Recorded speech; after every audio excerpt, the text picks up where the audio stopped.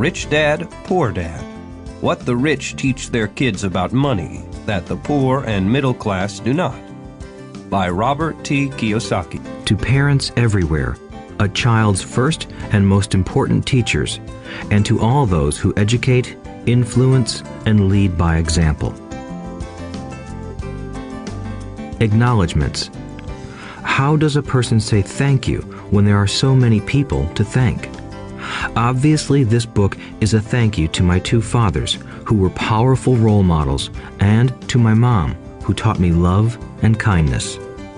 The person most responsible for this book becoming a reality is my wife, Kim, my partner in marriage, business, and in life.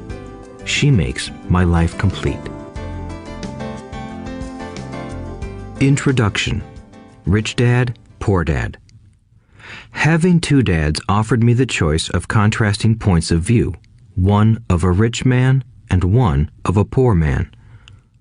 I had two fathers, a rich one and a poor one.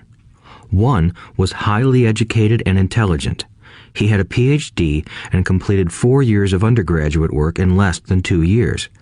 He then went on to Stanford University, the University of Chicago, and Northwestern University to do his advanced studies, all on full financial scholarships. The other father never finished the 8th grade. Both men were successful in their careers, working hard all their lives. Both earned substantial incomes, yet one always struggled financially. The other would become one of the richest men in Hawaii.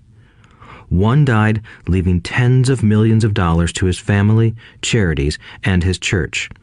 The other left bills to be paid. Both men were strong, charismatic, and influential. Both men offered me advice, but they did not advise the same things. Both men believed strongly in education, but did not recommend the same course of study. If I had had only one dad, I would have had to accept or reject his advice. Having two dads offered me the choice of contrasting points of view, one of a rich man and one of a poor man.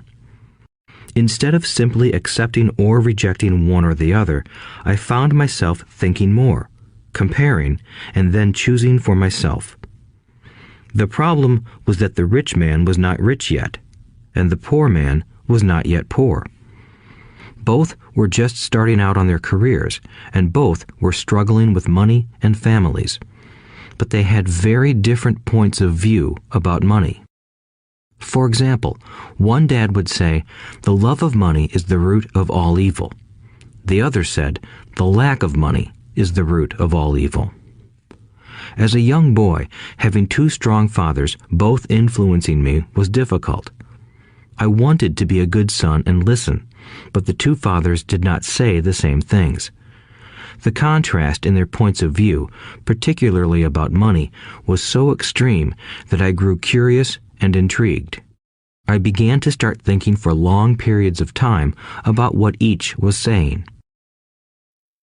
Much of my private time was spent reflecting, asking myself questions such as, "Why does he say that?" and then asking the same question of the other dad's statement. It would have been much easier to simply say, "Yeah, he's right, I agree with that," or to simply reject the point of view by saying, "The old man doesn't know what he's talking about."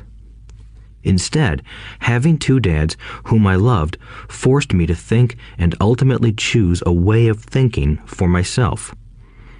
As a process, choosing for myself turned out to be much more valuable in the long run than simply accepting or rejecting a single point of view. One of the reasons the rich get richer, the poor get poorer, and the middle class struggles in debt is that the subject of money is taught at home, not in school. Most of us learn about money from our parents, so what can poor parents tell their child about money? They simply say, "Stay in school and study hard." The child may graduate with excellent grades, but with a poor person's financial programming and mindset. Sadly, money is not taught in schools. Schools focus on scholastic and professional skills, but not on financial skills. This explains how smart bankers, doctors, and accountants who earned excellent grades may struggle financially all of their lives. Our staggering national debt is due in large part to highly educated politicians and government officials making financial decisions with little or no training in the subject of money. Today, I often wonder what will soon happen when we have millions of people who need financial and medical assistance. They will be dependent upon their families or the government for financial support. What will happen when Medicare and Social Security run out of money? How will a nation survive if teaching children about money continues to be left to parents, most of whom will be, or already are, poor? Because I had two influential fathers, I learned from both of them. I had to think about each dad's advice, and in doing so, I gained valuable insight into the power and effect of one's thoughts on one's life. For example, one dad had a habit of saying, "I can't afford it." The other dad forbade those words to be used. He insisted I ask, "How can I afford it?" One is a statement, and the other is a question. One lets you off the hook, and the other forces you to think. My soon-to-be rich dad would explain that by automatically saying the words, "I can't afford it," your brain stops working. By asking the question, "How can I afford it?" your brain is put to work. He did not mean that you should buy everything you want. He was fanatical about exercising your mind, the most powerful computer in the world. He'd say, "My brain gets stronger every day because I exercise it. The stronger it gets, the more money I can make." He believed that automatically saying, "I can't afford it," was a sign of mental laziness. Although both dads worked hard, I noticed that one dad had a habit of putting his brain to sleep when it came to finances, and the other had a habit of exercising his brain. The long-term result was that one dad grew stronger financially, and the other grew weaker. It is not much different from a person who goes to the gym to exercise on a regular basis versus someone who sits on the couch watching television. Proper physical exercise increases your chances for health, and proper mental exercise increases your chances for wealth. My two dads had opposing attitudes, and that affected the way they thought. One dad thought that the rich should pay more in taxes to take care of those less fortunate. The other said, taxes punish those who produce and reward those who don't produce. One dad recommended, study hard so you can find a good company to work for. The other recommended, study hard so you can find a good company to buy. One dad said, the reason I'm not rich is because I have you kids. The other said, the reason I must be rich is because I have you kids. One encouraged talking about money and business at the dinner table, while the other forbade the subject of money to be discussed over a meal. One said, when it comes to money, play it safe. Don't take risks. The other said, learn to manage risk. One believed, our home is our largest investment and our greatest asset. The other believed, my house is a liability, and if your house is your largest investment, you're in trouble. Both dads paid their bills on time, yet one paid his bills first while the other paid his bills last. One dad believed in a company or the government taking care of you and your needs. He was always concerned about pay raises, retirement plans, medical benefits, sick leave, vacation days, and other perks. He was impressed with two of his uncles who joined the military and earned a retirement and entitlement package for life after 20 years of active service. He loved the idea of medical benefits and PX privileges the military provided its retirees. He also loved the tenure system available through the university. The idea of job protection for life and job benefits seemed more important at times than the job. He would often say, I've worked hard for the government and I'm entitled to these benefits. The other believed in total financial self-reliance. He spoke out against the entitlement mentality and how it created weak and financially needy people. He was emphatic about being financially competent. One dad struggled to save a few dollars. The other created investments. One dad taught me how to write an impressive resume so I could find a good job. The other taught me how to write strong business and financial plans so I could create jobs. Being a product of two strong dads allowed me the luxury of observing the effects different thoughts have on one's life. I noticed that people really do shape their lives through their thoughts. For example, my poor dad always said, "I'll never be rich," and that prophecy became reality. My rich dad, on the other hand, always referred to himself as rich. He would say things like, "I'm a rich man and rich people don't do this." Even when he was flat broke after a major financial setback, he continued to refer to himself as a rich man. He would cover himself by saying, "There is a difference between being poor and being broke. Broke is temporary. Poor is eternal." My poor dad would say, "I'm not interested in money," or "Money doesn't matter." My rich dad always said, "Money is power." The power of our thoughts may never be measured or appreciated, but it became obvious to me as a young boy that it was important to be aware of my thoughts and how I expressed myself. I noticed that my poor dad was poor, not because of the amount of money he earned, which was significant, but because of his thoughts and actions. As a young boy having two fathers, I became acutely aware of being careful about which thoughts I chose to adopt as my own. Should I listen to my rich dad or to my poor dad?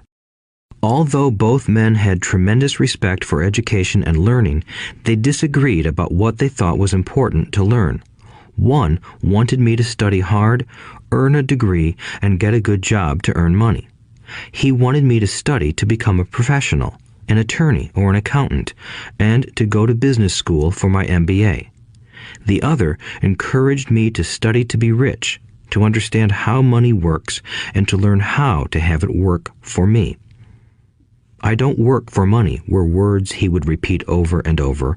"Money works for me." At the age of 9, I decided to listen to and learn from my rich dad about money. In doing so, I chose not to listen to my poor dad, even though he was the one with all the college degrees. A lesson from Robert Frost. Robert Frost is my favorite poet. Although I love many of his poems, my favorite is "The Road Not Taken." I use its lesson almost daily. The Road Not Taken. Two roads diverged in a yellow wood, and sorry I could not travel both. And be one traveler long I stood, and looked down one as far as I could, to where it bent in the undergrowth, then took the other as just as fair, and having perhaps the better claim, because it was grassy and wanted wear. Though as for that the passing there had worn them really about the same, and both that morning equally lay in leaves no step had trodden black. Oh, I kept the first for another day, yet knowing how way leads on to way, I doubted if I should ever come back.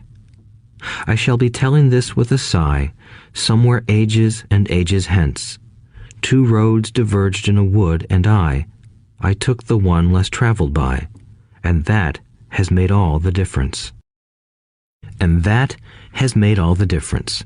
Over the years, I have often reflected upon Robert Frost's poem.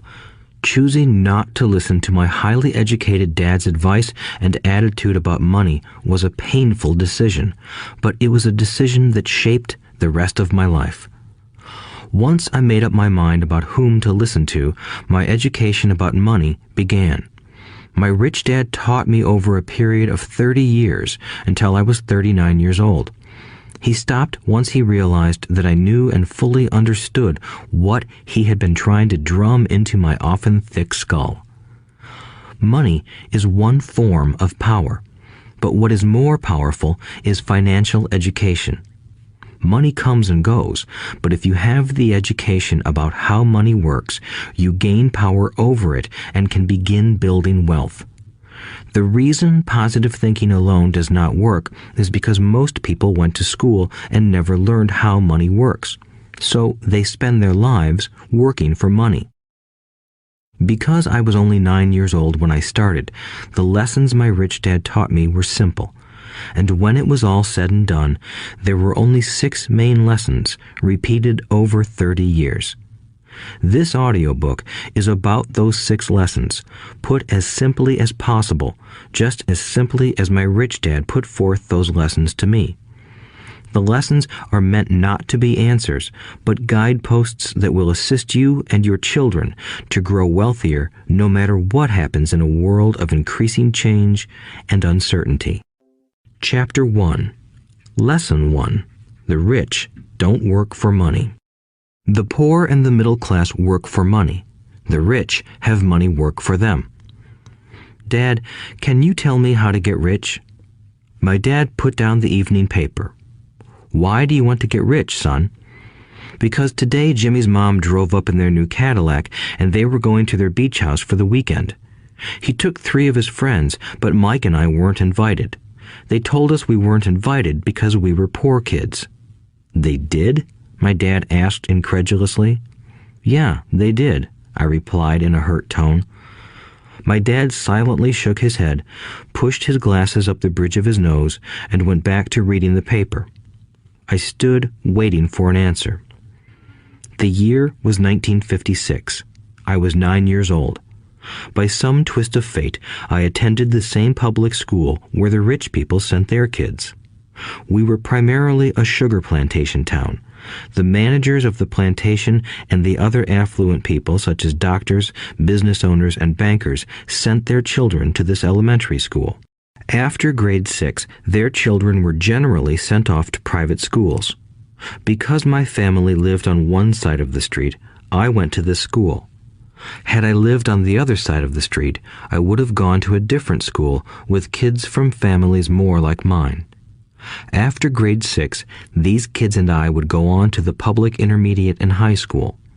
There was no private school for them or for me. My dad finally put down the paper. I could tell he was thinking. Well, son, he began slowly, if you want to be rich, you have to learn to make money. How do I make money? I asked. Well, use your head, son, he said, smiling. Even then, I knew that really meant, that's all I'm going to tell you, or, I don't know the answer, so don't embarrass me. A partnership is formed. The next morning, I told my best friend, Mike, what my dad had said. As best as I could tell, Mike and I were the only poor kids in this school. Mike was also in this school by a twist of fate. Someone had drawn a jog in the line for the school district, and we wound up in school with the rich kids. We weren't really poor, but we felt as if we were because all the other boys had new baseball gloves, new bicycles, new everything. Mom and Dad provided us with the basics, like food and shelter and clothes, but that was about it. My dad used to say, if you want something, work for it.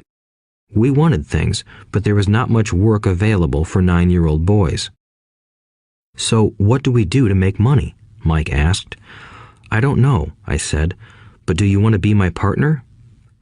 He agreed, and so on that Saturday morning, Mike became my first business partner. We spent all morning coming up with ideas on how to make money. Occasionally, we talked about all the cool guys at Jimmy's beach house having fun. It hurt a little, but that hurt was good because it inspired us to keep thinking of a way to make money. Finally, that afternoon, a bolt of lightning struck. It was an idea Mike got from a science book he had read. Excitedly, we shook hands, and the partnership now had a business.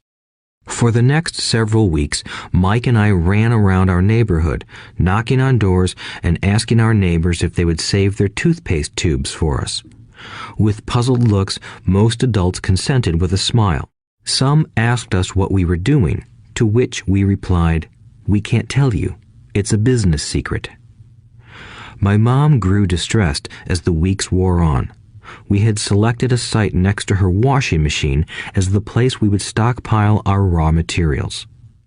In a brown cardboard box that at one time held ketchup bottles, our little pile of used toothpaste tubes began to grow. Finally, my mom put her foot down. The sight of her neighbor's messy, crumpled used toothpaste tubes had gotten to her.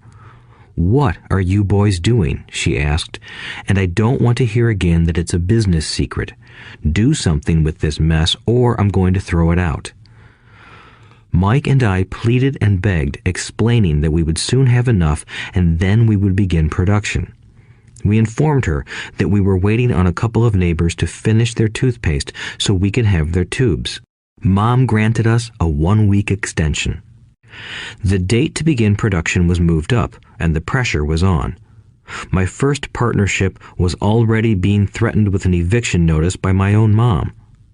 It became Mike's job to tell the neighbors to quickly use up their toothpaste, saying their dentist wanted them to brush more often anyway. I began to put together the production line. One day, my dad drove up with a friend to see 2 9-year-old boys in the driveway with a production line operating at full speed. There was fine white powder everywhere. On a long table were small milk cartons from school, and our family's hibachi grill was glowing with red-hot coals at maximum heat. Dad walked up cautiously, having to park the car at the base of the driveway since the production line blocked the carport. As he and his friend got closer, they saw a steel pot sitting on top of the coals in which the toothpaste tubes were being melted down. In those days, toothpaste did not come in plastic tubes.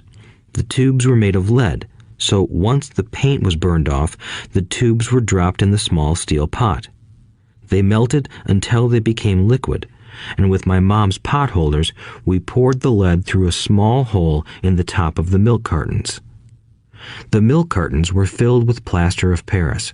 White powder was everywhere. In my haste, I had knocked the bag over, and the entire area looked like it had been hit by a snowstorm. The milk cartons were the outer containers for plaster of Paris molds. My dad and his friend watched as we carefully poured the molten lead through a small hole in the top of the plaster of Paris cube. "Careful," my dad said. I nodded without looking up. Finally, once the pouring was through, I put the steel pot down and smiled at my dad. "What are you boys doing?" he asked with a cautious smile. "We're doing what you told me to do. We're going to be rich," I said. "Yup," said Mike, grinning and nodding his head. "We're partners." "And what is in those plaster molds?" my dad asked. "Watch," I said. "This should be a good batch." With a small hammer, I tapped at the seal that divided the cube in half. Cautiously, I pulled up the top half of the plaster mold, and a lead nickel fell out. "Oh my God," my dad said, "you're casting nickels out of lead." "That's right," Mike said. "We're doing as you told us to do. We're making money." My dad's friend turned and burst into laughter. My dad smiled and shook his head.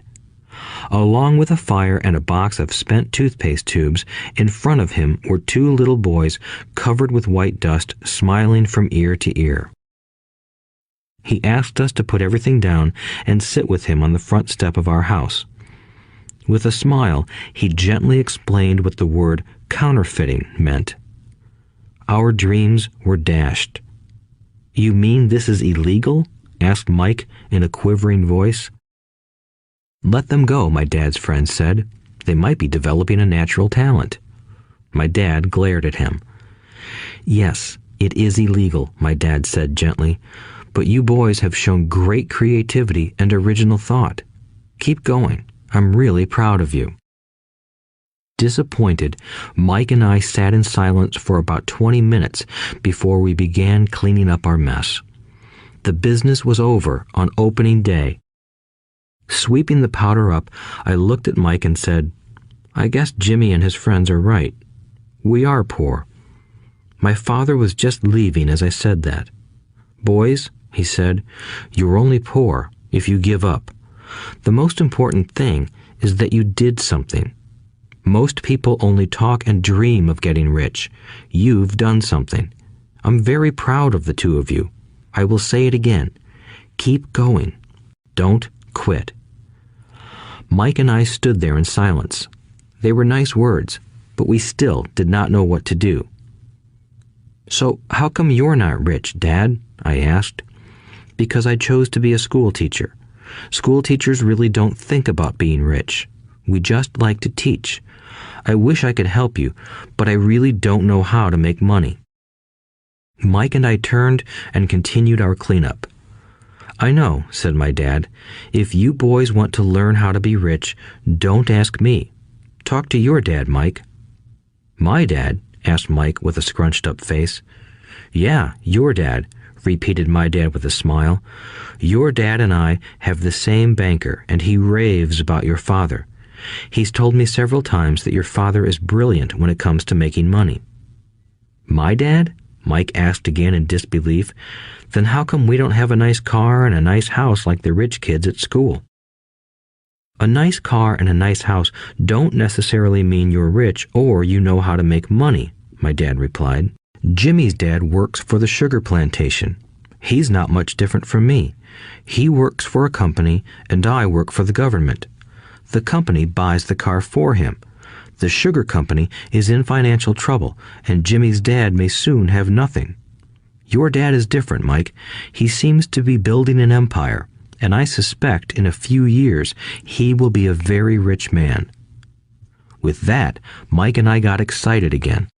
With new vigor, we began cleaning up the mess caused by our now defunct first business.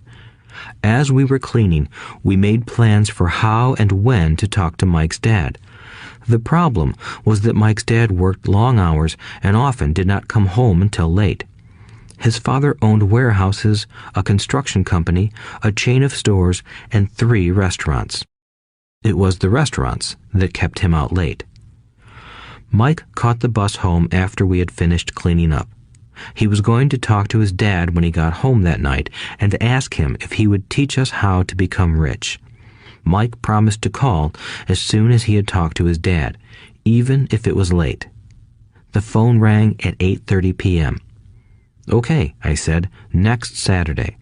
I put the phone down. Mike's dad had agreed to meet with us. On Saturday, I caught the 7:30 a.m. bus to the poor side of town. The lessons begin. Mike and I met with his dad that morning at 8 o'clock. He was already busy, having been at work for more than an hour. His construction supervisor was just leaving in his pickup truck as I walked up to his simple, small, and tidy home. Mike met me at the door. "Dad's on the phone, and he said to wait on the back porch," Mike said as he opened the door. The old wooden floor creaked as I stepped across the threshold of the aging house. There was a cheap mat just inside the door. The mat was there to hide the years of wear from countless footsteps that the floor had supported. Although clean, it needed to be replaced. I felt claustrophobic as I entered the narrow living room that was filled with old, musty, overstuffed furniture that today would be collector's items. Sitting on the couch were 2 women, both a little older than my mom. Across from the women sat a man in workman's clothes. He wore khaki slacks and a khaki shirt, neatly pressed but without starch, and polished work boots. He was about 10 years older than my dad. They smiled as Mike and I walked past them toward the back porch. I smiled back shyly. "Who are those people?" I asked. "Oh, they work for my dad. The older man runs his warehouses, and the women are the managers of the restaurants. And as you arrived, you saw the construction supervisor who was working on a road project about 50 miles from here. His other supervisor, who was building a track of houses, left before you got here." "Does this go on all the time?" I asked. "Not always, but quite often," said Mike, smiling as he pulled up a chair to sit down next to me. "I asked my dad if he would teach us to make money," Mike said. "Oh, and what did he say to that?" I asked with cautious curiosity. "Well, he had a funny look on his face at first, and then he said he would make us an offer." "Oh," I said, rocking my chair back against the wall. I sat there, perched on two rear legs of the chair. Mike did the same thing. "Do you know what the offer is?" I asked. "No, but we'll soon find out." Suddenly, Mike's dad burst through the rickety screen door and onto the porch. Mike and I jumped to our feet, not out of respect, but because we were startled. "Ready, boys?" he asked as he pulled up a chair to sit down with us. We nodded our heads as we pulled our chairs away from the wall to sit in front of him. He was a big man, about 6 feet tall and 200 pounds. My dad was taller, about the same weight, and 5 years older than Mike's dad. They sort of looked alike, though not of the same ethnic makeup. Maybe their energy was similar. "Mike says you want to learn to make money. Is that correct, Robert?" I nodded my head quickly, but with a little trepidation. He had a lot of power behind his words and smile. "Okay, here's my offer. I'll teach you, but I won't do it classroom style. You work for me, I'll teach you. You don't work for me, I won't teach you. I can teach you faster if you work, and I'm wasting my time if you just want to sit and listen like you do in school. That's my offer. Take it or leave it." May I ask a question first?" I asked. "No. Take it or leave it. I've got too much work to do to waste my time. If you can't make up your mind decisively, then you'll never learn to make money anyway. Opportunities come and go. Being able to know when to make quick decisions is an important skill. You have the opportunity that you asked for. School is beginning, or it's over in 10 seconds, Mike's dad said with a teasing smile. "Take it," I said. "Take it," said Mike. "Good," said Mike's dad. "Mrs. Martin will be by in 10 minutes. After I'm through with her, you'll ride with her to my superette and you can begin working. I'll pay you 10 cents an hour and you'll work 3 hours every Saturday." "But I have a softball game today," I said. Mike's dad lowered his voice to a stern tone. "Take it or leave it," he said. "I'll take it," I replied, choosing to work and learn instead of playing. 30 cents later. By 9 a.m. that day, Mike and I were working for Mrs. Martin. She was a kind and patient woman. She always said that Mike and I reminded her of her 2 grown sons. Although kind, she believed in hard work and kept us moving. We spent 3 hours taking canned goods off the shelves, brushing each can with a feather duster to get the dust off, and then restacking them neatly. It was excruciatingly boring work. Mike's dad, whom I called my rich dad, owned 9 of these little superettes, each with a large parking lot. They were the early version of the 7-Eleven convenience stores, little neighborhood grocery stores where people bought items such as milk, bread, butter, and cigarettes. The problem was that this was Hawaii before air conditioning was widely used, and the stores could not close their doors because of the heat. On 2 sides of the store, the doors had to be wide open to the road and parking lot. Every time a car drove by or pulled into the parking lot, dust would swirl and settle in the store. We knew we had a job as long as there was no air conditioning. For 3 weeks, Mike and I reported to Mrs. Martin and worked our 3 hours. By noon, our work was over, and she dropped 3 little dimes in each of our hands. Now, even at the age of 9 in the mid-1950s, 30 cents was not too exciting. Comic books cost 10 cents back then, so I usually spent my money on comic books and went home. By Wednesday of the 4th week, I was ready to quit.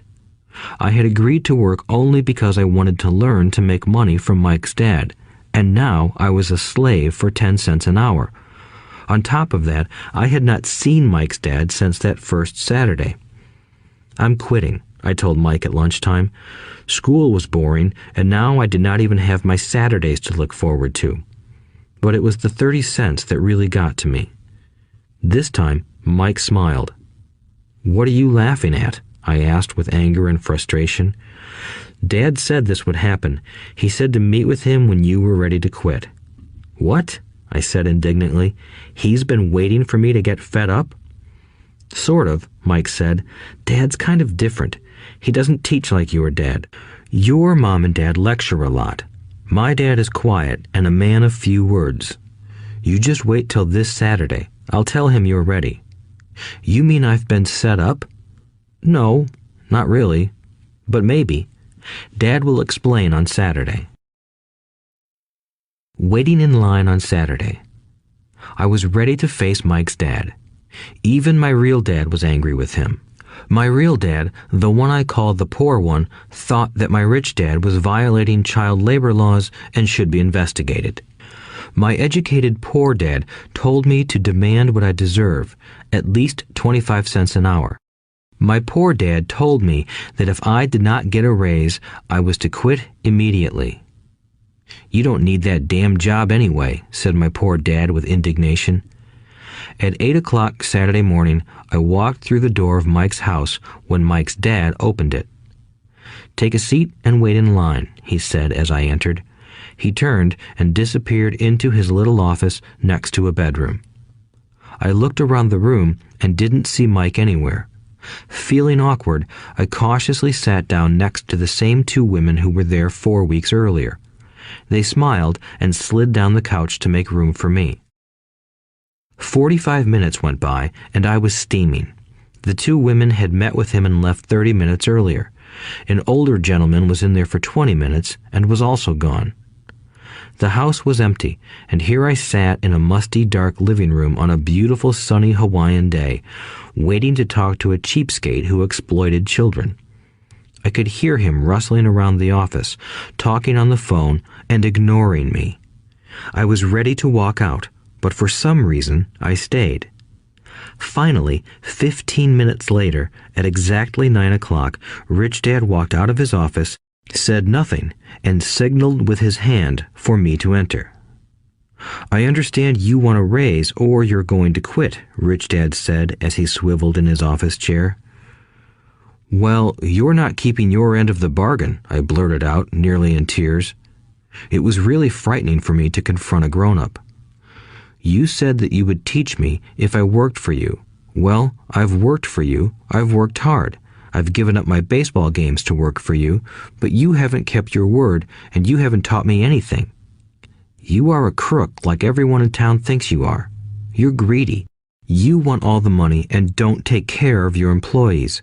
You made me wait and don't show me any respect. I'm only a little boy, but I deserve to be treated better. Rich Dad rocked back in his swivel chair, hands up to his chin, and stared at me. Not bad, he said. In less than a month, you sound like most of my employees. What? I asked. Not understanding what he was saying, I continued with my grievance. I thought you were going to keep your end of the bargain and teach me. Instead, you want to torture me? That's cruel. That's really cruel. I am teaching you, Rich Dad said quietly. What have you taught me? Nothing, I said angrily. You haven't even talked to me once since I agreed to work for peanuts. 10 cents an hour. Ha! I should notify the government about you. We have child labor laws, you know. My dad works for the government, you know. Wow, said Rich Dad. Now you sound just like most of the people who used to work for me. People I've either fired or who have quit. So, what do you have to say? I demanded, feeling pretty brave for a little kid. You lied to me. I've worked for you, and you have not kept your word. You haven't taught me anything. How do you know that I've not taught you anything? Asked Rich Dad calmly. Well, you've never talked to me. I've worked for 3 weeks, and you have not taught me anything, I said with a pout. Does teaching mean talking or a lecture? Rich Dad asked. Well, yes, I replied. That's how they teach you in school, he said, smiling. But that is not how life teaches you, and I would say that life is the best teacher of all. Most of the time, life does not talk to you. It just sort of pushes you around. Each push is life saying, wake up, there's something I want you to learn. What is this man talking about? I asked myself silently. Life pushing me around was life talking to me? Now I knew I had to quit my job. I was talking to someone who needed to be locked up. If you learn life's lessons, you will do well. If not, life will just continue to push you around. People do two things. Some just let life push them around. Others get angry and push back. But they push back against their boss, or their job, or their husband or wife. They do not know it's life that's pushing. I had no idea what he was talking about. Life pushes all of us around. Some people give up and others fight. A few learn the lesson and move on. They welcome life pushing them around. To these few people, it means they need and want to learn something. They learn and move on. Most quit, and a few, like you, fight. Rich Dad stood and shut the creaky old wooden window that needed repair. If you learn this lesson, you will grow into a wise, wealthy, and happy young man. If you don't, you will spend your life blaming a job, low pay, or your boss for your problems. You'll live life always hoping for that big break that will solve all your money problems. Rich Dad looked over at me to see if I was still listening. His eyes met mine. We stared at each other, communicating through our eyes. Finally, I looked away once I had absorbed his message. I knew he was right. I was blaming him, and I did ask to learn. I was fighting. Rich Dad continued, "Or, if you are the kind of person who has no guts, you just give up every time life pushes you. If you are that kind of person, you'll live all your life playing it safe, doing the right things, saving yourself for some event that never happens. Then you die a boring old man. You'll have lots of friends who really like you because you were such a nice, hard-working guy. But the truth is that you let life push you into submission. Deep down, you were terrified of taking risks. You really wanted to win, but the fear of losing was greater than the excitement of winning. Deep inside, you and only you will know you didn't go for it. You chose to play it safe." Our eyes met again. "You've been pushing me around?" I asked. "Some people might say that," smiled Rich Dad. "I would say that I just gave you a taste of life." "What taste of life?" I asked, still angry, but now curious and ready to learn.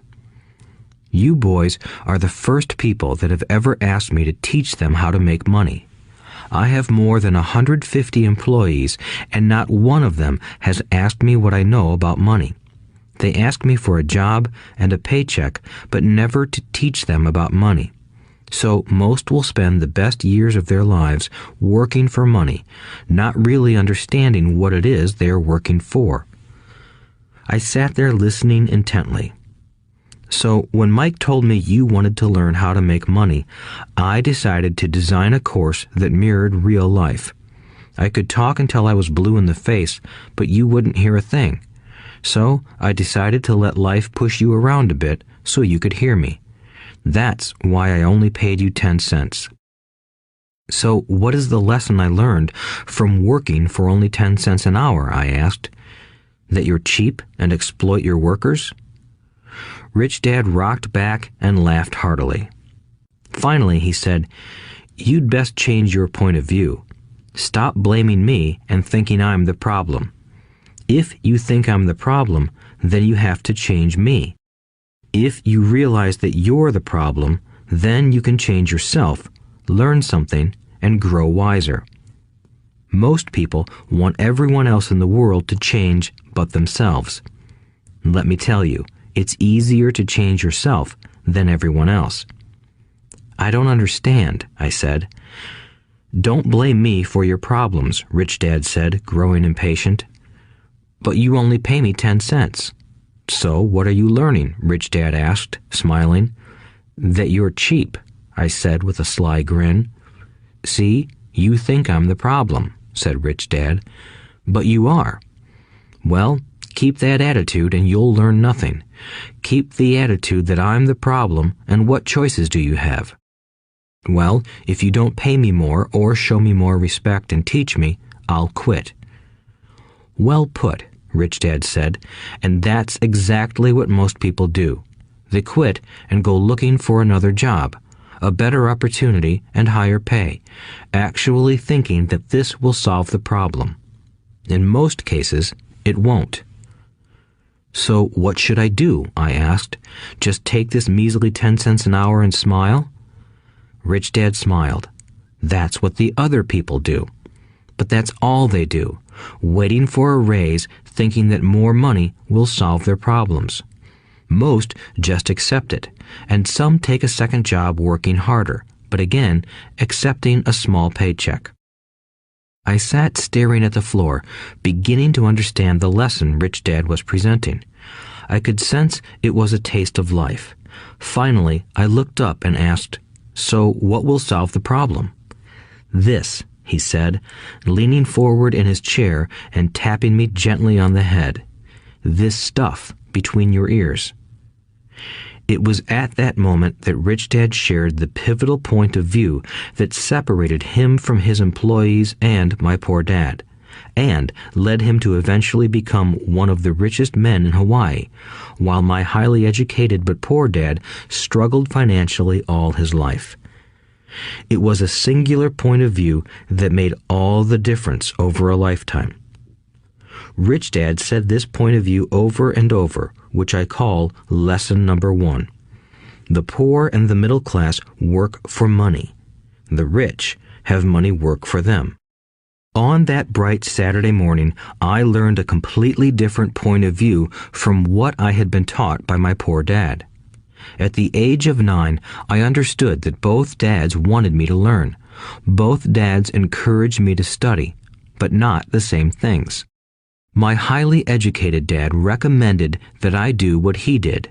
"Son, I want you to study hard, get good grades so you can find a safe, secure job with a big company, and make sure it has excellent benefits." My rich dad wanted me to learn how money works so I could make it work for me. These lessons I would learn through life with his guidance, not because of a classroom. My rich dad continued my first lesson. "I'm glad you got angry about working for 10 cents an hour. If you hadn't got angry and had simply accepted it, I would have to tell you that I could not teach you. You see, true learning takes energy, passion, and a burning desire. Anger is a big part of that formula, for passion is anger and love combined. When it comes to money, most people want to play it safe and feel secure, so passion does not direct them. Fear does. So is that why they'll take jobs with low pay? I asked. Yes, said Rich Dad. Some people say I exploit people because I don't pay as much as the sugar plantation or the government. I say the people exploit themselves. It's their fear, not mine. But don't you feel you should pay them more? I asked. I don't have to. And besides, more money will not solve their problems. Just look at your dad. He makes a lot of money, and he still can't pay his bills. Most people, given more money, only get into more debt. So that's why the 10 cents an hour, I said, smiling. It's part of the lesson. That's right, smiled Rich Dad. You see, your dad went to school and got an excellent education so he could get a high-paying job. But he still has money problems because he never learned anything about money in school. On top of that, he believes in working for money. And you don't? I asked. No, not really, said Rich Dad. If you want to learn to work for money, then stay in school. That is a great place to learn to do that.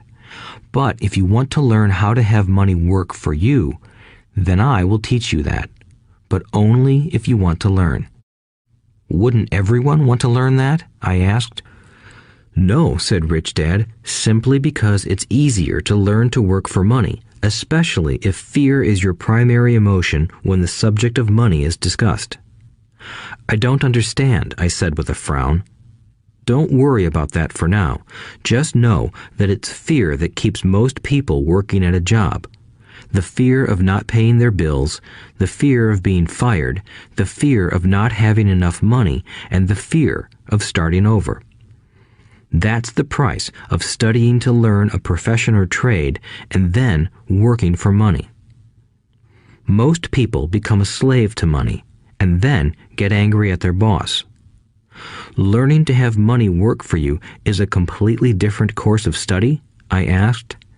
Absolutely, Rich Dad answered. Absolutely. We sat in the silence on that beautiful Hawaiian Saturday morning. My friends had just started their Little League baseball game, but for some reason I was now thankful I had decided to work for 10 cents an hour. I sensed that I was about to learn something my friends wouldn't learn in school. Ready to learn? Asked Rich Dad. Absolutely, I said with a grin. I have kept my promise. I've been teaching you from afar, my Rich Dad said.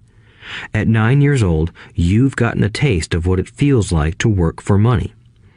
Just multiply your last month by 50 years, and you will have an idea of what most people spend their life doing. I don't understand, I said. How did you feel waiting in line to see me, once to get hired and once to ask for more money? Terrible, I said. If you choose to work for money, that is what life will be like, said Rich Dad. And how did you feel when Mrs. Martin dropped 3 dimes in your hand for 3 hours of work? I felt like it wasn't enough. It seemed like nothing. I was disappointed, I said. And that is how most employees feel when they look at their paychecks, especially after all the tax and other deductions are taken out. At least you got 100%. You mean most workers don't get paid everything? I asked with amazement. Heavens no, said Rich Dad. The government always takes its share first. How do they do that? I asked. Taxes, said Rich Dad. You're taxed when you earn. You're taxed when you spend. You're taxed when you save. You're taxed when you die. Why do people let the government do that to them? The rich don't, said Rich Dad with a smile. The poor and the middle class do. I'll bet you that I earn more than your dad, yet he pays more in taxes. How can that be? I asked. At my age, that made no sense to me. Why would someone let the government do that to them? Rich Dad rocked slowly and silently in his chair, just looking at me. Ready to learn? He asked. I nodded my head slowly. As I said, there is a lot to learn. Learning how to have money work for you is a lifetime study. Most people go to college for 4 years and their education ends. I already know that my study of money will continue over my lifetime, simply because the more I find out I need to know. Most people never study the subject. They go to work, get their paycheck, balance their checkbooks, and that's it. Then they wonder why they have money problems. They think that more money will solve the problem, and don't realize that it's their lack of financial education that is the problem. So my dad has tax problems because he doesn't understand money? I asked, confused. Look, said Rich Dad, taxes are just one small section on learning how to have money work for you. Today, I just wanted to find out if you still have the passion to learn about money. Most people don't. They want to go to school, learn a profession, have fun at their work, and earn lots of money. One day they wake up with big money problems, and then they can't stop working. That's the price of only knowing how to work for money instead of studying how to have money work for you. So, do you still have the passion to learn? Asked Rich Dad. I nodded my head. Good, said Rich Dad. Now get back to work. This time, I will pay you nothing. What? I asked in amazement. You heard me. Nothing. You will work the same 3 hours every Saturday, but this time you will not be paid 10 cents per hour. You said you wanted to learn to not work for money, so I'm not going to pay you anything. I couldn't believe what I was hearing. I've already had this conversation with Mike, and he's already working, dusting and stacking canned goods for free. You'd better hurry and get back there. That's not fair, I shouted. You've got to pay something. You said you wanted to learn. If you don't learn this now, you'll grow up to be like the two women and the older man sitting in my living room, working for money and hoping I don't fire them. Or, like your dad, earning lots of money only to be in debt up to his eyeballs, hoping more money will solve the problem. If that's what you want, I'll go back to our original deal of 10 cents an hour. Or you can do what most adults do. Complain that there is not enough pay, quit, and go looking for another job. But what do I do? I asked. Rich Dad tapped me on the head. Use this, he said. If you use it well, you will soon thank me for giving you an opportunity, and you will grow into a rich man. I stood there, still not believing what a raw deal I was handed. I came to ask for a raise, and somehow I was instead working for nothing. Rich Dad tapped me on the head again and said, "Use this. Now, get out of here and get back to work." Lesson number 1. The rich don't work for money. I didn't tell my poor dad I wasn't being paid. He wouldn't have understood, and I didn't want to try to explain something I didn't understand myself.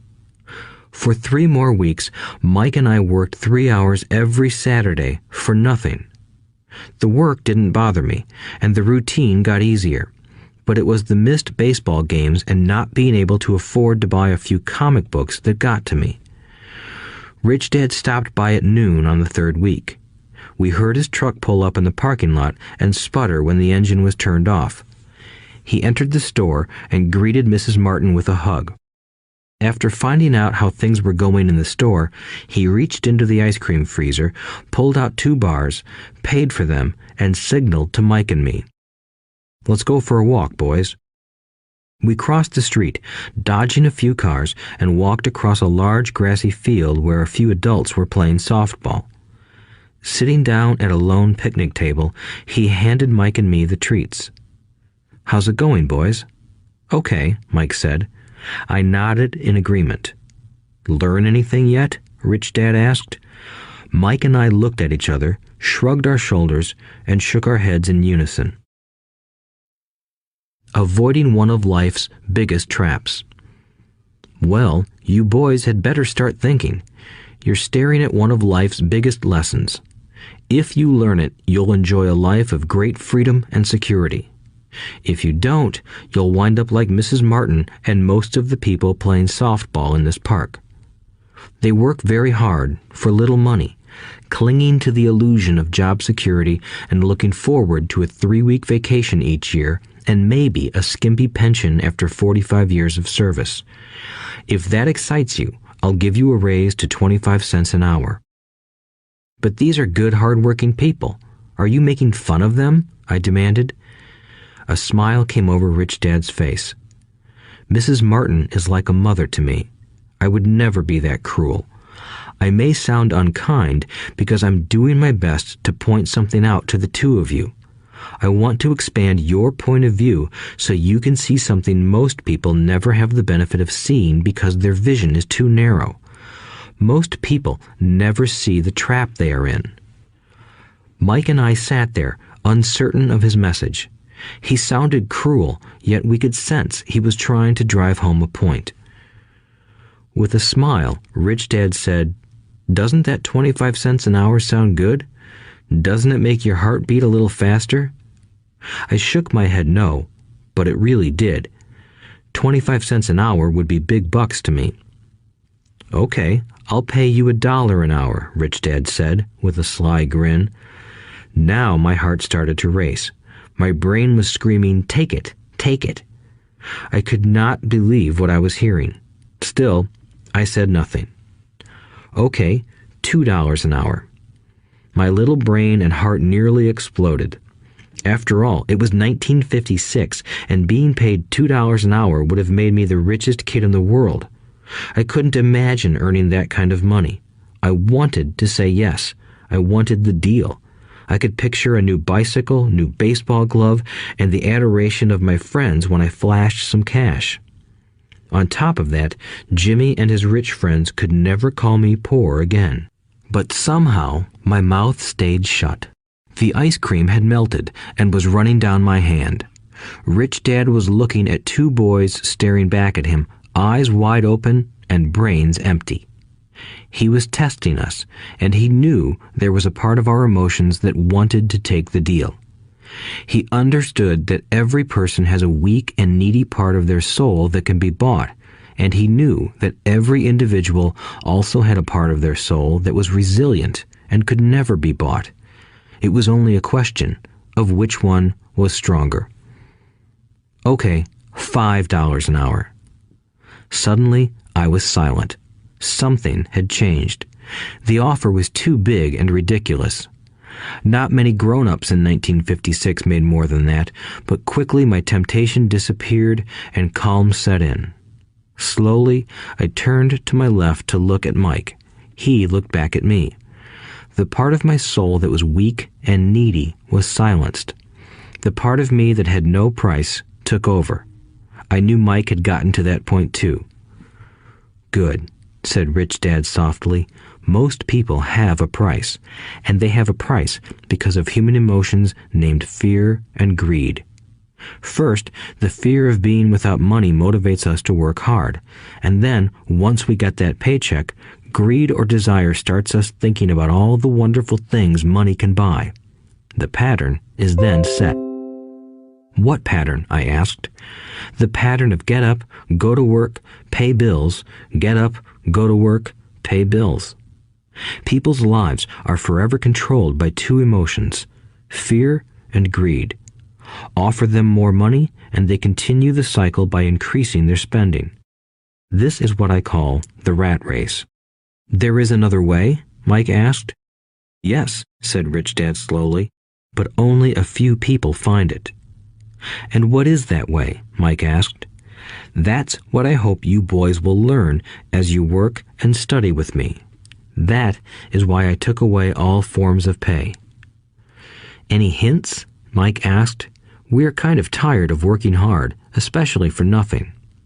"Well, the first step is telling the truth," said Rich Dad. "We haven't been lying," I said. "I did not say you were lying. I said to tell the truth," Rich Dad retorted. "The truth about what?" I asked. "How you're feeling," Rich Dad said. "You don't have to say it to anyone else. Just admit it to yourself." "You mean the people in this park, the people who work for you, Mrs. Martin, they don't do that?" I asked. "I doubt it," said Rich Dad. "Instead, they feel the fear of not having money. They don't confront it logically. They react emotionally instead of using their heads," Rich Dad said. "Then they get a few bucks in their hands, and again, the emotions of joy, desire, and greed take over. And again they react instead of think." "So their emotions control their brain," Mike said. "That's correct," said Rich Dad. "Instead of admitting the truth about how they feel, they react to their feelings and fail to think.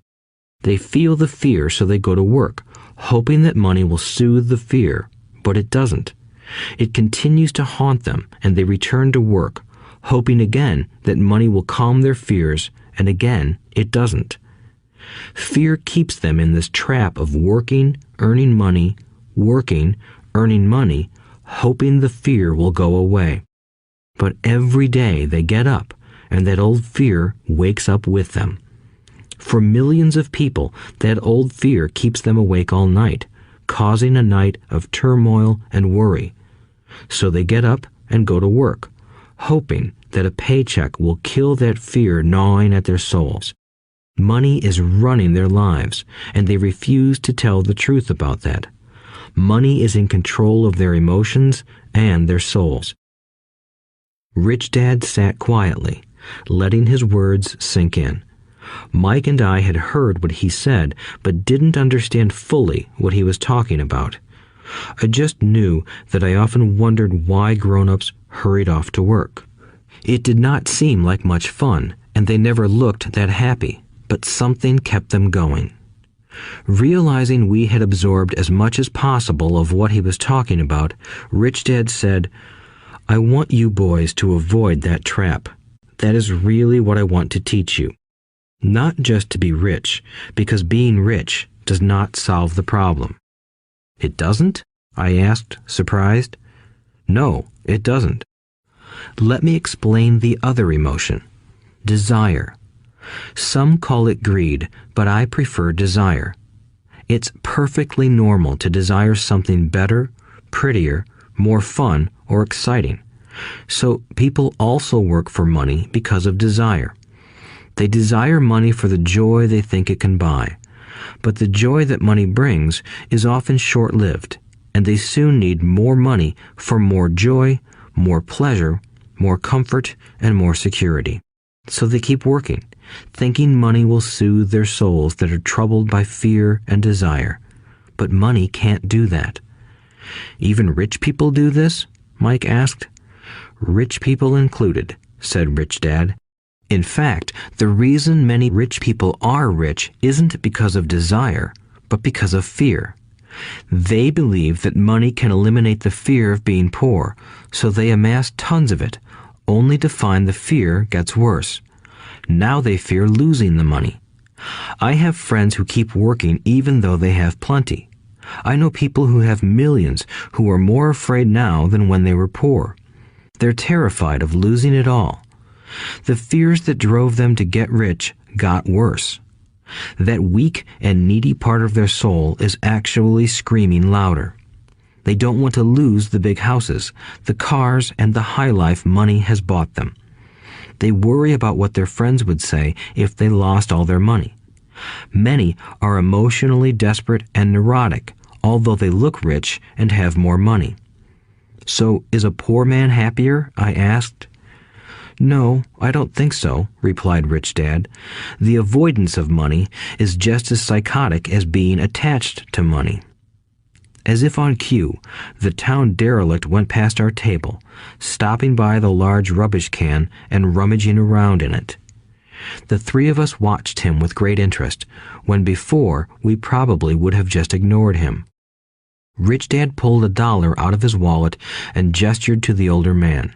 Seeing the money, the derelict came over immediately, took the bill, thanked Rich Dad profusely, and hurried off, ecstatic with his good fortune. He's not much different from most of my employees, said Rich Dad.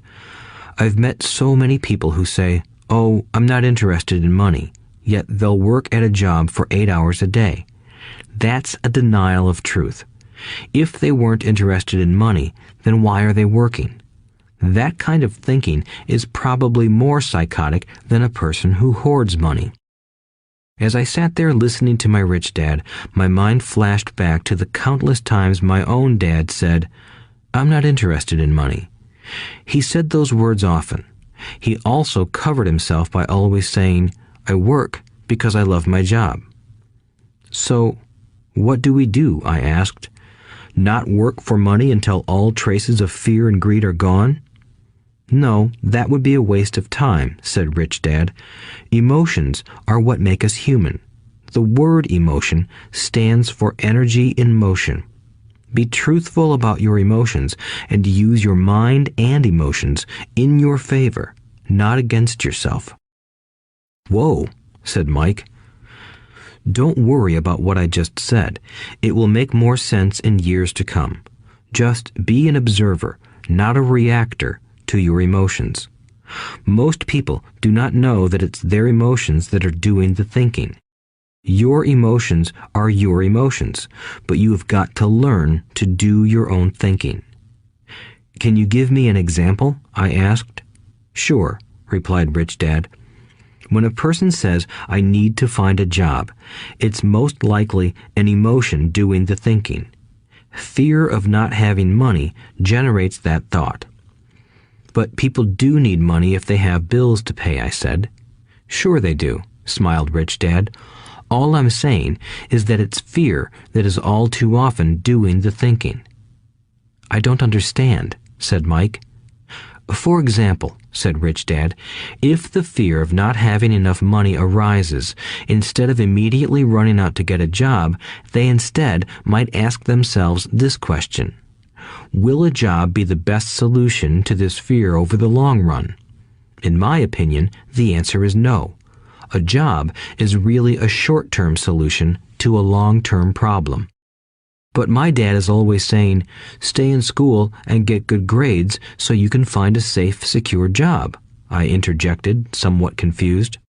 Yes, I understand he says that, said Rich Dad, smiling. Most people recommend that, and it's a good path for most people. But people make that recommendation primarily out of fear.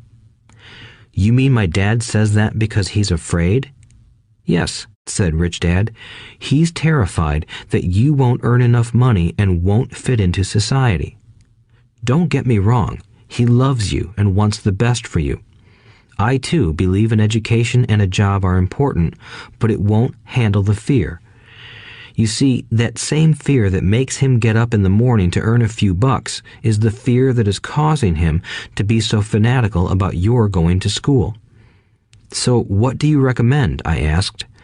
I want to teach you to master the power of money instead of being afraid of it. They don't teach that in school, and if you don't learn it, you become a slave to money. It was finally making sense. He wanted us to widen our views and to see what the Mrs. Martins of this world couldn't see. He used examples that sounded cruel at the time, but I've never forgotten them. My vision widened that day, and I began to see the trap that lay ahead for most people. You see, we're all employees ultimately. We just work at different levels, said Rich Dad. I just want you boys to have a chance to avoid the trap caused by those two emotions, fear and desire. Use them in your favor, not against you. That's what I want to teach you. I'm not interested in just teaching you to make a pile of money. That won't handle the fear or desire. If you don't first handle fear and desire, and you get rich, you'll only be a highly paid slave. So how do we avoid the trap? I asked. The main cause of poverty or financial struggle is fear and ignorance, not the economy or the government or the rich. It's self-inflicted fear and ignorance that keep people trapped. So you boys go to school and get your college degrees, and I'll teach you how to stay out of the trap. The pieces of the puzzle were appearing. My highly educated dad had a great education and a great career, but school never told him how to handle money or his fear of it. It became clear that I could learn different and important things from two fathers. So you've been talking about the fear of not having money. How does the desire for money affect our thinking? Mike asked. How did you feel when I tempted you with a pay raise? Did you notice your desires rising? We nodded our heads. By not giving in to your emotions, you were able to delay your reactions and think. That is important. We will always have emotions of fear and greed. From here on in, it's imperative for you to use those emotions to your advantage, and for the long term to not let your emotions control your thinking. Most people use fear and greed against themselves. That's the start of ignorance. Most people live their lives chasing paychecks, pay raises, and job security because of the emotions of desire and fear, not really questioning where those emotion-driven thoughts are leading them. It's just like the picture of a donkey dragging a cart with its owner dangling a carrot just in front of its nose. The donkey's owner may be going where he wants to, but the donkey is chasing an illusion. Tomorrow, there will only be another carrot for the donkey. You mean the moment I pictured a new baseball glove, candy, and toys, that's like a carrot to a donkey? Mike asked. Yes, and as you get older, your toys get more expensive. A new car, a boat, and a big house to impress your friends, said Rich Dad with a smile. Fear pushes you out the door, and desire calls to you. That's the trap. So what's the answer? Mike asked. What intensifies fear and desire is ignorance. That is why rich people with lots of money often have more fear the richer they get. Money is the carrot, the illusion. If the donkey could see the whole picture, it might rethink its choice to chase the carrot.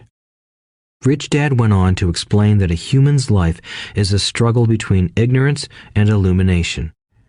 He explained that once a person stops searching for information and self-knowledge, ignorance sets in. That struggle is a moment-to-moment decision to learn to open or close one's mind. Look, school is very important. You go to school to learn a skill or profession to become a contributing member of society.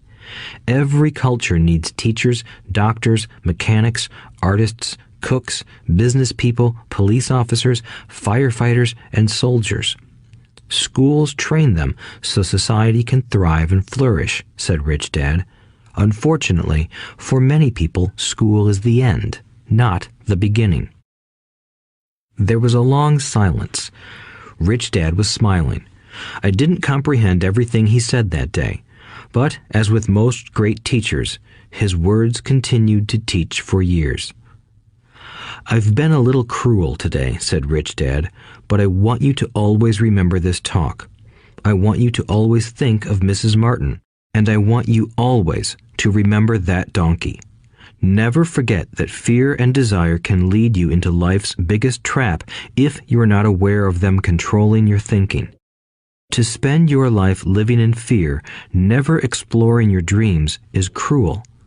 To work hard for money, thinking that it will buy you things that will make you happy, is also cruel. To wake up in the middle of the night terrified about paying bills is a horrible way to live. To live a life dictated by the size of a paycheck is not really living a life. Thinking that a job makes you secure is lying to yourself. That's cruel, and that's the trap I want you to avoid. I've seen how money runs people's lives. Don't let that happen to you. Please, don't let money run your life. A softball rolled under our table. Rich Dad picked it up and threw it back. So what does ignorance have to do with greed and fear? I asked. Because it is ignorance about money that causes so much greed and fear, said Rich Dad. Let me give you some examples. A doctor, wanting more money to better provide for his family, raises his fees. By raising his fees, it makes healthcare more expensive for everyone. It hurts the poor people the most, so they have worse health than those with money. Because the doctors raise their fees, the attorneys raise their fees. Because the attorneys' fees have gone up, school teachers want a raise, which raises our taxes, and on and on and on. Soon, there will be such a horrifying gap between the rich and the poor that chaos will break out and another great civilization will collapse. History proves that great civilizations collapse when the gap between the haves and have-nots is too great. Sadly, America is on that same course because we haven't learned from history. We only memorize historical dates and names, not the lesson. Aren't prices supposed to go up? I asked. In an educated society with a well-run government, prices should actually come down. Of course, that is often only true in theory. Prices go up because of greed and fear caused by ignorance. If schools taught people about money, there would be more money and lower prices. But schools focus only on teaching people to work for money, not how to harness money's power. But don't we have business schools? Mike asked. And haven't you encouraged me to go for my MBA? Yes, said Rich Dad, but all too often business schools train employees to become sophisticated bean counters. Heaven forbid a bean counter takes over a business. All they do is look at the numbers, fire people, and kill the business. I know this because I hire bean counters. All they think about is cutting costs and raising prices, which cause more problems. Bean counting is important. I wish more people knew it, but it, too, is not the whole picture, added Rich Dad angrily. So, is there an answer? Asked Mike. Yes, said Rich Dad. Learn to use your emotions to think, not think with your emotions. When you boys mastered your emotions by agreeing to work for free, I knew there was hope. When you again resisted your emotions when I tempted you with more money, you were again learning to think in spite of being emotionally charged. That's the first step. Why is that step so important? I asked. Well, that's up to you to find out. If you want to learn, I'll take you boys into the briar patch, a place almost everyone else avoids. If you go with me, you'll let go of the idea of working for money and instead learn to have money work for you. And what will we get if we go with you? What if we agree to learn from you? What will we get? I asked. The same thing Brer Rabbit got, said Rich Dad, referring to the classic children's story. Is there a briar patch? I asked. Yes, said Rich Dad. The briar patch is our fear and greed. Confronting fear, weaknesses, and neediness by choosing our own thoughts is the way out. Choosing our thoughts? Mike asked, puzzled. Yes, choosing what we think rather than reacting to our emotions. Instead of just getting up and going to work because not having the money to pay your bills is scaring you, ask yourself, is working harder at this the best solution to this problem? Most people are too afraid to rationally think things through and instead run out the door to a job they hate. The tar baby is in control. That's what I mean by choosing your thoughts. And how do we do that? Mike asked. That's what I will teach you. I'll teach you to have a choice of thoughts rather than a knee-jerk reaction, like gulping down your morning coffee and running out the door. Remember what I said before. A job is only a short-term solution to a long-term problem. Most people have only one problem in mind, and it's short-term. It's the bills at the end of the month, the tar baby. Money controls their lives, or should I say the fear and ignorance about money controls it. So they do as their parents did. They get up every day and go work for money, not taking the time to ask the question, is there another way? Their emotions now control their thinking, not their heads. Can you tell the difference between emotions thinking and the head thinking? Mike asked. Oh yes, I hear it all the time, said Rich Dad. I hear things like, well, everyone has to work, or the rich are crooks, or I'll get another job, I deserve this raise, you can't push me around, or I like this job because it's secure. No one asks, is there something I'm missing here? Which would break through the emotional thought and give you time to think clearly. As we headed back to the store, Rich Dad explained that the rich really did make money. They did not work for it. He went on to explain that when Mike and I were casting 5-cent pieces out of lead, thinking we were making money, we were very close to thinking the way the rich think. The problem was that creating money is legal for the government and banks to do, but illegal for us to do. There are legal ways to create money from nothing, he told us.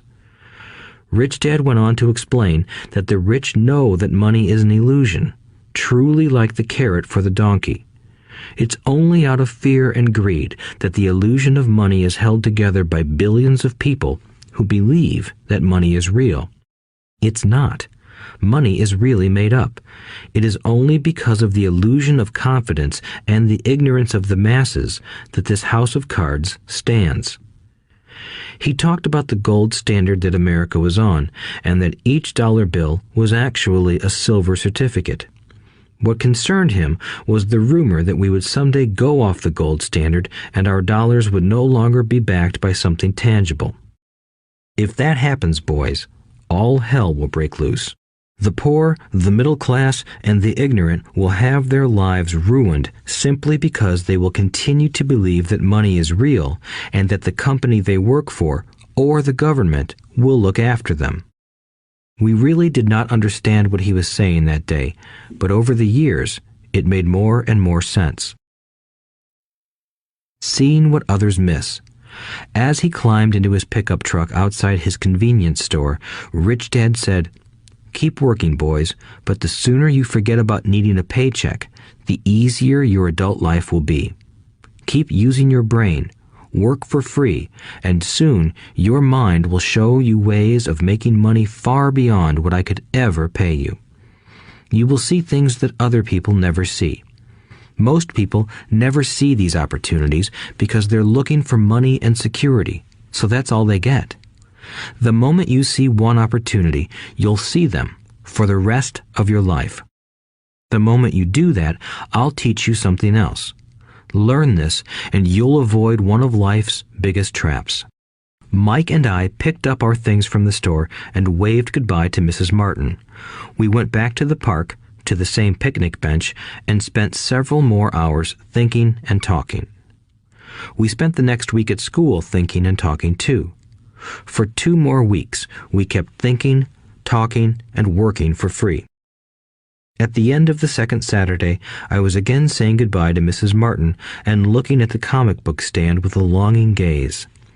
The hard thing about not even getting 30 cents every Saturday was that I didn't have any money to buy comic books. Suddenly, as Mrs. Martin said goodbye to Mike and me, I saw her do something I'd never seen her do before. Mrs. Martin was cutting the front page of the comic book in half.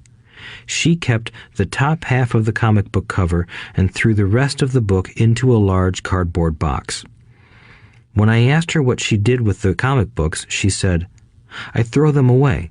I give the top half of the cover back to the comic book distributor for credit when he brings in the new comics.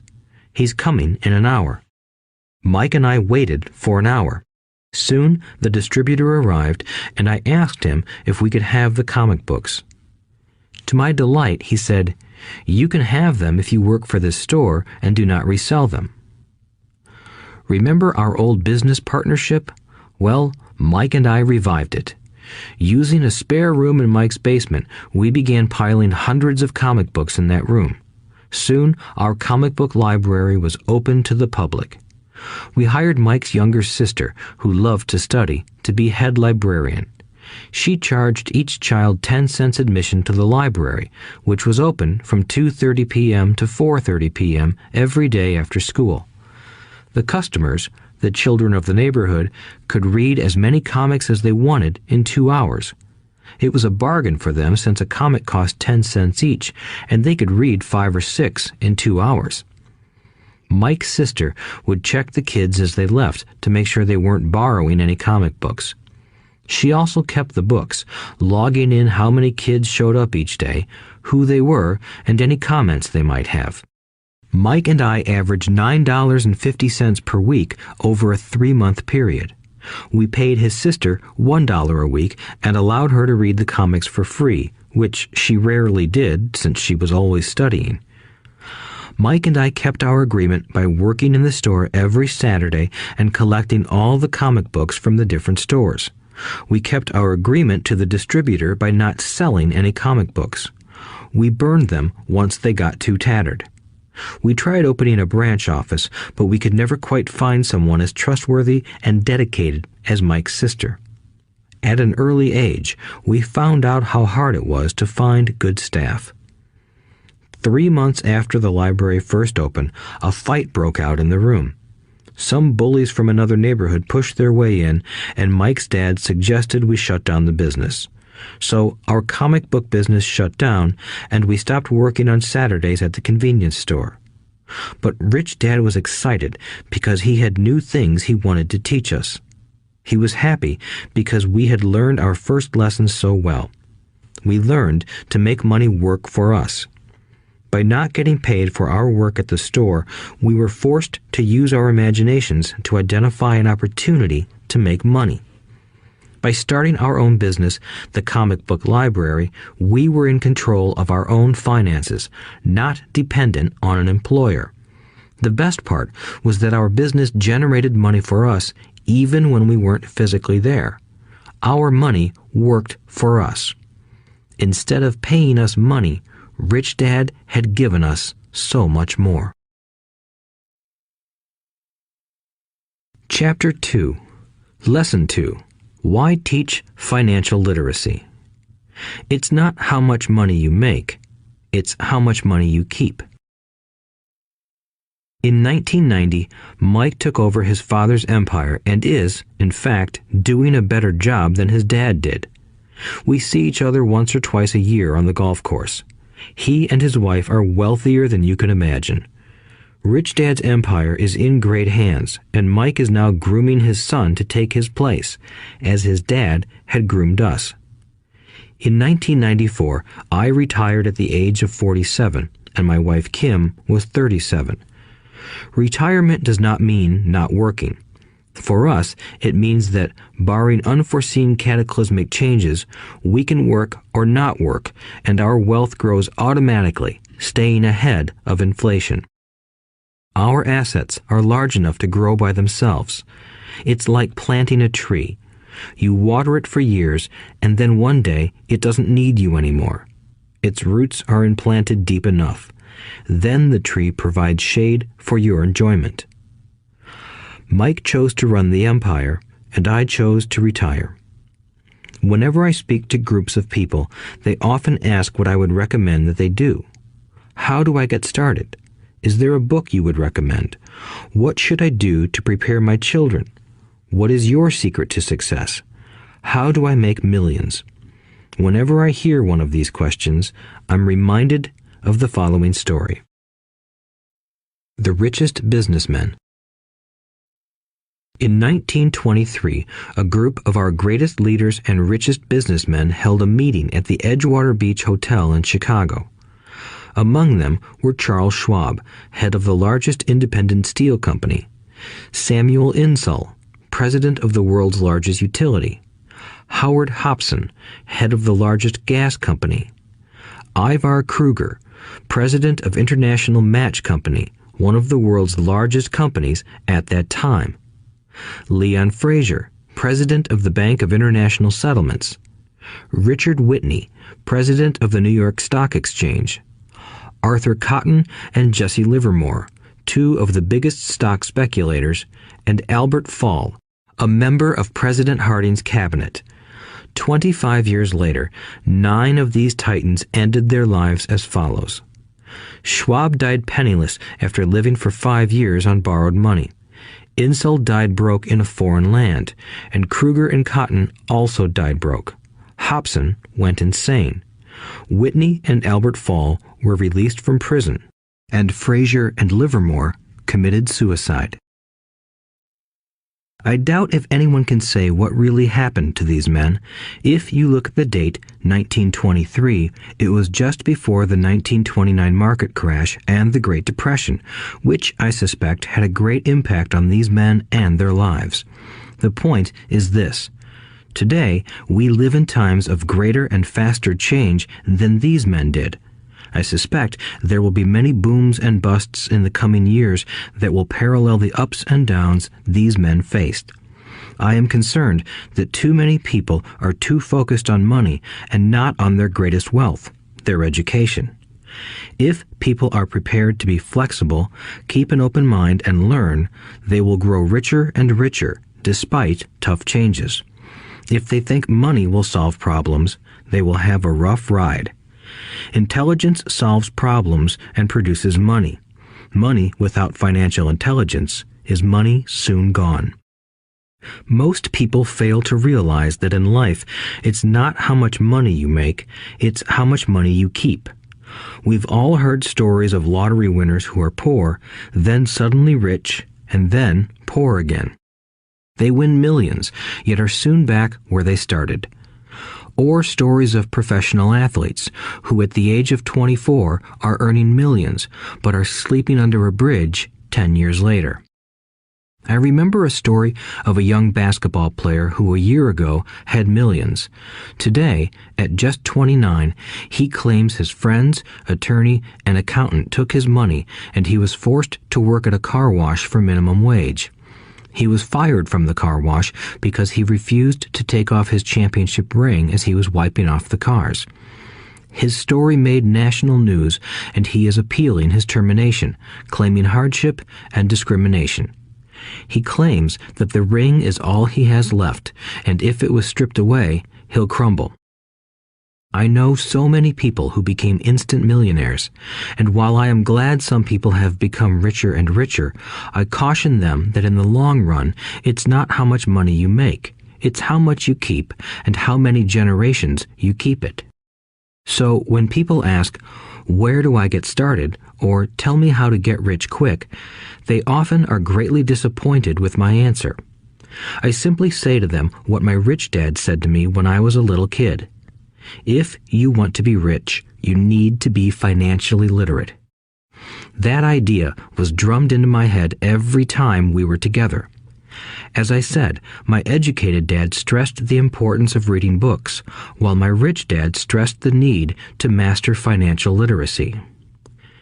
If you are going to build the Empire State Building, the first thing you need to do is dig a deep hole and pour a strong foundation.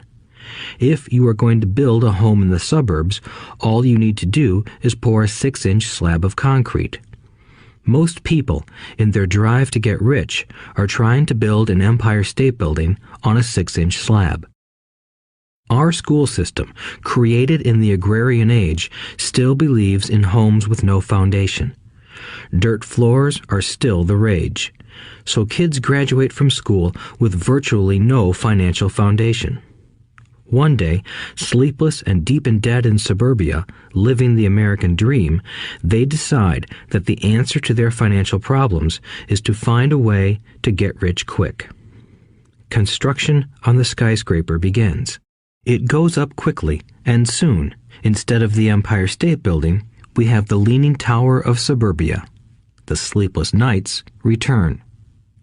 As for Mike and me in our adult years, both of our choices were possible because we were taught to pour a strong financial foundation when we were just kids. Accounting is possibly the most confusing, boring subject in the world, but if you want to be rich long term, it could be the most important subject. For Rich Dad, the question was how to take a boring and confusing subject and teach it to kids. The answer he found was to make it simple by teaching it in pictures. My rich dad poured a strong financial foundation for Mike and me. Since we were just kids, he created a simple way to teach us. For years, he only drew pictures and used few words. Mike and I understood the simple drawings, the jargon, the movement of money, and then in later years, Rich Dad began adding numbers. Today, Mike has gone on to master much more complex and sophisticated accounting analysis because he had to in order to run his empire. I am not as sophisticated because my empire is smaller, yet we come from the same simple foundation. Over the following pages, we will discuss those same simple line drawings Mike's dad created for us. Though basic, those drawings helped guide two little boys in building great sums of wealth on a solid and deep foundation. Rule number 1. You must know the difference between an asset and a liability, and buy assets. If you want to be rich, this is all you need to know. It is rule number 1. It is the only rule. This may sound absurdly simple, but most people have no idea how profound this rule is. Most people struggle financially because they do not know the difference between an asset and a liability. Rich people acquire assets. The poor and middle class acquire liabilities that they think are assets, said Rich Dad. When Rich Dad explained this to Mike and me, we thought he was kidding. Here we were, nearly teenagers, and waiting for the secret to getting rich. And this was his answer. It was so simple that we stopped for a long time to think about it. "What is an asset?" asked Mike. "Don't worry right now," said Rich Dad. "Just let the idea sink in. If you can comprehend the simplicity, your life will have a plan and be financially easy. It is simple. That is why the idea is missed." "You mean all we need to know is what an asset is, acquire them, and we'll be rich?" I asked. Rich Dad nodded his head. "It's that simple." "If it's that simple, how come everyone is not rich?" I asked. Rich Dad smiled.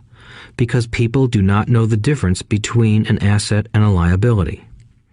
I remember asking, how could adults be so misguided? If it is that simple, if it is that important, why would everyone not want to find out? It took Rich Dad only a few minutes to explain what assets and liabilities were. As an adult, I have difficulty explaining it to other adults. The simplicity of the idea escapes them because they have been educated differently. They were taught by other educated professionals, such as bankers, accountants, real estate agents, financial planners, and so forth. The difficulty comes in asking adults to unlearn or become children again. An intelligent adult often feels it is demeaning to pay attention to simplistic definitions. Rich Dad believed in the KISS principle. Keep it simple, stupid, or keep it super simple. So he kept it simple for us, and that made our financial foundation strong. So what causes the confusion? How could something so simple be so screwed up? Why would someone buy an asset that was really a liability? The answer is found in basic education. We focus on the word literacy and not financial literacy. What defines something to be an asset or a liability are not words. In fact, if you really want to be confused, look up the words asset and liability in the dictionary.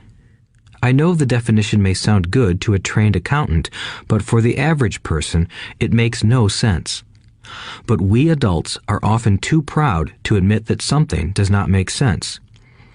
To us young boys, Rich Dad said, "What defines an asset are not words, but numbers. And if you can't read the numbers, you can't tell an asset from a hole in the ground." In accounting, Rich Dad would say, it's not the numbers, but what the numbers are telling you. It's just like words. It's not the words, but the story the words are telling you. If you want to be rich, you've got to read and understand numbers. If I heard that once, I heard it 1,000 times from my rich dad. And I also heard the rich acquire assets and the poor and middle class acquire liabilities. Here is how to tell the difference between an asset and a liability. Most accountants and financial professionals do not agree with the definitions, but these simple drawings were the start of strong financial foundations for two young boys. An asset is something that puts money in my pocket. A liability is something that takes money out of my pocket. This is really all you need to know. If you want to be rich, simply spend your life buying assets. If you want to be poor or middle class, spend your life buying liabilities. Illiteracy, both in words and numbers, is the foundation of financial struggle. If people are having difficulties financially, there is something that they don't understand, either in words or numbers. The rich are rich because they are more literate in different areas than people who struggle financially. So if you want to be rich and maintain your wealth, it's important to be financially literate in words as well as numbers. Numbers alone mean little, just as words out of context mean little. It's the story that counts. In financial reporting, reading numbers is looking for the plot, the story of where the cash is flowing. In 80% of most families, the financial story paints a picture of hard work to get ahead. However, this effort is for naught because they spend their lives buying liabilities instead of assets. Everyone has living expenses, the need for food, shelter, and clothing. It is the cash flow that tells the story of how a person handles their money. The reason I started with the story of the richest men in America is to illustrate the flaw in believing that money will solve all problems. That is why I cringe whenever I hear people ask me how to get rich quicker or where they should start. I often hear, "I'm in debt, so I need to make more money." But more money will often not solve the problem. In fact, it may compound the problem. Money often makes obvious our tragic human flaws, putting a spotlight on what we don't know. That is why, all too often, a person who comes into a sudden windfall of cash, let's say an inheritance, a pay raise, or lottery winnings, soon returns to the same financial mess, if not worse than the mess they were in before. Money only accentuates the cash flow pattern running in your head. If your pattern is to spend everything you get, most likely an increase in cash will just result in an increase in spending. Thus the saying, "A fool and his money is one big party." I have said many times that we go to school to gain scholastic and professional skills, both of which are important. We learn to make money with our professional skills. In the 1960s, when I was in high school, if someone did well academically, people assumed this bright student would go on to be a medical doctor because it was the profession with the promise of the greatest financial reward. Today, doctors face financial challenges I wouldn't wish on my worst enemy. Insurance companies taking control of the business, managed health care, government intervention, and malpractice suits. Today, kids want to be famous athletes, movie stars, rock stars, beauty queens, or CEOs because that is where the fame, money, and prestige are. That is the reason it is so hard to motivate kids in school today. They know that professional success is no longer solely linked to academic success, as it once was. Because students leave school without financial skills, millions of educated people pursue their profession successfully, but later find themselves struggling financially. They work harder, but don't get ahead. What is missing from their education is not how to make money, but how to manage money. It's called financial aptitude, what you do with the money once you make it, how to keep people from taking it from you, how to keep it longer, and how to make that money work hard for you. Most people don't understand why they struggle financially because they don't understand cash flow. A person can be highly educated, professionally successful, and financially illiterate. These people often work harder than they need to because they learned how to work hard, but not how to have their money work hard for them. The story of how the quest for a financial dream turns into a financial nightmare. The classic story of hardworking people has set a pattern. Recently married, the happy, highly educated young couple moves into one of their cramped, rented apartments. Immediately, they realize that they are saving money because two can live as cheaply as one. The problem is the apartment is cramped. They decide to save money to buy their dream home so they can have kids. They now have two incomes, and they begin to focus on their careers. Their incomes begin to increase. As their incomes go up, their expenses go up as well. The number one expense for most people is taxes. Many people think it's income tax, but for most Americans, their highest tax is Social Security. As an employee, it appears as if the Social Security tax combined with the Medicare tax rate is roughly 7.5%, but it's really 15% since the employer must match the Social Security amount. In essence, it is money the employer can't pay you. On top of that, you still have to pay income tax on the amount deducted from your wages for Social Security tax. Income you never received because it went directly to Social Security through withholding. Going back to the young couple, as a result of their incomes increasing, they decide to buy the house of their dreams. Once in their house, they have a new tax called property tax. Then they buy a new car, new furniture, and new appliances to match their new house. All of a sudden, they wake up and their liabilities column is full of mortgage and credit card debt. Their liabilities go up. They're now trapped in the rat race. Pretty soon, a baby comes along and they work harder. The process repeats itself. Higher incomes cause higher taxes, also called bracket creep. A credit card comes in the mail. They use it. It maxes out. A loan company calls and says their greatest asset, their home, has appreciated in value. Because their credit is so good, the company offers a bill consolidation loan and tells them the intelligent thing to do is clear off the high-interest consumer debt by paying off their credit card. And besides, interest on their home is a tax deduction. They go for it and pay off those high-interest credit cards. They breathe a sigh of relief. Their credit cards are paid off. They've now folded their consumer debt into their home mortgage. Their payments go down because they extend their debt over 30 years. It is the smart thing to do. Their neighbor calls to invite them to go shopping. The Memorial Day sale is on. They promise themselves they'll just window shop, but they take a credit card, just in case. I run into this young couple all the time.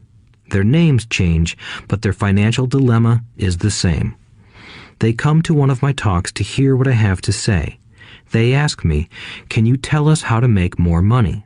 They don't understand that their trouble is really how they choose to spend the money they do have. It is caused by financial illiteracy and not understanding the difference between an asset and a liability. More money seldom solves someone's money problems. Intelligence solves problems. There is a saying a friend of mine says over and over to people in debt. If you find you have dug yourself into a hole, stop digging. As a child, my dad often told us that the Japanese were aware of 3 powers: the power of the sword, the jewel, and the mirror. The sword symbolizes the power of weapons. America has spent trillions of dollars on weapons, and because of this is a powerful military presence in the world. The jewel symbolizes the power of money. There is some degree of truth to the saying, "Remember the golden rule. He who has the gold makes the rules." The mirror symbolizes the power of self-knowledge. This self-knowledge, according to Japanese legend, was the most treasured of the 3. All too often, the poor and middle class allow the power of money to control them. By simply getting up and working harder, failing to ask themselves if what they do makes sense, they shoot themselves in the foot as they leave for work every morning. By not fully understanding money, the vast majority of people allow its awesome power to control them. If they used the power of the mirror, they would have asked themselves, "Does this make sense?" All too often, instead of trusting their inner wisdom, that genius inside, most people follow the crowd. They do things because everybody else does them. They conform rather than question.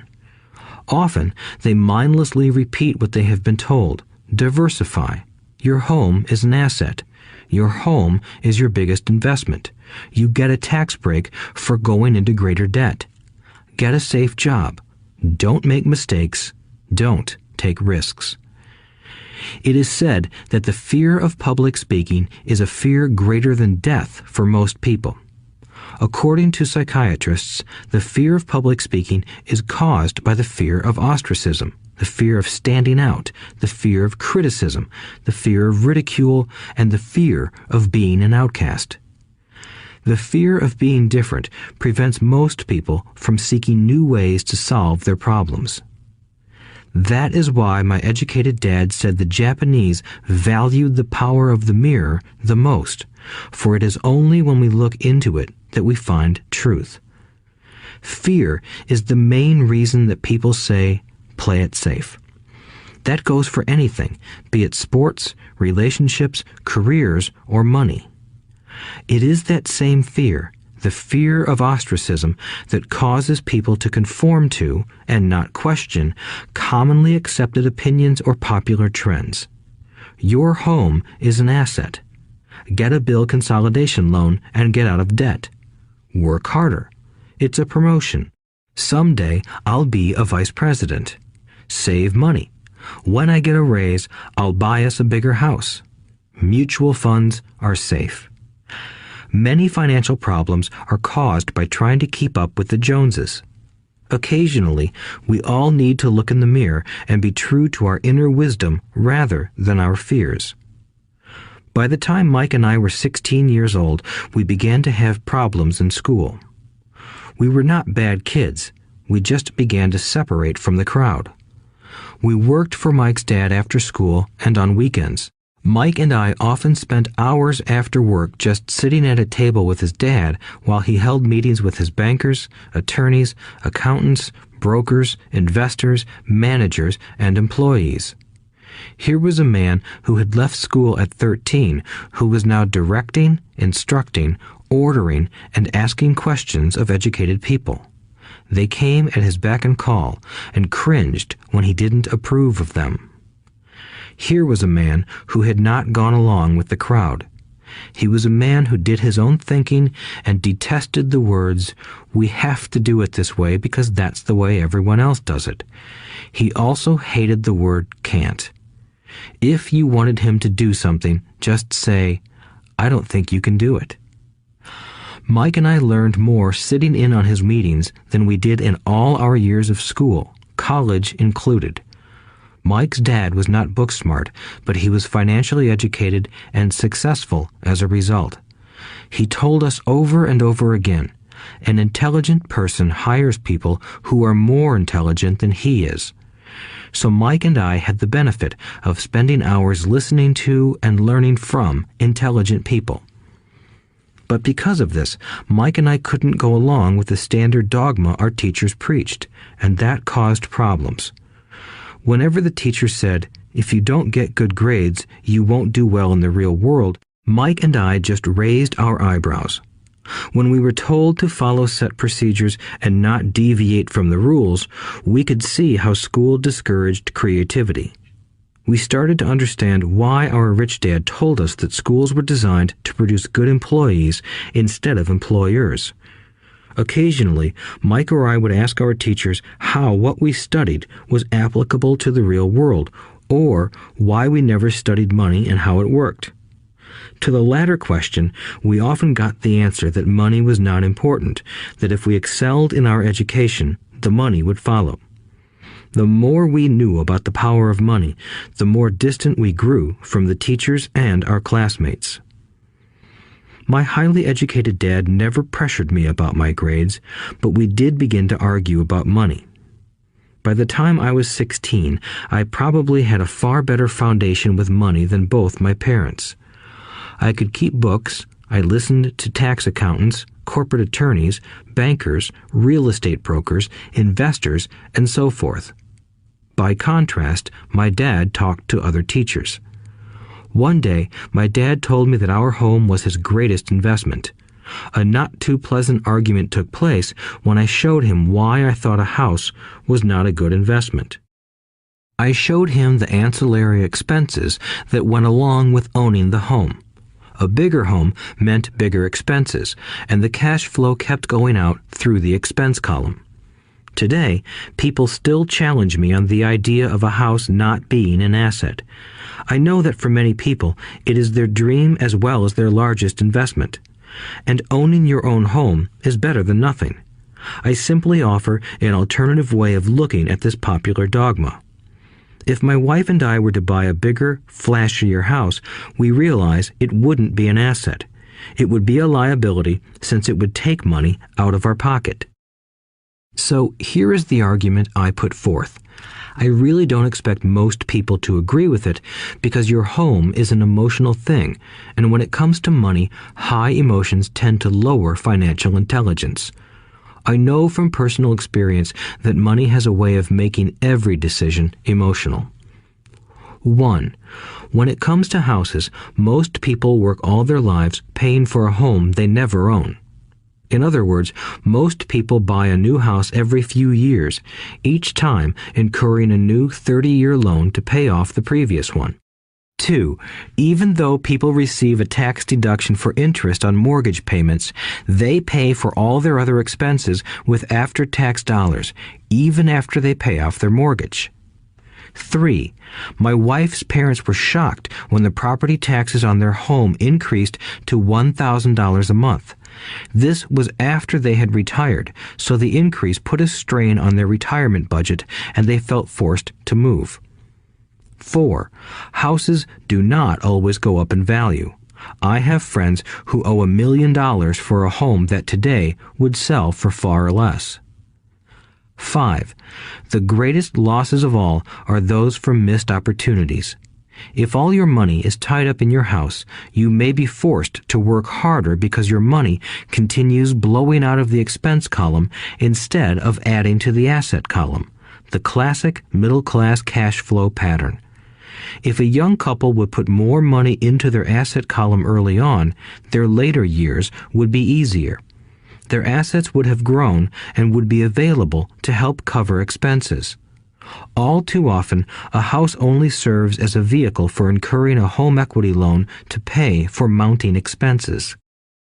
In summary, the end result in making a decision to own a house that is too expensive in lieu of starting an investment portfolio impacts an individual in at least the following 3 ways.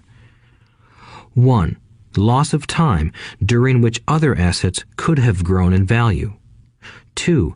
Loss of additional capital which could have been invested instead of paying for high maintenance expenses related directly to the home. 3. Loss of education. Too often, people count their house and savings and retirement plans as all they have in their asset column. Because they have no money to invest, they simply don't invest. This costs them investment experience. Most never become what the investment world calls a sophisticated investor. And the best investments are usually first sold to sophisticated investors, who then turn around and sell them to the people playing it safe. I am not saying don't buy a house. What I'm saying is that you should understand the difference between an asset and a liability. When I want a bigger house, I first buy assets that will generate the cash flow to pay for the house. My educated dad's personal financial statement best demonstrates the life of someone caught in the rat race. His expenses match his income, never allowing him enough left over to invest in assets. As a result, his liabilities are larger than his assets. Why the rich get richer. A review of my rich dad's financial statement shows why the rich get richer. The asset column generates more than enough income to cover expenses, with the balance reinvested into the asset column. The asset column continues to grow, and therefore the income it produces grows with it. The result is that the rich get richer. Why the middle class struggle. The middle class finds itself in a constant state of financial struggle. Their primary income is through their salary. As their wages increase, so do their taxes. Their expenses tend to increase in proportion to their salary increase, hence the phrase, the rat race. They treat their home as their primary asset instead of investing in income-producing assets. This pattern of treating your home as an investment and the philosophy that a pay raise means you can buy a larger home or spend more is the foundation of today's debt-ridden society. Increased spending throws families into greater debt and into more financial uncertainty, even though they may be advancing in their jobs and receiving raises on a regular basis. This is high-risk living caused by weak financial education. The massive loss of jobs in recent times proves how shaky the middle class really is financially. Company pension plans are being replaced by 401k plans. Social Security is obviously in trouble and can't be relied upon as a source for retirement. Panic has set in for the middle class. Today, mutual funds are popular because they supposedly represent safety. Average mutual fund buyers are too busy working to pay taxes and mortgages, save for their children's college, and pay off credit cards. They do not have time to study investing, so they rely on the expertise of the manager of a mutual fund. Also, because the mutual fund includes many different types of investments, they feel their money is safer because it is diversified. This educated middle class subscribes to the dogma put out by mutual fund brokers and financial planners. Play it safe, avoid risk.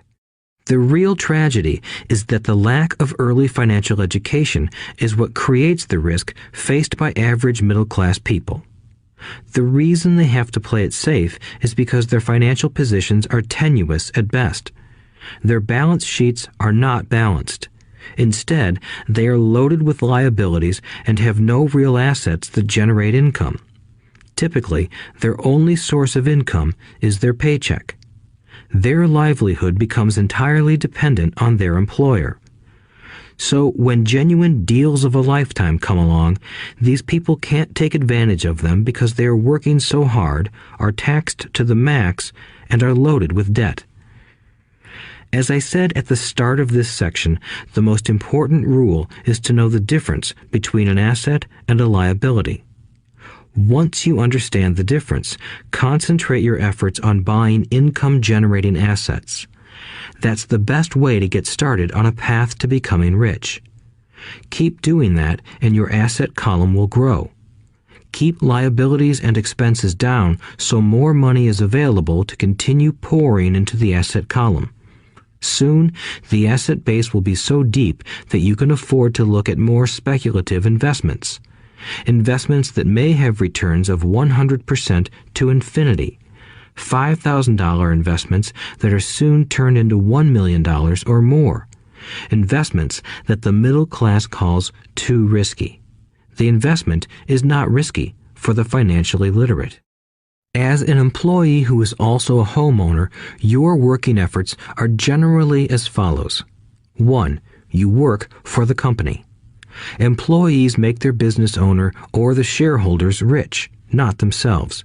Your efforts and success will help provide for the owner's success and retirement. 2. You work for the government.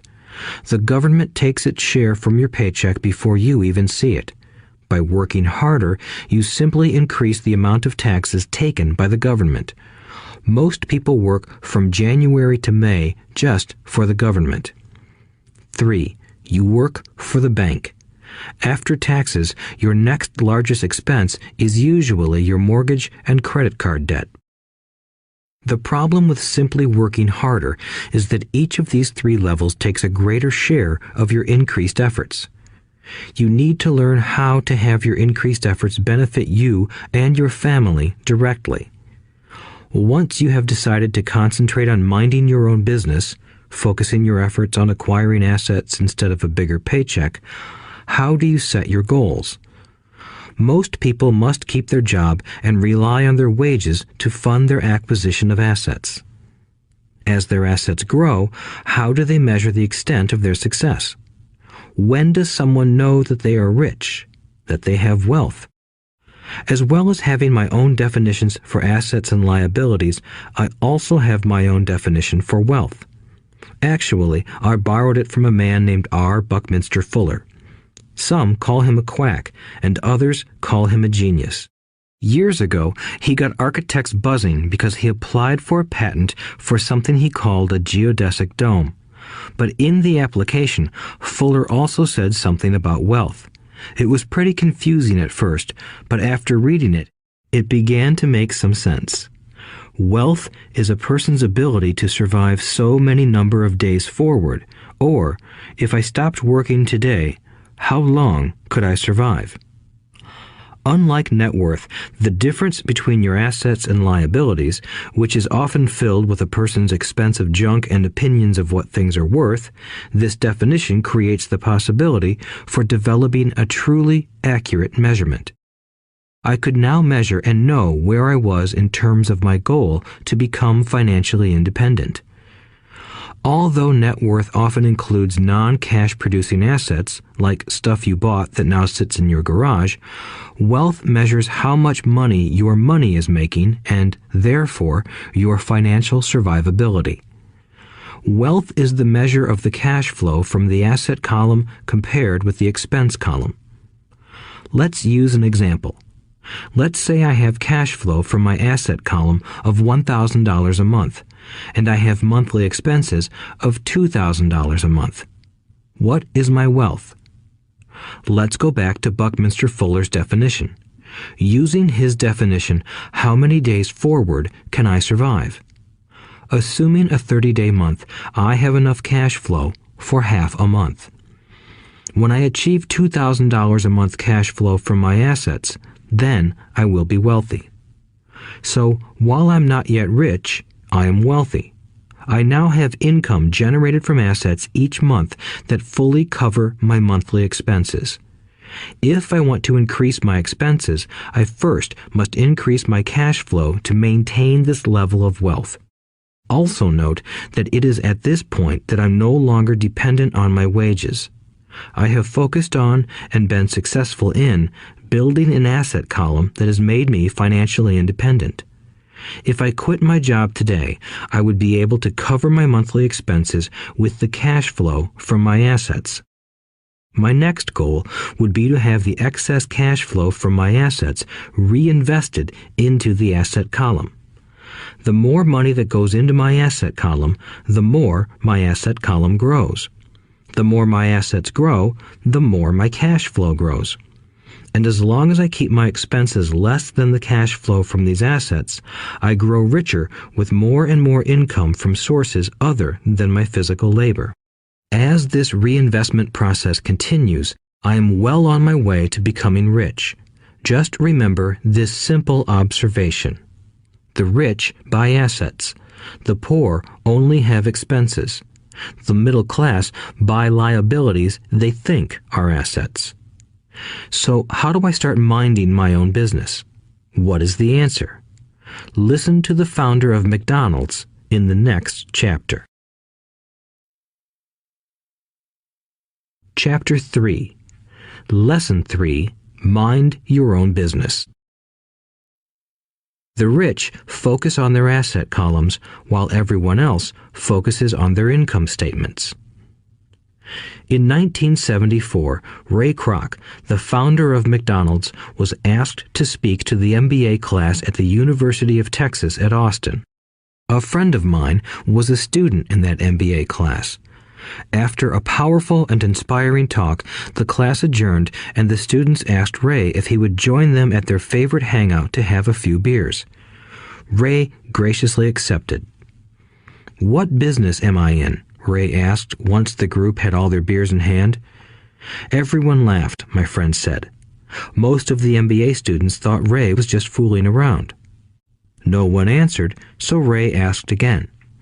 "What business do you think I'm in?" The students laughed again, and finally one brave soul yelled out, "Ray, who in the world doesn't know that you're in the hamburger business?" Ray chuckled. "That's what I thought you would say." He paused and then quickly added, "Ladies and gentlemen, I'm not in the hamburger business. My business is real estate." As my friend tells the story, Ray spent a good amount of time explaining his viewpoint. In his business plan, Ray knew that the primary business focus was to sell hamburger franchises, but what he never lost sight of was the location of each franchise. He knew that the land and its location were the most significant factors in the success of each franchise. Basically, the person who bought the franchise was also buying the real estate under the franchise for Ray Kroc's organization. Today, McDonald's is the largest single owner of real estate in the world, owning even more than the Catholic Church. McDonald's owns some of the most valuable intersections and street corners in America and around the globe. My friend considers this as one of the most important lessons in his life. Today, he owns car washes, but his business is the real estate under those car washes. The previous chapter presented that most people work for everyone but themselves. They work first for the owners of the company, then for the government through taxes, and finally for the bank that owns their mortgage. When I was a young boy, we did not have a McDonald's nearby. Yet my rich dad was responsible for teaching Mike and me the same lesson that Ray Kroc talked about at the University of Texas. It is secret number 3 of the rich. The secret is mind your own business. Financial struggle is often directly the result of people working all their lives for someone else. Many people will simply have nothing at the end of their working days to show for their efforts. Our current educational system focuses on preparing today's youth to get good jobs by developing scholastic skills. Their lives will revolve around their wages or, as described earlier, their income column. Many will study further to become engineers, scientists, cooks, police officers, artists, writers, and so on. These professional skills allow them to enter the workforce and work for money. But there is a big difference between your profession and your business. Often I ask people, "What is your business?" And they will say, "Oh, I'm a banker." Then I ask them if they own the bank, and they usually respond, "No, I work there." In that instance, they have confused their profession with their business. Their profession may be a banker, but they still need their own business. A problem with school is that you often become what you study. So if you study cooking, you become a chef. If you study the law, you become an attorney. And a study of auto mechanics makes you a mechanic. The mistake in becoming what you study is that too many people forget to mind their own business. They spend their lives minding someone else's business and making that person rich. To become financially secure, a person needs to mind their own business. Your business revolves around your asset column, not your income column. As stated earlier, the number one rule is to know the difference between an asset and a liability and to buy assets. The rich focus on their asset columns, while everyone else focuses on their income statements. That is why we hear so often, "I need a raise. If only I had a promotion. I am going back to school to get more training so I can get a better job. I am going to work overtime. Maybe I can get a second job." In some circles, these are sensible ideas, but you are still not minding your own business. These ideas all still focus on the income column and will only help a person become more financially secure if the additional money is used to purchase income-generating assets.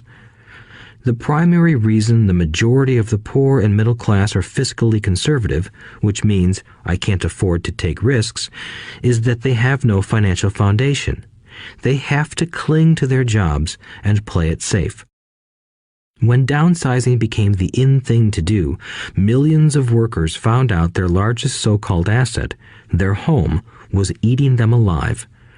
Their asset was costing them money every month.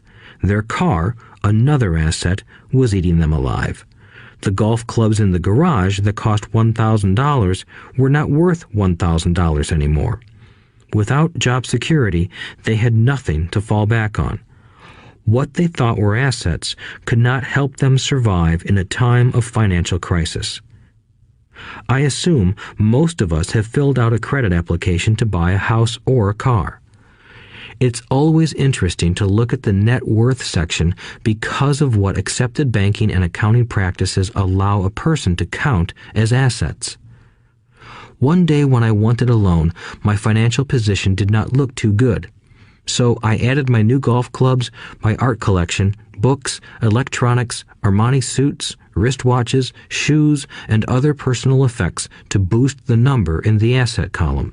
But I was turned down because I had too much investment real estate. The loan committee didn't like that I made so much money from rent. They wanted to know why I did not have a normal job with a salary. They did not question the Armani suits, golf clubs, or art collection. Life is sometimes tough when you do not fit the standard profile. I cringe every time I hear someone say to me that their net worth is $1 million or $100,000 or whatever. One of the main reasons net worth is not accurate is simply because the moment you begin selling your assets, you are taxed for any gains. So many people have put themselves in deep financial trouble when they run short of income. To raise cash, they sell their assets, but their personal assets can generally be sold for only a fraction of the value that is listed on their personal balance sheet. Or, if there is a gain on the sale of the assets, they are taxed on the gain. So again, the government takes its share, thus reducing the amount available to help them out of debt. That is why I say someone's net worth is often worth less than they think. Start minding your own business. Keep your daytime job, but start buying real assets, not liabilities or personal effects that have no real value once you get them home. A new car loses nearly 25% of the price you pay for it the moment you drive it off the lot. It is not a true asset even if your banker lets you list it as one. My $400 new titanium driver was worth $150 the moment I teed off. Keep expenses low. reduce liabilities, and diligently build a base of solid assets. For young people who have not yet left home, it is important for parents to teach them the difference between an asset and a liability. Get them to start building a solid asset column before they leave home, get married, buy a house, have kids, and get stuck in a risky financial position, clinging to a job and buying everything on credit. I see so many young couples who get married and trap themselves into a lifestyle that will not let them get out of debt for most of their working years. For many people, just as the last child leaves home, the parents realize they have not adequately prepared for retirement and they begin to scramble to put some money away. Then their own parents become ill and they find themselves with new responsibilities. So, what kind of assets am I suggesting that you or your children acquire? In my world, real assets fall into the following categories. Businesses that do not require my presence.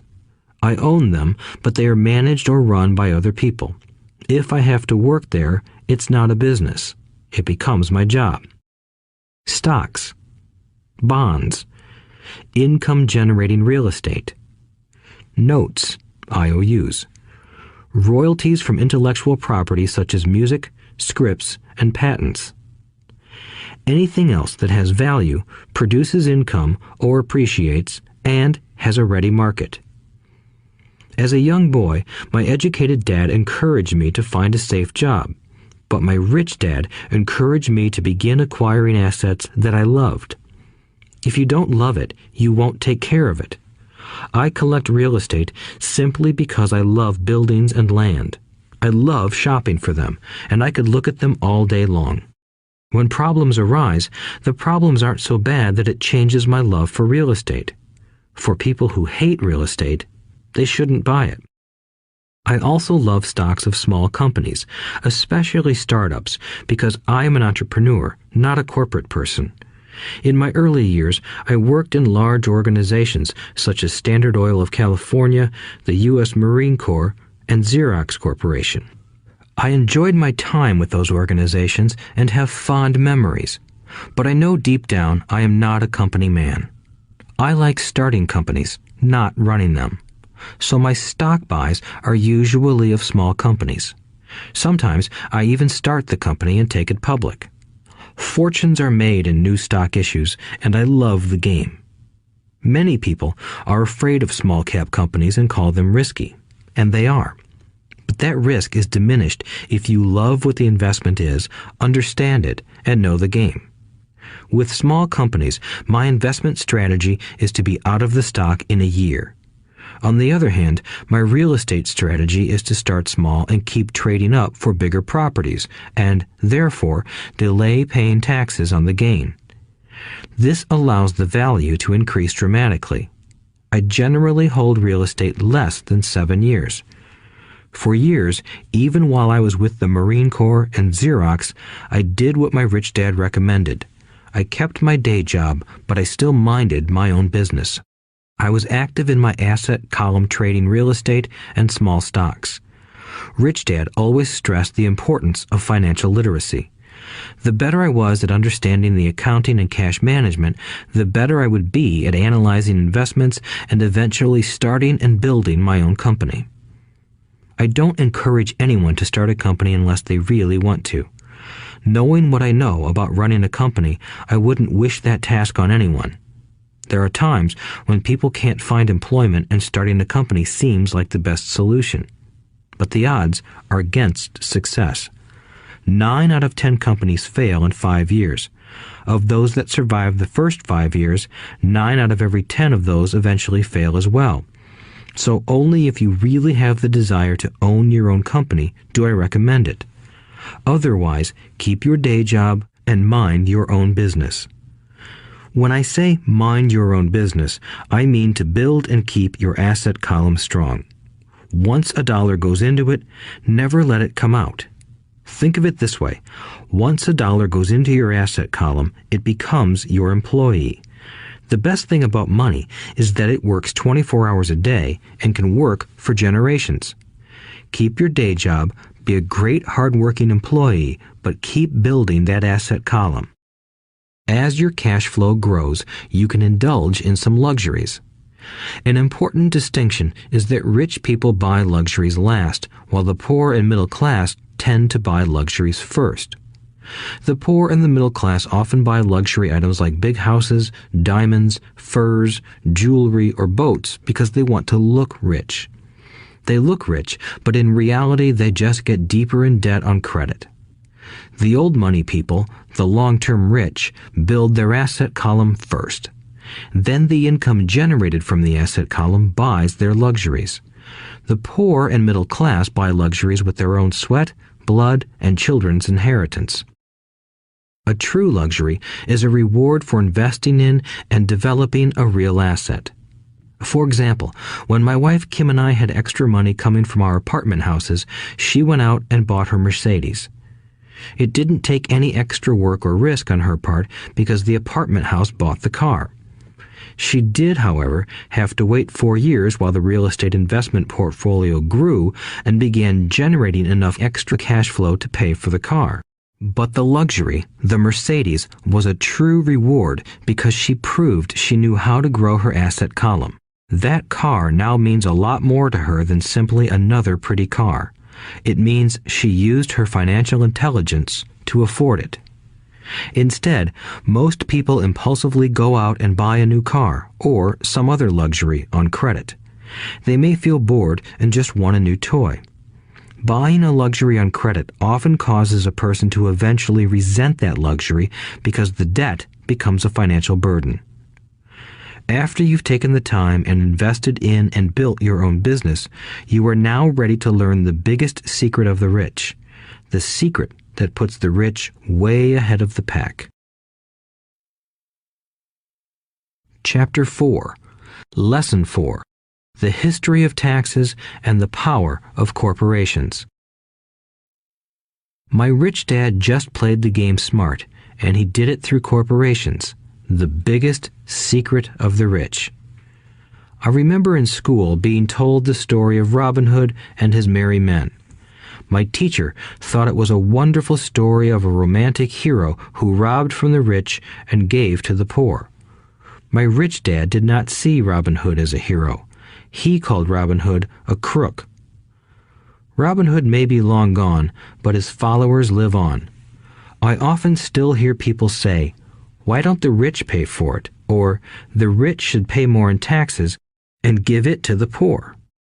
It is this Robin Hood fantasy, or taking from the rich to give to the poor, that has caused the most pain for the poor and the middle class. The reason the middle class is so heavily taxed is because of the Robin Hood ideal. The reality is that the rich are not taxed. It's the middle class who pays for the poor, especially the educated, upper-income middle class.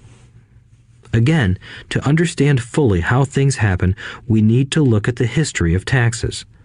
Although my highly educated dad was an expert on the history of education, my rich dad fashioned himself an expert on the history of taxes. Rich Dad explained to Mike and me that originally in England and America, there were no taxes. Occasionally, there were temporary taxes levied in order to pay for wars. The king or the president would put the word out and ask everyone to chip in. Taxes were levied in Britain for the fight against Napoleon from 1799 to 1816, and in America to pay for the Civil War from 1861 to 1865. In 1874, England made income tax a permanent levy on its citizens.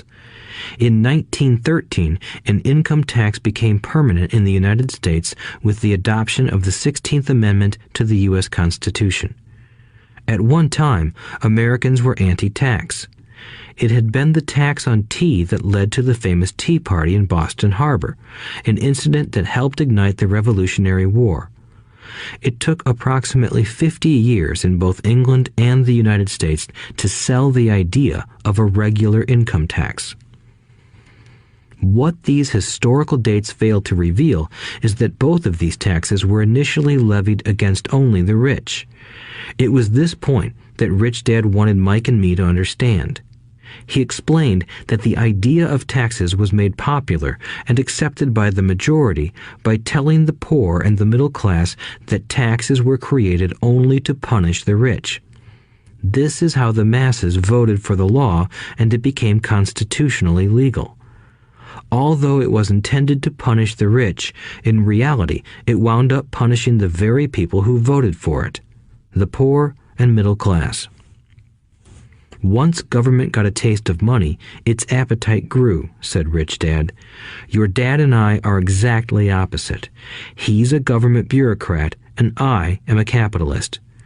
We get paid, and our success is measured on opposite behaviors. He gets paid to spend money and hire people. The more he spends and the more people he hires, the larger his organization becomes. In the government, a large organization is a respected organization. On the other hand, within my organization, the fewer people I hire and the less money I spend, the more I am respected by my investors. That's why I don't like government people. They have different objectives than most business people. As the government grows, more and more tax dollars are needed to support it. My educated dad sincerely believed that government should help people. He loved John F. Kennedy and especially the idea of the Peace Corps. He loved the idea so much that both he and my mom worked for the Peace Corps, training volunteers to go to Malaysia, Thailand, and the Philippines. He always strived for additional grants and budget increases so he could hire more people, both in his job with the Education Department and in the Peace Corps. From the time I was about 10 years old, I would hear from my rich dad that government workers were a pack of lazy thieves, and from my poor dad, I would hear how the rich were greedy crooks who should be made to pay more taxes. Both sides had valid points. It was difficult to go to work for one of the biggest capitalists in town and come home to a father who was a prominent government leader. It was not easy to know which dad to believe. Yet, when you study the history of taxes, an interesting perspective emerges. As I said, the passage of taxes was only possible because the masses believed in the Robin Hood theory of economics. Take from the rich and give to everyone else. The problem was that the government's appetite for money was so great that taxes soon needed to be levied on the middle class, and from there it kept trickling down. However, the rich saw an opportunity because they don't play by the same set of rules. The rich knew about corporations, which became popular in the days of sailing ships. The rich created the corporation as a vehicle to limit their risk to the assets of each voyage. The rich put their money into a corporation to finance the voyage. The corporation would then hire a crew to sail to the New World to look for treasure. If the ship was lost, the crew lost their lives, but the loss to the rich would be limited only to the money they invested for that particular voyage. It is the knowledge of the legal corporate structure that really gives the rich a vast advantage over the poor and middle class. Having two fathers teaching me, one a socialist and the other a capitalist, I quickly began to realize that the philosophy of the capitalist made more financial sense to me. It seemed to me that the socialists ultimately penalized themselves due to their lack of financial education. No matter what the take from the rich crowd came up with, the rich always found a way to outsmart them. That is how taxes were eventually levied on the middle class. The rich outsmarted the intellectuals solely because they understood the power of money, a subject not taught in schools. How did the rich outsmart the intellectuals? Once the take from the rich tax was passed, cash started flowing into government coffers. Initially, people were happy. Money was handed out to government workers and the rich. It went to government workers in the form of jobs and pensions, and it went to the rich via their factories receiving government contracts. The government received a large pool of money, but the problem was the fiscal management of that money. The government ideal is to avoid having excess money. If you fail to spend your allotted funds, you risk losing it in the next budget. You would certainly not be recognized for being efficient. Business people, on the other hand, are rewarded for having excess money and are applauded for their efficiency. As this cycle of growing government spending continued, the demand for money increased, and the tax the rich idea was adjusted to include lower income levels down to the very people who voted it in, the poor and the middle class. True capitalists used their financial knowledge to simply find an escape. They headed back to the protection of a corporation. But what many people who have never formed a corporation don't know is that a corporation is not really a thing.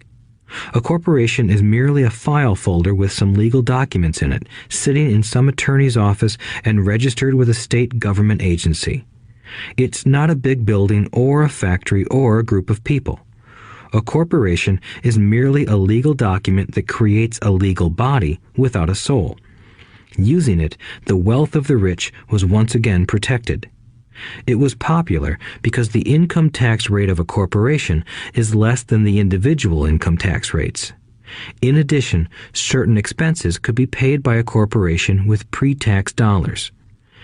This war between the haves and have-nots has raged for hundreds of years.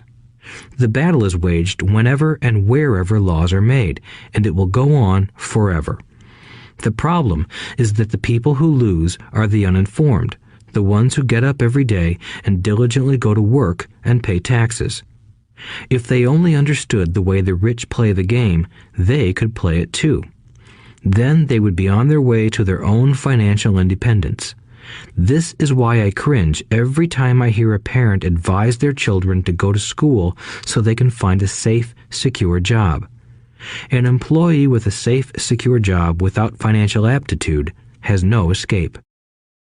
Average Americans today work 5 to 6 months for the government just to cover their taxes. In my opinion, that is simply too long. The harder you work, the more you pay the government. That is why I believe that the idea of take from the rich backfired on the very people who voted it in.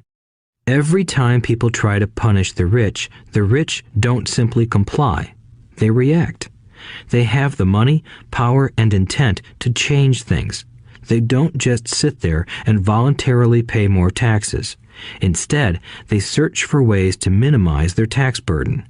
They hire smart attorneys and accountants and persuade politicians to change laws or create legal loopholes. They use their resources to effect change. The tax code of the United States also allows other ways to reduce taxes. Most of these vehicles are available to anyone, but it is the rich who find them because they are minding their own business. For example, 1031 is jargon for Section 1031 of the Internal Revenue Code, which allows a seller to delay paying taxes on a piece of real estate that is sold for a capital gain through an exchange for a more expensive piece of real estate. Real estate is one investment vehicle that has a great tax advantage. As long as you keep trading up in value, you will not be taxed on the gains until you liquidate. People who don't take advantage of these legal tax savings are missing a great opportunity to build their asset columns. The poor and middle class don't have the same resources. They sit there and let the government's needles enter their arm and allow the blood donation to begin.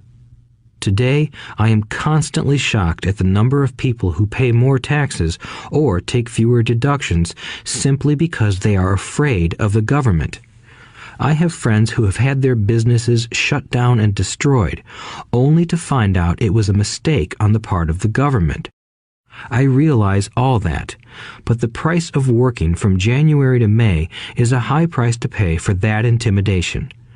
My poor dad never fought back. My rich dad didn't either. He just played the game smarter, and he did it through corporations, the biggest secret of the rich. You may remember the first lesson I learned from my rich dad. I was a little boy of 9 who had to sit and wait for him to choose to talk to me. I sat in his office waiting for him to get to me. He was ignoring me on purpose. He wanted me to recognize his power and to desire to have that power for myself one day. During all the years I studied and learned from him, he always reminded me that knowledge is power. And with money comes great power that requires the right knowledge to keep it and make it multiply. Without that knowledge, the world pushes you around. Rich Dad constantly reminded Mike and me that the biggest bully was not the boss or the supervisor, but the tax man. The tax man will always take more if you let him. The first lesson of having money work for you, as opposed to you working for money, is all about power. If you work for money, you give the power to your employer. If money works for you, you keep the power and control it. Once we had this knowledge of the power of money working for us, he wanted us to be financially smart and not let anyone or anything push us around. If you're ignorant, it's easy to be bullied. If you know what you're talking about, you have a fighting chance. That is why he paid so much for smart tax accountants and attorneys. It was less expensive to pay them than to pay the government. His best lesson to me was, be smart and you won't be pushed around as much. He knew the law because he was a law-abiding citizen and because it was expensive to not know the law. If you know you're right, you're not afraid of fighting back, even if you are taking on Robin Hood and his band of merry men. My highly educated dad always encouraged me to land a good job with a strong corporation. He spoke of the virtues of working your way up the corporate ladder. He didn't understand that, by relying solely on a paycheck from a corporate employer, I would be a docile cow ready for milking. When I told my rich dad of my father's advice, he only chuckled. "Why not own the ladder?" was all he said. As a young boy, I did not understand what Rich Dad meant by owning my own corporation. It was an idea that seemed impossible and intimidating. Although I was excited by the idea, my inexperience wouldn't let me envision the possibility that grown-ups would someday work for a company I would own. The point is that, if not for my rich dad, I would have probably followed my educated dad's advice. It was merely the occasional reminder of my rich dad that kept the idea of owning my own corporation alive and kept me on a different path. By the time I was 15 or 16, I knew I wasn't going to continue down the path my educated dad recommended. I didn't know how I was going to do it, but I was determined not to head in the direction most of my classmates were heading. That decision changed my life.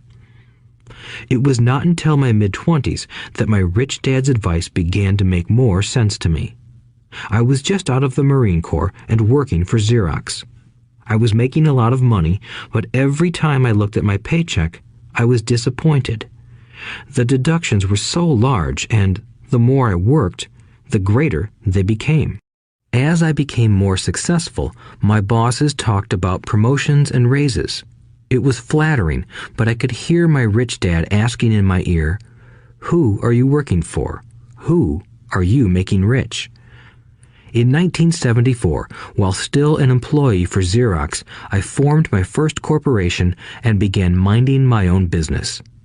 There were already a few assets in my asset column, but now I was determined to focus on making it bigger.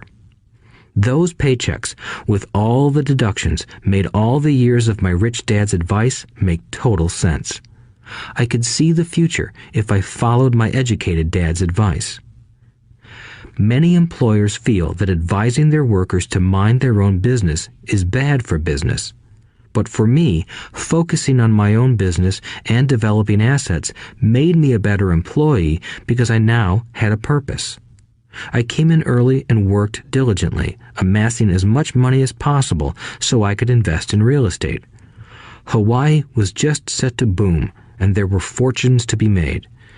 The more I realized that we were in the beginning stages of a boom, the more Xerox machines I sold. The more I sold, the more money I made, and, of course, the more deductions came out of my paycheck. It was inspiring. I wanted out of the employee trap so badly that I worked even harder so I could invest more. By 1978, I was consistently one of the top 5 salespeople at the company. I badly wanted out of the rat race. In less than 3 years, I was making more in my real estate holding corporation than I was making at Xerox, and the money I was making in my asset column in my own corporation was money working for me, not me pounding on doors selling copiers. My rich dad's advice made much more sense. Soon, the cash flow from my properties were so strong that my company bought me my first Porsche. My fellow Xerox salespeople thought I was spending my commissions. I wasn't. I was investing my commissions in assets. My money was working hard to make more money. Each dollar in my asset column was a great employee, working hard to make more employees and buy the boss a new Porsche with before-tax dollars. I began to work harder for Xerox. The plan was working, and my Porsche was the proof. By using the lessons I learned from my rich dad, I was able to get out of the proverbial rat race at an early age. It was made possible because of the strong financial knowledge I had acquired through Rich Dad's lessons. Without this financial knowledge, which I call financial intelligence or financial IQ, my road to financial independence would have been much more difficult. I now teach others in the hope that I may share my knowledge with them. I remind people that financial IQ is made up of knowledge from 4 broad areas of expertise. 1. Accounting.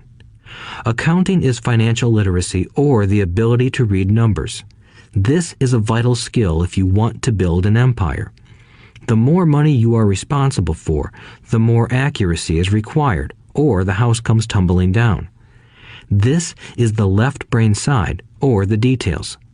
Financial literacy is the ability to read and understand financial statements, which allows you to identify the strengths and weaknesses of any business. 2. Investing. Investing is the science of money making money. This involves strategies and formulas which use the creative right brain side. 3. Understanding markets. Understanding markets is the science of supply and demand. You need to know the technical aspects of the market, which are emotion-driven, in addition to the fundamental or economic aspects of an investment. Does an investment make sense or does it not make sense based on current market conditions? 4. The law. A corporation wrapped around the technical skills of accounting, investing, and markets can contribute to explosive growth. A person who understands the tax advantages and protections provided by a corporation can get rich so much faster than someone who is an employee or a small business sole proprietor. It's like the difference between someone walking and someone flying. The difference is profound when it comes to long-term wealth. Tax advantages.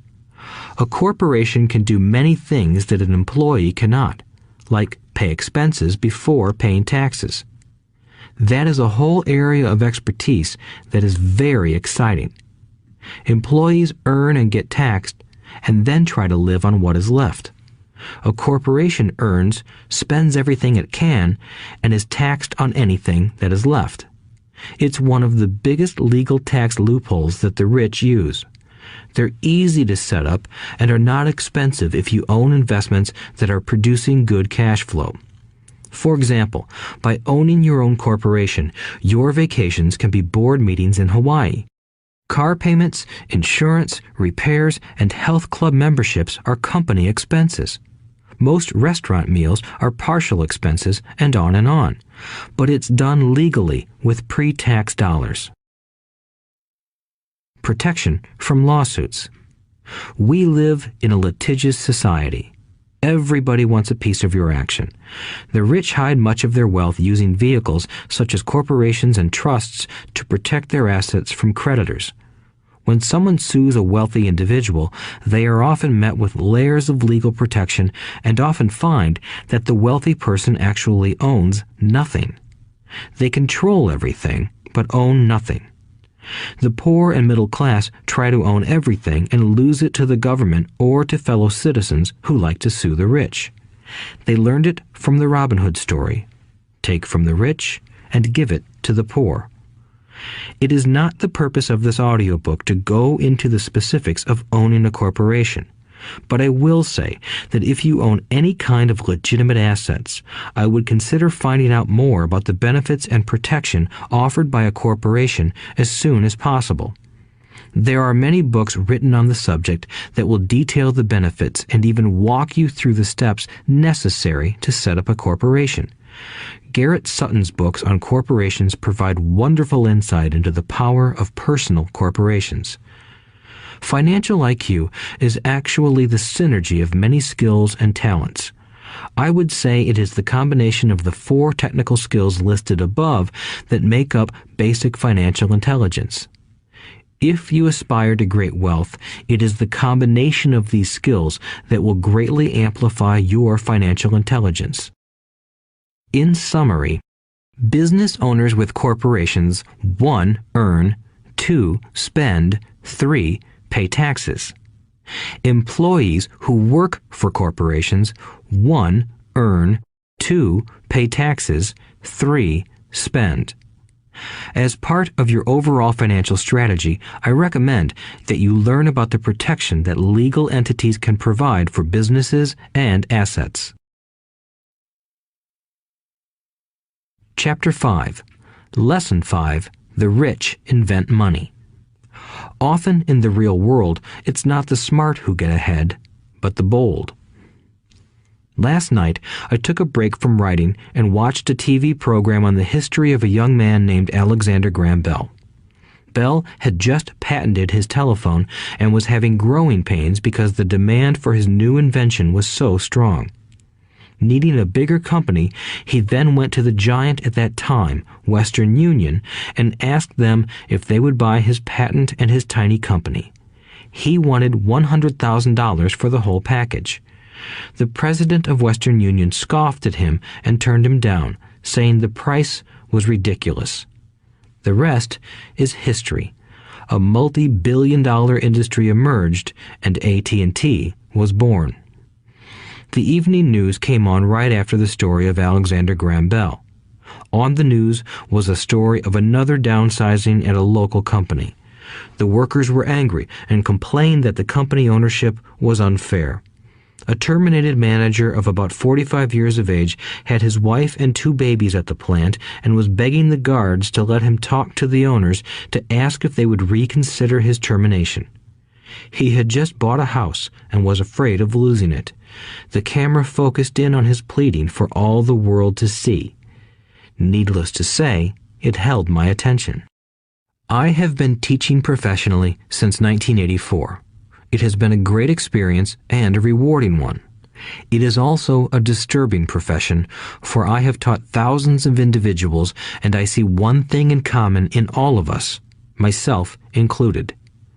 We all have tremendous potential, and we all are blessed with gifts. Yet the one thing that holds all of us back is some degree of self-doubt. It is not so much the lack of technical information that holds us back, but more the lack of self-confidence. Some are more affected than others. Once we leave school, most of us know that it is not so much a matter of college degrees or good grades that count. In the real world, outside of academics, something more than just grades is required. I have heard it called many things: guts, chutzpah, balls, audacity, bravado, cunning, daring, tenacity, and brilliance. This factor, whatever it is labeled, ultimately decides one's future much more than school grades do. Inside each of us is one of these brave, brilliant, and daring characters. There is also the flip side of that character, people who could get down on their knees and beg if necessary. After a year in Vietnam as a Marine Corps pilot, I got to know both of those characters inside of me intimately. One is not better than the other. Yet, as a teacher, I recognized that it was excessive fear and self-doubt that were the greatest detractors of personal genius. It broke my heart to see students know the answers, yet lack the courage to act on the answer. Often in the real world, it's not the smart who get ahead, but the bold. In my personal experience, your financial genius requires both technical knowledge as well as courage. If fear is too strong, the genius is suppressed.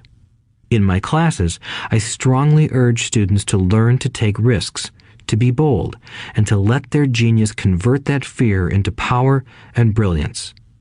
It works for some and just terrifies others.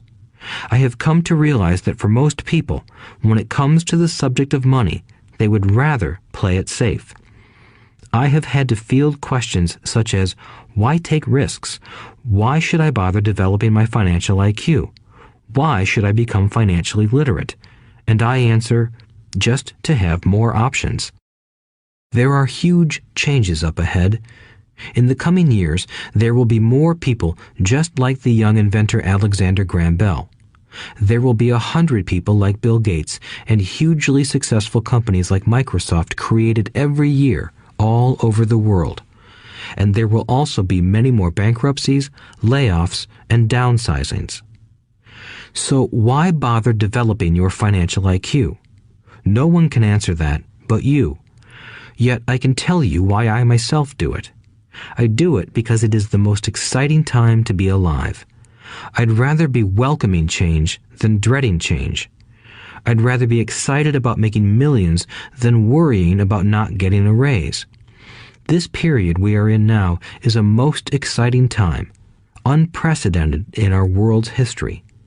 Generations from now, people will look back at this period of time and remark at what an exciting era it must have been. It was the death of the old and birth of the new. It was full of turmoil, and it was exciting. So why bother developing your financial IQ? Because if you do, you will prosper greatly.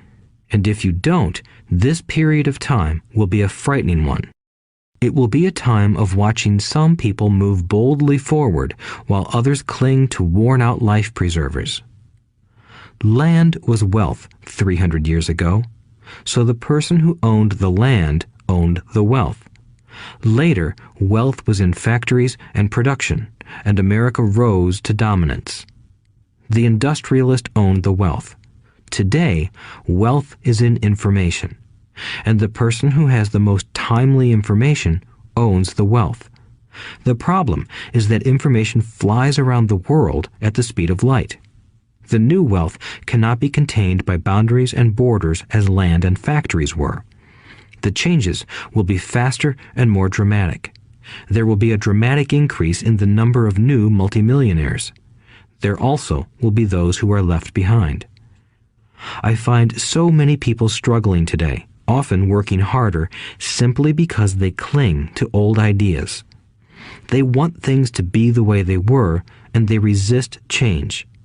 I know people who are losing their jobs or their houses, and they blame technology or the economy or their boss. Sadly, they fail to realize that they might be the problem. Old ideas are their biggest liability. It is a liability simply because they fail to realize that while that idea or way of doing something was an asset yesterday, yesterday is gone. One afternoon, I was teaching how to invest using a board game I had invented, Cashflow, as a teaching tool. A friend had brought someone along to attend the class. This friend of a friend was recently divorced, had been badly burned in the divorce settlement, and was now searching for some answers. Her friend thought the class might help. The game was designed to help people learn how money works. In playing the game, they learn about the interaction of the income statement with the balance sheet. They learn how cash flows between the two and how the road to wealth is through striving to increase your monthly cash flow from the asset column to the point that it exceeds your monthly expenses. Once you accomplish this, you are able to get out of the rat race and out onto the fast track. As I have said, some people hate the game, some love it, and others miss the point. This woman missed a valuable opportunity to learn something. In the opening round, she drew a doodad card with the boat on it. At first, she was happy. "Oh, I've got a boat." Then, as her friend tried to explain how the numbers worked on her income statement and balance sheet, she got frustrated because she had never liked math. The rest of her table waited while her friend continued explaining the relationship between the income statement, balance sheet, and monthly cash flow. Suddenly, when she realized how the numbers worked, it dawned on her that her boat was eating her alive. Later on in the game, she was also downsized and had a child. It was a horrible game for her. After the class, her friend came by and told me that she was upset. She had come to the class to learn about investing and did not like the idea that it took so long to play a silly game. Her friend attempted to tell her to look within herself to see if the game reflected her in any way. With that suggestion, the woman demanded her money back.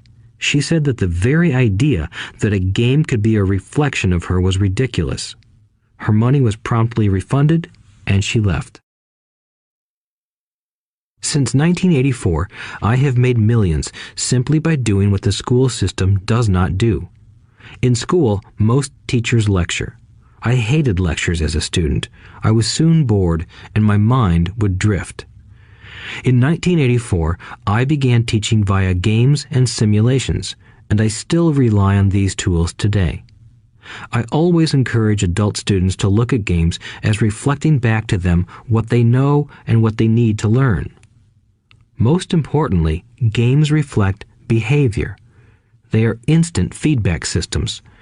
Instead of the teacher lecturing you, the game is giving you a personalized lecture, one that is custom-made just for you.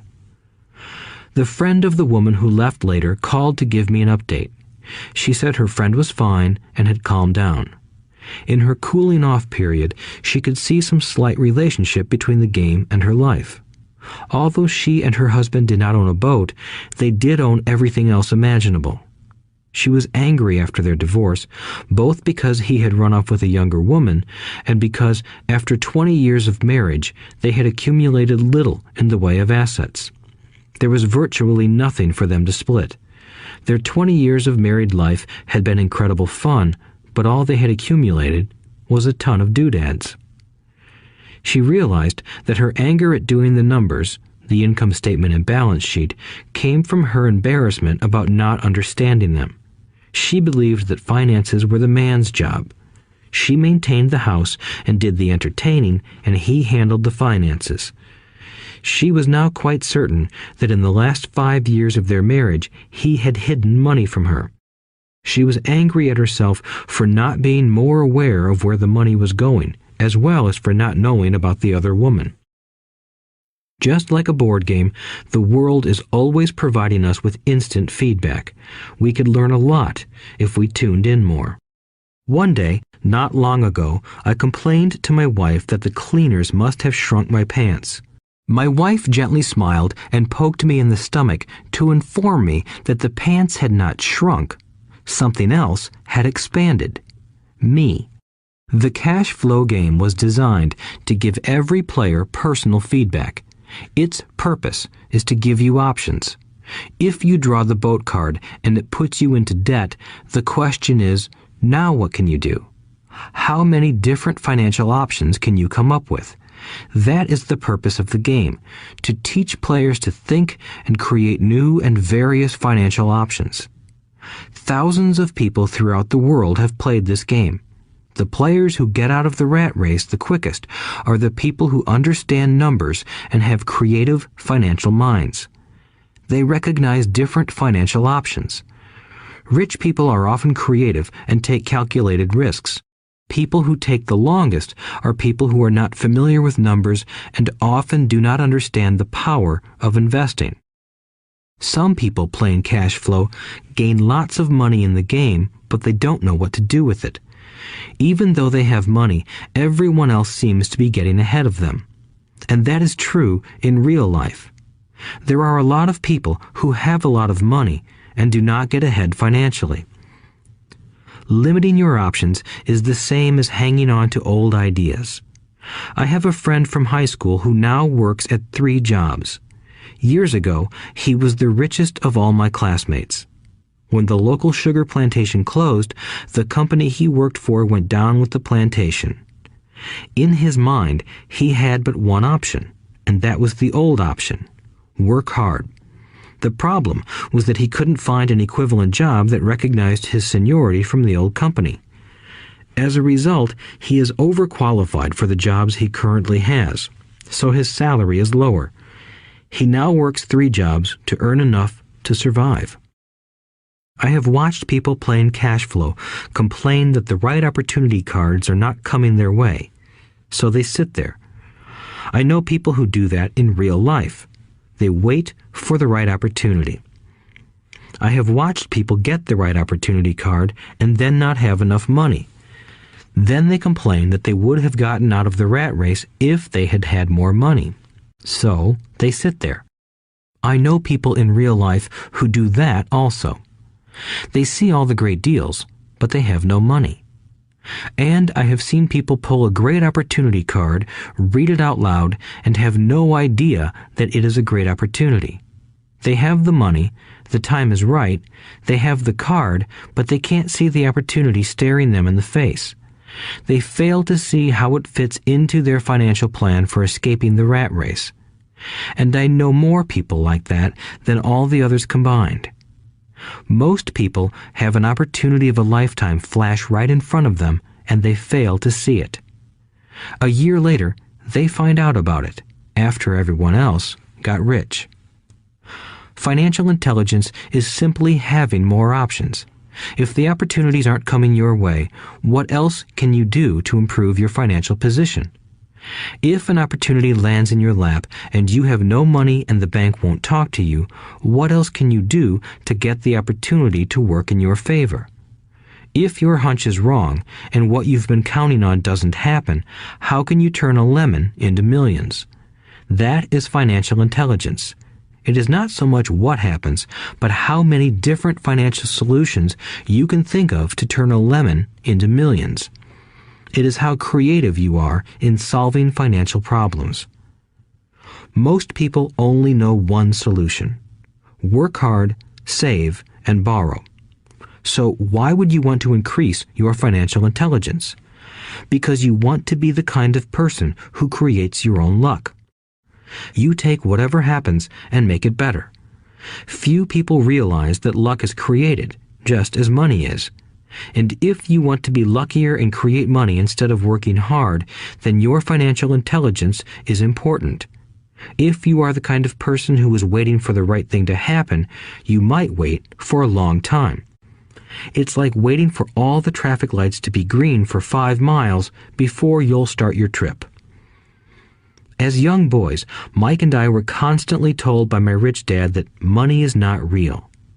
Rich Dad occasionally reminded us of how close we came to the secret of money on that first day we got together and began making money out of plaster of Paris. The poor and middle class work for money, he would say. The rich make money. The more real you think money is, the harder you will work for it. If you can grasp the idea that money is not real, you will grow richer faster. What is it? Was a question Mike and I often came back with. What is money if it is not real? What we agree it is, was all Rich Dad would say. The single most powerful asset we all have is our mind. If it is trained well, it can create enormous wealth seemingly instantaneously. An untrained mind can also create extreme poverty that can crush a family for generations. In the information age, money is increasing exponentially. A few individuals are getting ridiculously rich from nothing, just ideas and agreements. If you ask many people who trade stocks or other investments for a living, they see it done all the time. Often, millions can be made instantaneously from nothing. And by nothing, I mean no money was exchanged. It is done via agreement, a hand signal in a trading pit, a blip on a trader's screen in Lisbon from a trader's screen in Toronto and back to Lisbon, a call to my broker to buy and a moment later to sell. Money did not change hands. Agreements did. So why develop your financial genius? Only you can answer that. I can tell you why I have been developing this area of my intelligence. I do it because I want to make money fast. Not because I need to, but because I want to.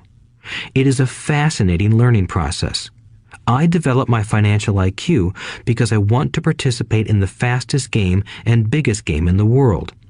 And, in my own small way, I would like to be part of this unprecedented evolution of humanity, the era where humans work purely with their minds and not with their bodies.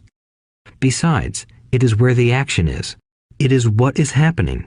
It's hip, it's scary, and it's fun. That is why I invest in my financial intelligence, developing the most powerful asset I have. I want to be with people moving boldly forward. I do not want to be with those left behind. I will give you a simple example of creating money. In the early 1990s, the economy of Phoenix, Arizona was horrible. I was watching a TV show when a financial planner came on and began forecasting doom and gloom.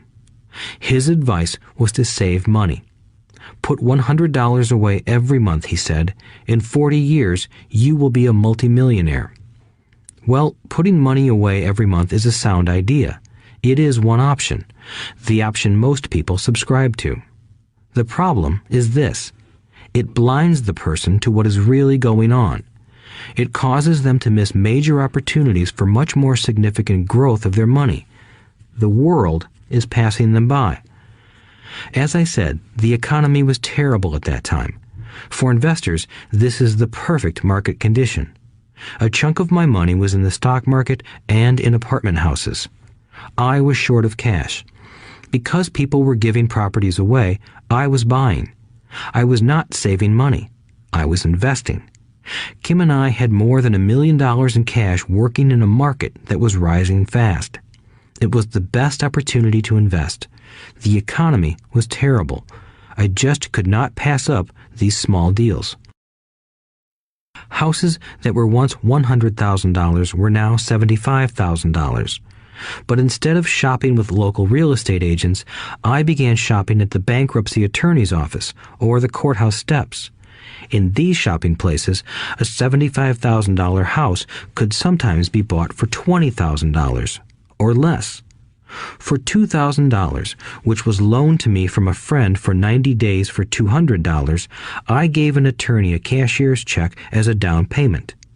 While the acquisition was being processed, I ran an ad advertising a $75,000 house for only $60,000 and no money down.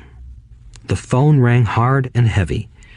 Prospective buyers were screened, and once the property was legally mine, all the prospective buyers were allowed to look at the house. It was a feeding frenzy. The house sold in a few minutes. I asked for a $2,500 processing fee, which they gladly handed over, and the escrow and title company took over from there. I returned the $2,000 to my friend with an additional $200. He was happy, the home buyer was happy, the attorney was happy, and I was happy. I had sold a house for $60,000 that cost me $20,000. The $40,000 was created from money in my asset column in the form of a promissory note from the buyer. Total working time, 5 hours. So, now that you are on your way to becoming more financially literate and skilled at reading numbers, I will tell you why this is an example of money being invented. During this depressed market, Kim and I were able to do 6 of these simple transactions in our spare time. While the bulk of our money was in larger properties and the stock market, we were able to create more than $190,000 in assets, notes at 10% interest, in those 6 buy, create, and sell transactions. That comes to approximately $19,000 a year income, much of it sheltered through our private corporation. Much of that $19,000 a year goes to pay for our company cars, gas, trips, insurance, dinners with clients, and other things. By the time the government gets a chance to tax that income, it's been spent on legally allowed pre-tax expenses. This was a simple example of how money is invented, created, and protected using financial intelligence. Ask yourself, how long would it take to save $190,000?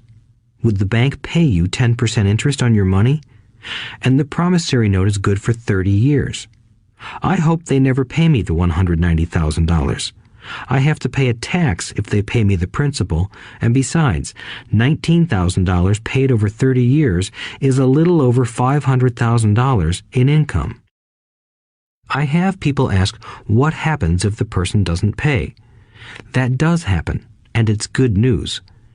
That $60,000 home could be taken back and resold for $70,000 and another $2,500 collected as a loan processing fee. It would still be a zero-down transaction in the mind of the new buyer, and the process would go on. The first time I sold the house, I paid back the $2,000, so technically I have no money in the transaction. My return on investment, ROI, is infinity. It's an example of no money making a lot of money.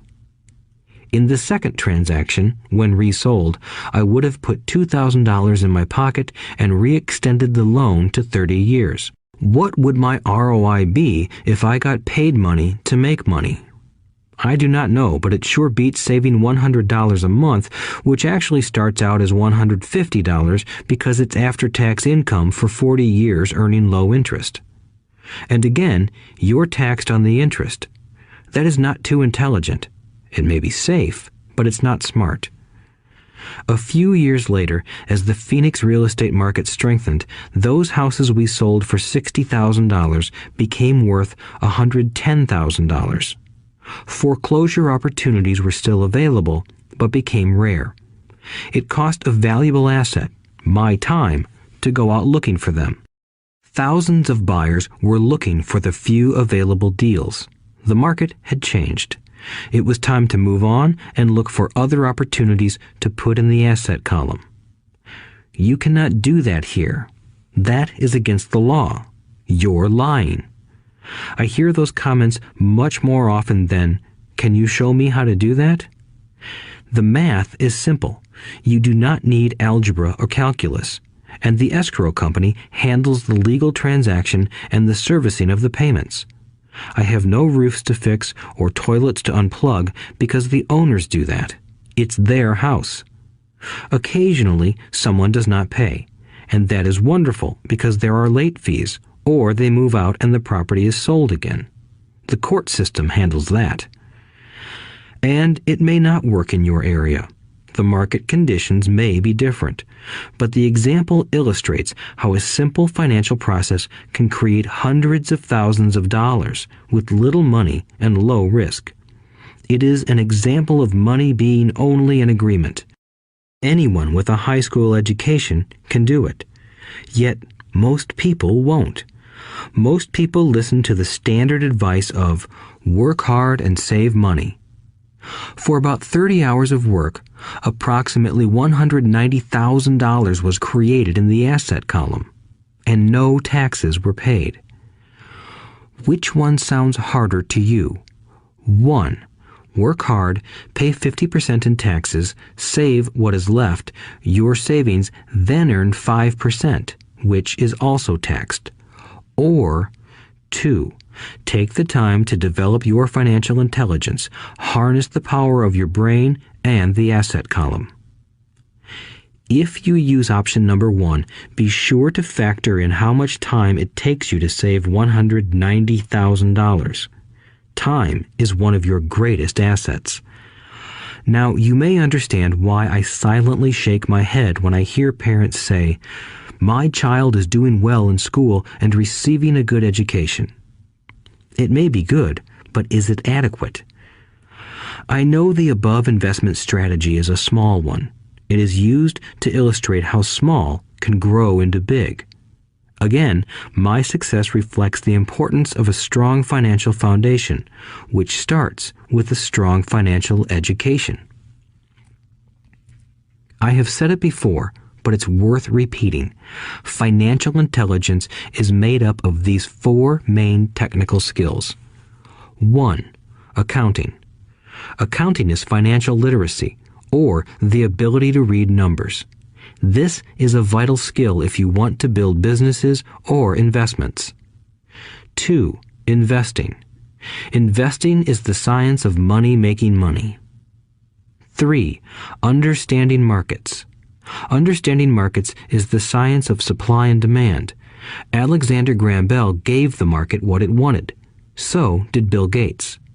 A $75,000 house offered for $60,000 that cost $20,000 was also the result of seizing an opportunity created by the market.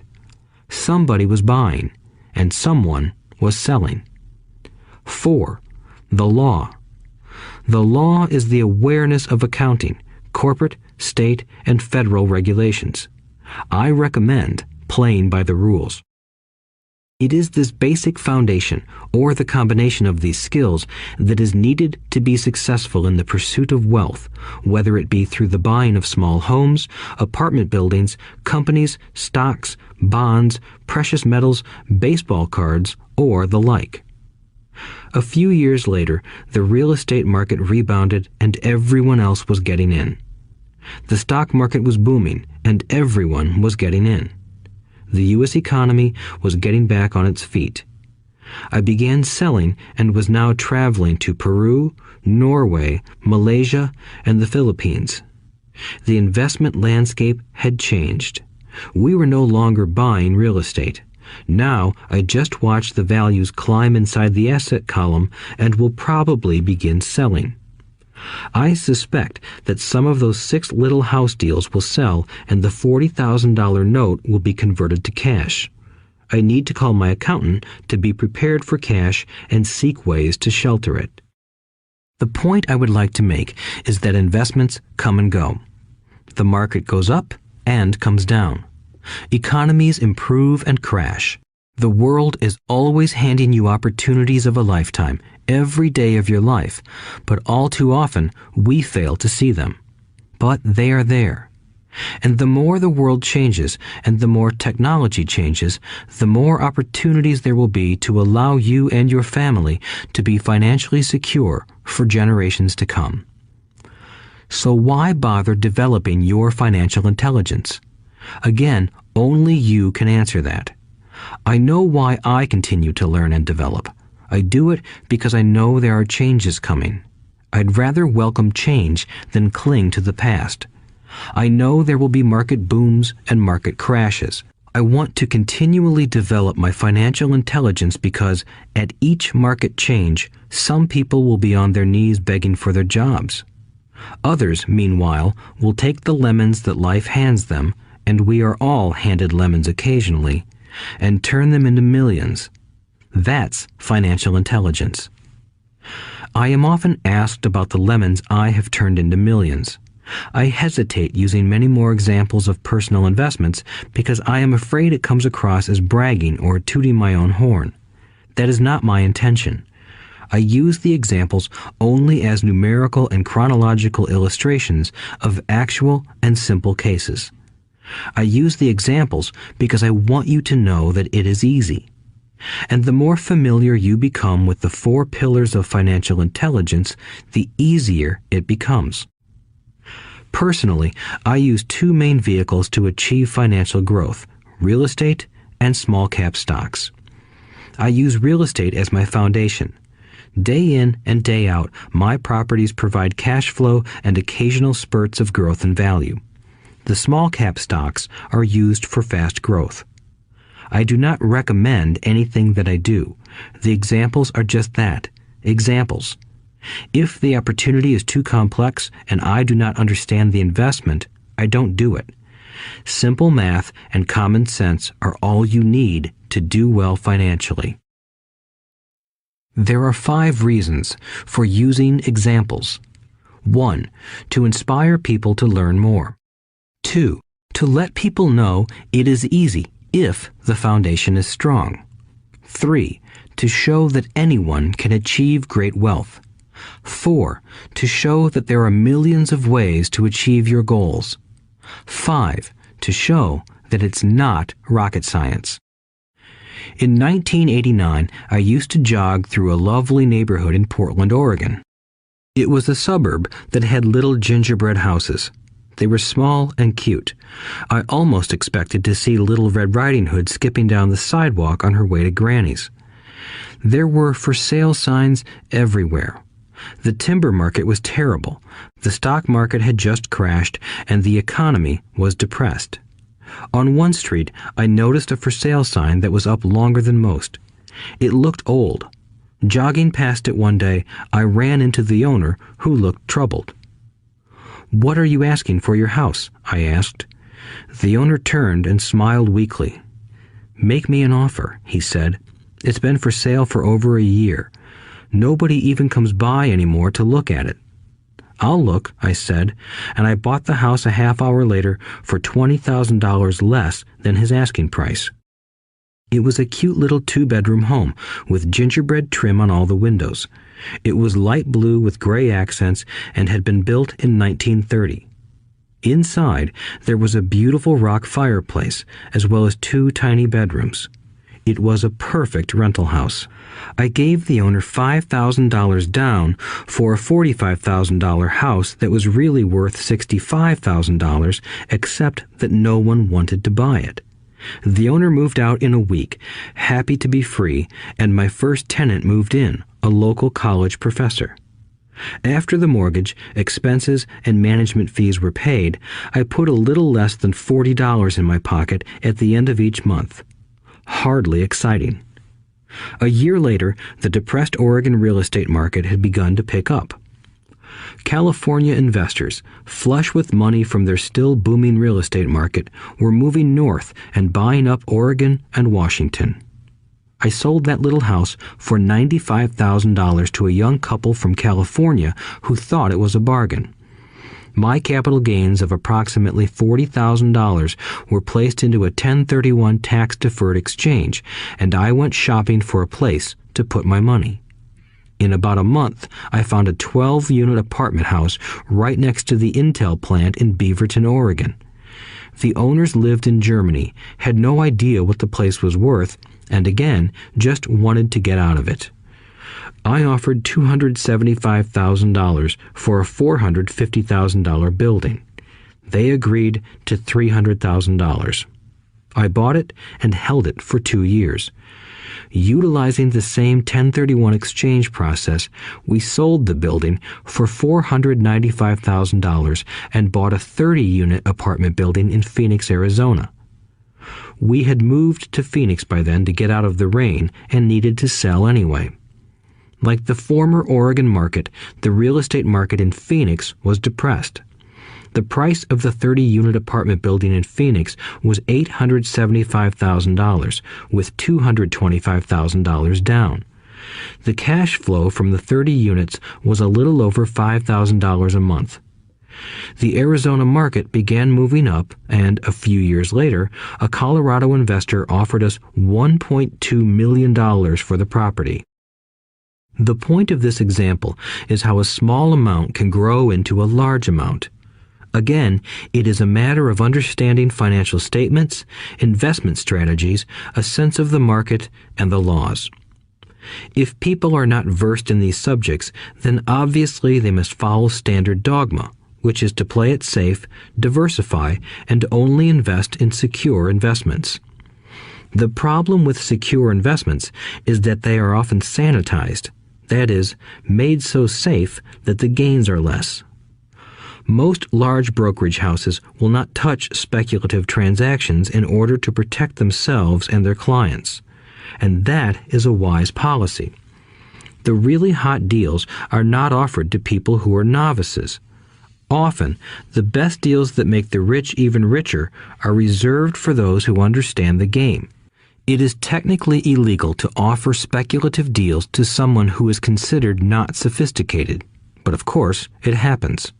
The more sophisticated I get, the more opportunities come my way. Another case for developing your financial intelligence over a lifetime is simply that more opportunities are presented to you. And the greater your financial intelligence, the easier it is to tell whether a deal is good. It's your intelligence that can spot a bad deal or make a bad deal good. The more I learn, and there is a lot to learn, the more money I make simply because I gain experience and wisdom as the years go on. I have friends who are playing it safe, working hard at their profession and failing to gain financial wisdom, which does take time to develop. My overall philosophy is to plant seeds inside my asset column. That is my formula. I start small and plant seeds. Some grow, some don't. Inside our real estate corporation, we have property worth several $million. It is our own REIT, or real estate investment trust. The point I'm making is that most of those millions started out as little $5,000 to $10,000 investments. All of those down payments were fortunate to catch a fast-rising market and increase tax-free. We traded in and out several times over a number of years. We also own a stock portfolio, surrounded by a corporation that Kim and I call our personal mutual fund. We have friends who deal specifically with investors like us who have extra money each month to invest. We buy high-risk, speculative private companies that are just about to go public on a stock exchange in the United States or Canada. An example of how fast gains can be made are 100,000 shares purchased for 25 cents each before the company goes public. 6 months later, the company is listed and the 100,000 shares now are worth $2 each. If the company is well managed, the price keeps going up, and the stock may go to $20 or more per share. There are years when our $25,000 has gone to $1 million in less than a year. It is not gambling if you know what you're doing. It is gambling if you're just throwing money into a deal and praying. The idea in anything is to use your technical knowledge, wisdom, and love of the game to cut the odds down, to lower the risk. Of course, there is always risk.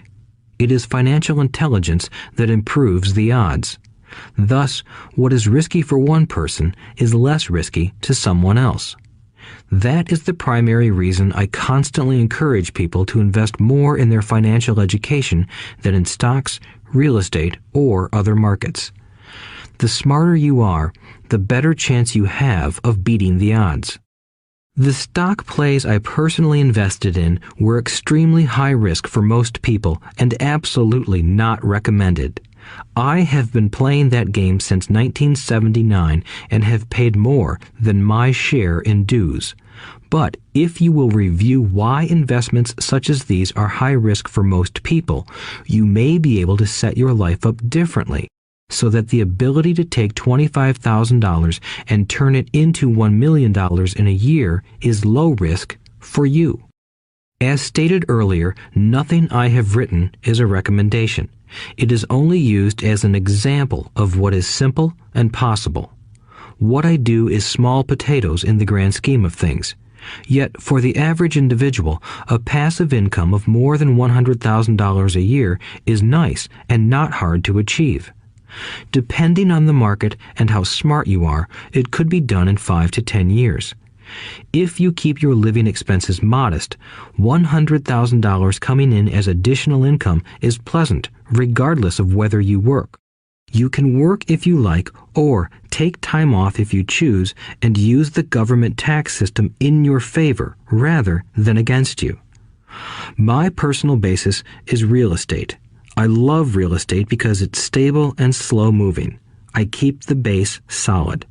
The cash flow is fairly steady and, if properly managed, has a good chance of increasing in value. The beauty of a solid base of real estate is that it allows me to take greater risks, as I do with speculative stocks.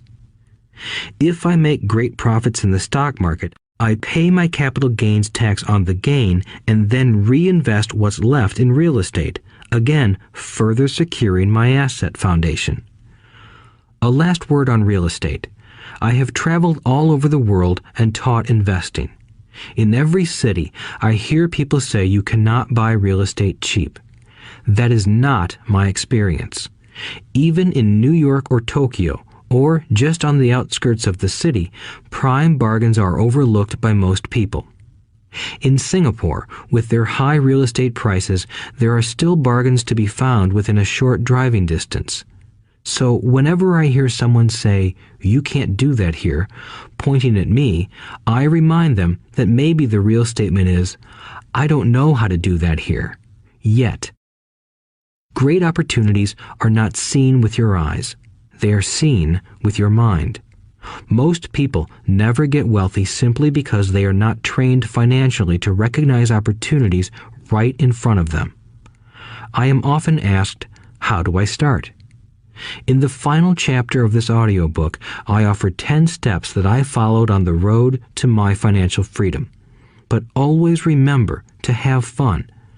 When you learn the rules and the vocabulary of investing and begin to build your asset column, I think you'll find that it's as fun a game as you've ever played.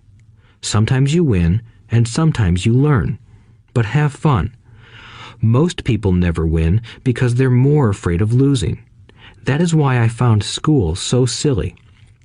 In school, we learn that mistakes are bad, and we are punished for making them. Yet if you look at the way humans are designed to learn, we learn by making mistakes. We learn to walk by falling down. If we never fell down, we would never walk. The same is true for learning to ride a bike. I still have scars on my knees, but today I can ride a bike without thinking. The same is true for getting rich. Unfortunately, the main reason most people are not rich is because they are terrified of losing. Winners are not afraid of losing, but losers are. Failure is part of the process of success. People who avoid failure also avoid success. I look at money much like my game of tennis. I play hard, make mistakes, correct, make more mistakes, correct, and I get better. If I lose the game, I reach across the net, shake my opponent's hand, smile, and say, "See you next Saturday." There are two kinds of investors. One, the first and most common type is a person who buys a packaged investment. They call a retail outlet, such as a real estate company, a stockbroker, or a financial planner, and they buy something. It could be a mutual fund, a right, a stock, or bond. It is a clean and simple way of investing. An analogy would be a shopper who goes to a computer store and buys a computer right off the shelf. 2. The second type is an investor who creates investments. This investor usually assembles a deal in the same way a person who buys components builds a computer. I do not know the first thing about putting components of a computer together, but I do know how to put pieces of opportunities together, or know people who know how. It is this second type of investor who is the more professional investor. Sometimes it may take years for all the pieces to come together, and sometimes they never do. It is this second type of investor that my rich dad encouraged me to be. It is important to learn how to put the pieces together, because that is where the huge wins reside, and sometimes some huge losses if the tide goes against you. If you want to be the second type of investor, you need to develop 3 main skills. These skills are in addition to those required to become financially intelligent. 1. Find an opportunity that everyone else missed. You see with your mind what others miss with their eyes. For example, a friend bought this run-down old house. It was spooky to look at. Everyone wondered why he bought it. What he saw that we did not was that the house came with 4 extra empty lots. He discovered that after going to the title company. After buying the house, he tore the house down and sold the 5 lots to a builder for 3 times what he paid for the entire package. He made $75,000 for 2 months of work. It's not a lot of money, but it sure beats minimum wage, and it's not technically difficult. 2. Raise money. The average person only goes to the bank. This second type of investor needs to know how to raise capital, and there are many ways that don't require a bank. To get started, I learned how to buy houses without a bank. It was the learned skill of raising money more than the houses themselves that was priceless. All too often, I hear people say, "The bank won't lend me money," or "I don't have the money to buy it." If you want to be a Type 2 investor, you need to learn how to do that which stops most people. In other words, a majority of people let their lack of money stop them from making a deal. If you can avoid that obstacle, you will be millions ahead of those who don't learn those skills. There have been many times I have bought a house, a stock, or an apartment building without a penny in the bank. I once bought an apartment house for $1.2 million. I did what is called tying it up with a written contract between seller and buyer. I then raised the $100,000 deposit, which bought me 90 days to raise the rest of the money. Why did I do it? Simply because I knew it was worth $2 million. I never raised the money. Instead, the person who put up the $100,000 gave me $50,000 for finding the deal, took over my position, and I walked away. Total working time? 3 days. Again, it's what you know more than what you buy. Investing is not buying. It's more a case of knowing. 3. Organize smart people. Intelligent people are those who work with or hire a person who is more intelligent than they are. When you need advice, make sure you choose your advisor wisely. There is a lot to learn, but the rewards can be astronomical. If you do not want to learn those skills, then being a Type 1 investor is highly recommended. It is what you know that is your greatest wealth. It is what you do not know that is your greatest risk. There is always risk, so learn to manage risk instead of avoiding it. Chapter 6. Lesson 6. Work to learn, don't work for money. Job security meant everything to my educated dad. Learning meant everything to my rich dad. A few years ago, I granted an interview with a newspaper in Singapore. The young female reporter was on time, and the interview got underway immediately. We sat in the lobby of a luxurious hotel, sipping coffee and discussing the purpose of my visit to Singapore. I was to share the platform with Zig Ziglar. He was speaking on motivation, and I was speaking on the secrets of the rich. Someday, I would like to be a best-selling author like you, she said. I had seen some of the articles she had written for the paper, and I was impressed. She had a tough, clear style of writing. Her articles held a reader's interest. You have a great style, I said in reply. What holds you back from achieving your dream? My work does not seem to go anywhere, she said quietly. Everyone says that my novels are excellent, but nothing happens. So I keep my job with the paper. At least it pays the bills. Do you have any suggestions? Yes, I do, I said brightly. A friend of mine here in Singapore runs a school that trains people to sell. He runs sales training courses for many of the top corporations here in Singapore, and I think attending one of his courses would greatly enhance your career. She stiffened. Are you saying I should go to school to learn to sell? I nodded. You aren't serious, are you? Again, I nodded. What is wrong with that? I was now backpedaling. She was offended by something, and now I was wishing I had not said anything. In my attempt to be helpful, I found myself defending my suggestion. I have a master's degree in English literature. Why would I go to school to learn to be a salesperson? I am a professional. I went to school to be trained in a profession so I would not have to be a salesperson. I hate salespeople. All they want is money.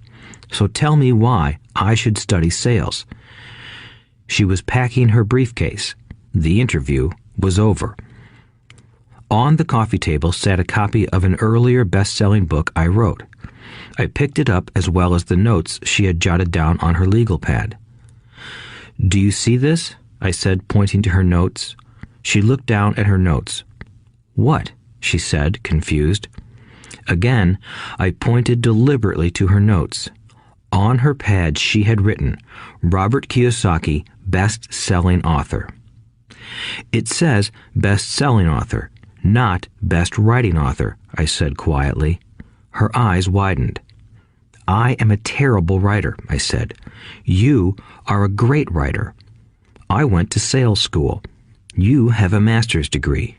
Put them together, and you get a best-selling author and a best writing author. Anger flared from her eyes. I'll never stoop so low as to learn how to sell. People like you have no business writing. I'm a professionally trained writer, and you are a salesman. It is not fair, she fumed. She put the rest of her notes away and hurried out through the large glass doors into the humid Singapore morning. At least she gave me a fair and favorable write-up the next morning. The world is filled with smart, talented, educated, and gifted people. We meet them every day. They are all around us. A few days ago, my car was not running well. I pulled into a garage, and the young mechanic had it fixed in just a few minutes. He knew what was wrong by simply listening to the engine. I was amazed. I am constantly shocked at how little talented people earn. I have met brilliant, highly educated people who earn less than $20,000 a year. A business consultant who specializes in the medical trade was telling me how many doctors, dentists, and chiropractors struggle financially. All this time, I thought that when they graduated, the dollars would pour in. It was this business consultant who gave me the phrase, "They are one skill away from great wealth." What this phrase means is that most people need only to learn and master one more skill, and their income would jump exponentially. I have mentioned before that financial intelligence is a synergy of accounting, investing, marketing, and law. Combine those 4 technical skills, and making money with money is easier than most people would believe. When it comes to money, the only skill most people know is to work hard. The classic example of a synergy of skills was that young writer for the newspaper. If she diligently learned the skills of sales and marketing, her income would jump dramatically. If I were her, I would take some courses in advertising copywriting as well as sales. Then, instead of working at the newspaper, I would seek a job at an advertising agency. Even if it were a cut in pay, she would learn how to communicate in shortcuts that are used in successful advertising. She also would spend time learning public relations, an important skill. She would learn how to get millions in free publicity. Then, at night and on weekends, she could be writing her great novel. When it was finished, she would be better able to sell her book. Then, in a short while, she could be a best-selling author. When I came out with my first book, If You Want to Be Rich and Happy, Don't Go to School, a publisher suggested I change the title to The Economics of Education. I told the publisher that, with a title like that, I would sell 2 books, one to my family and one to my best friend. The problem is that they would expect it for free. The obnoxious title, If You Want to Be Rich and Happy, Don't Go to School, was chosen because we knew it would get tons of publicity. I am pro-education and believe in education reform. If I were not pro-education, why would I continue to press for changing our antiquated educational system? So I chose a title that would get me on more TV and radio shows simply because I was willing to be controversial. Many people thought I was a fruitcake, but the book sold and sold. When I graduated from the U.S. Merchant Marine Academy in 1969, my educated dad was happy. Standard Oil of California had hired me for its oil tanker fleet as a third mate. The pay was low compared with my classmates, but it was okay for a first real job after college. My starting pay was about $42,000 a year, including overtime, and I only had to work for 7 months. I had 5 months of vacation. If I had wanted to, I could have taken the run to Vietnam with a subsidiary shipping company and easily doubled my pay instead of taking 5 months of vacation. I had a great career ahead of me, yet I resigned after 6 months with the company and joined the Marine Corps to learn how to fly. My educated dad was devastated. Rich Dad congratulated me. In school and in the workplace, the popular opinion is the idea of specialization. That is, in order to make more money or get promoted, you need to specialize. That is why medical doctors immediately begin to seek a specialty such as orthopedics or pediatrics. The same is true for accountants, architects, lawyers, pilots, and others. My educated dad believed in the same dogma. That is why he was thrilled when he eventually achieved his doctorate. He often admitted that schools reward people who study more and more about less and less. Rich Dad encouraged me to do exactly the opposite. You want to know a little about a lot, was his suggestion. That is why for years I worked in different areas of his companies. For a while, I worked in his accounting department. Although I would probably never have been an accountant, he wanted me to learn via osmosis. Rich Dad knew I would pick up jargon and a sense of what is important and what is not. I also worked as a busboy and construction worker as well as in sales, reservations, and marketing. He was grooming Mike and me.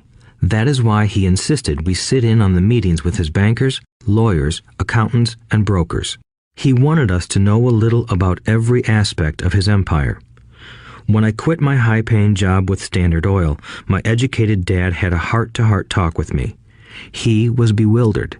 He could not understand my decision to resign from a career that offered high pay, great benefits, lots of time off, and opportunity for promotion. When he asked me one evening, "Why did you quit?" I could not explain it to him, though I tried hard to. My logic did not fit his logic.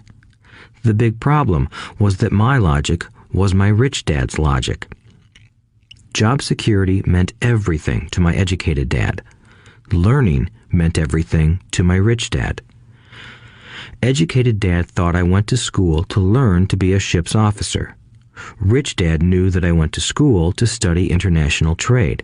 So as a student, I made cargo runs, navigating large freighters, oil tankers, and passenger ships to the Far East and the South Pacific. Rich Dad emphasized that I should stay in the Pacific instead of taking ships to Europe because he knew that the emerging nations were in Asia, not Europe. While most of my classmates, including Mike, were partying at their fraternity houses, I was studying trade, people, business styles, and cultures in Japan, Taiwan, Thailand, Singapore, Hong Kong, Vietnam, Korea, Tahiti, Samoa, and the Philippines. I was partying also, but it was not in any frat house. I grew up rapidly. Educated Dad just could not understand why I decided to quit and join the Marine Corps. I told him I wanted to learn to fly, but really I wanted to learn to lead troops. Rich Dad explained to me that the hardest part of running a company is managing people. He had spent 3 years in the Army. My educated dad was draft exempt. Rich Dad valued learning to lead men into dangerous situations. Leadership is what you need to learn next, he said. If you are not a good leader, you'll get shot in the back, just like they do in business. Returning from Vietnam in 1973, I resigned my commission, even though I loved flying. I found a job with Xerox Corporation. I joined it for one reason, and it was not for the benefits. I was a shy person, and the thought of selling was the most frightening subject in the world. Xerox has one of the best sales trainings programs in America. Rich Dad was proud of me. My educated dad was ashamed. Being an intellectual, he thought that salespeople were below him. I worked with Xerox for 4 years until I overcame my fear of knocking on doors and being rejected. Once I could consistently be in the top 5 in sales, I again resigned and moved on, leaving behind another great career with an excellent company. In 1977, I formed my first company. Rich Dad had groomed Mike and me to take over companies, so I now had to learn to form them and put them together. My first product, the nylon and Velcro wallet, was manufactured in the Far East and shipped to a warehouse in New York, near where I had gone to school.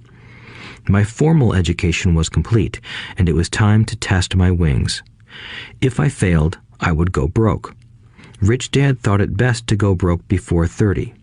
You still have time to recover, was his advice. On the eve of my 30th birthday, my first shipment left Korea for New York. Today, I still do business internationally, and as my rich dad encouraged me to do, I keep seeking the emerging nations. Today, my investment company invests in South American countries and Asian countries, as well as in Norway and Russia. There is an old cliche that goes, "Job is an acronym for just over broke." Unfortunately, I would say that applies to millions of people. Because school does not think financial intelligence is an intelligence, most workers live within their means. They work and they pay bills. There is another horrible management theory that goes, workers work hard enough to not be fired, and owners pay just enough so that workers won't quit. And if you look at the pay scales of most companies, again, I would say there is a degree of truth to that statement. The net result is that most workers never get ahead. They do what they've been taught to do, get a secure job.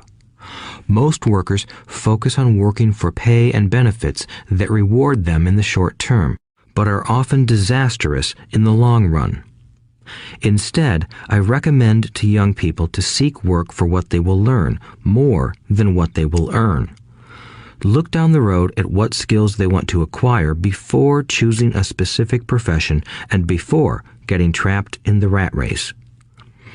Once people are trapped in the lifelong process of bill paying, they become like those little hamsters running around in those metal wheels. Their little furry legs are spinning furiously, the wheel is turning furiously, but come tomorrow morning, they'll still be in the same cage. Great job. In the movie Jerry Maguire, starring Tom Cruise, there are many great one-liners. Probably the most memorable is, "Show me the money." But there is one line I thought most truthful. It comes from the scene where Tom Cruise is leaving the firm. He has just been fired, and he is asking the entire company, "Who wants to come with me?" And the whole place is silent and frozen. Only one woman speaks up and says, "I'd like to, but I'm due for a promotion in 3 months." That statement is probably the most truthful statement in the whole movie. It is the type of statement that people use to keep themselves busy, working away to pay bills. I know my educated dad looked forward to his pay raise every year, and every year he was disappointed. So he would go back to school to earn more qualifications so he could get another raise. Then, once again, there would be another disappointment. The question I often ask people is, where is this daily activity taking you? Just like the little hamster, I wonder if people look at where their hard work is taking them. What does the future hold? In his book, The Retirement Myth, Craig S. Carpel writes, "I visited the headquarters of a major national pension consulting firm and met with a managing director who specializes in designing lush retirement plans for top management. When I asked her what people who don't have corner offices will be able to expect in the way of pension income, she said with a confident smile, 'The silver bullet.'" "What," I asked, "is the silver bullet?" She shrugged and said, "If baby boomers discover they don't have enough money to live on when they're older, they can always blow their brains out." Carpel goes on to explain the difference between the old defined benefit retirement plans and the new 401k plans that are riskier. It is not a pretty picture for most people working today, and that is just for retirement. Add medical fees and long-term nursing home care, and the picture is frightening.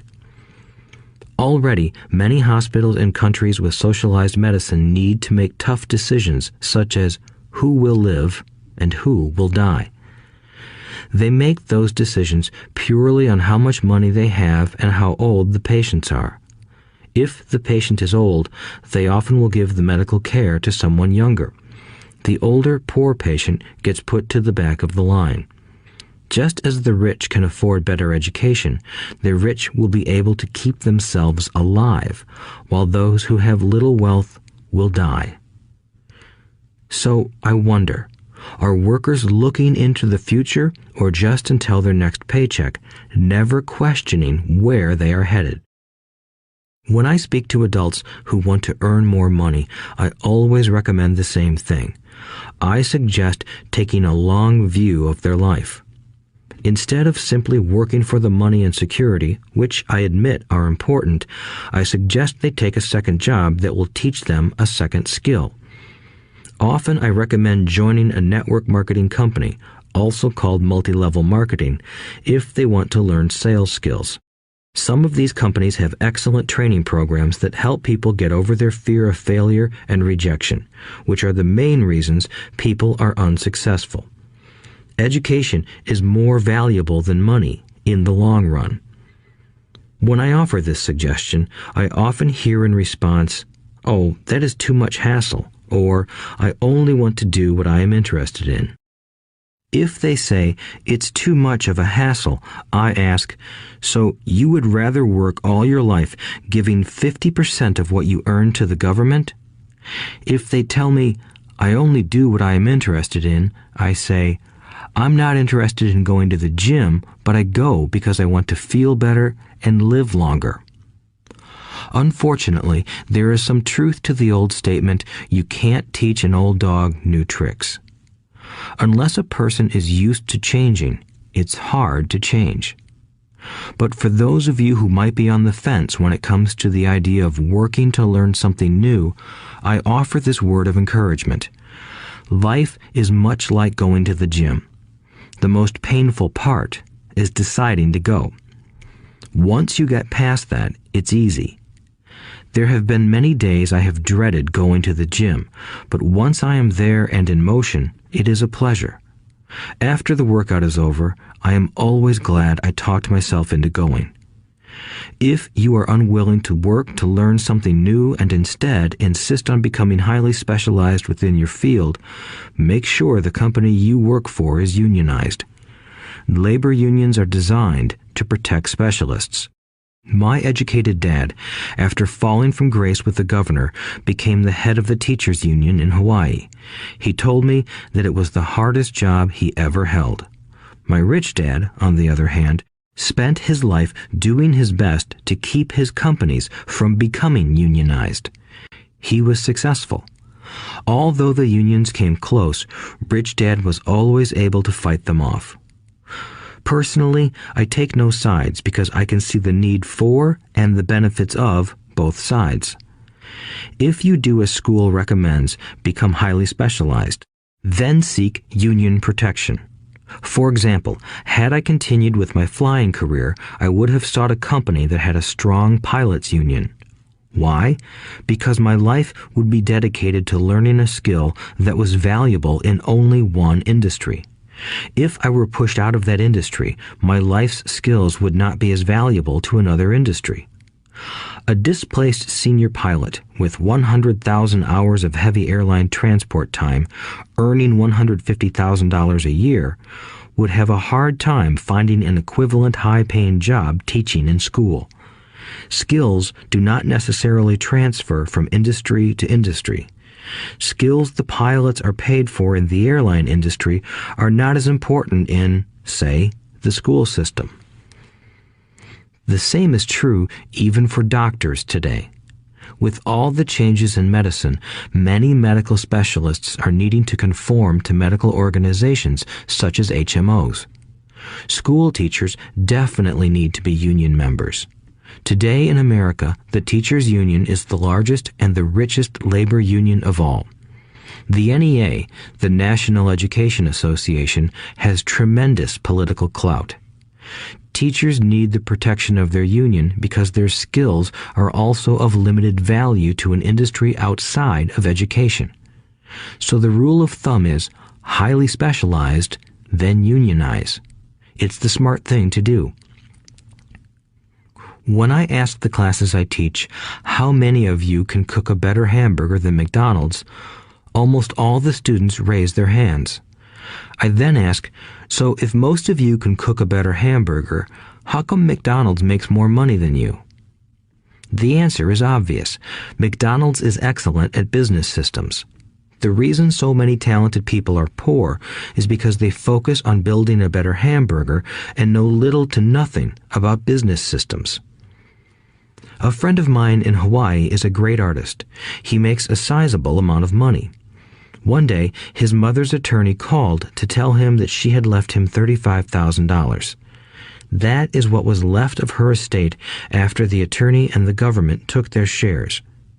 Immediately, he saw an opportunity to increase his business by using some of this money to advertise.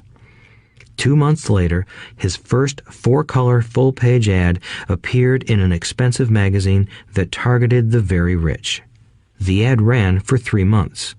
He received no replies from the ad, and all of his inheritance is now gone.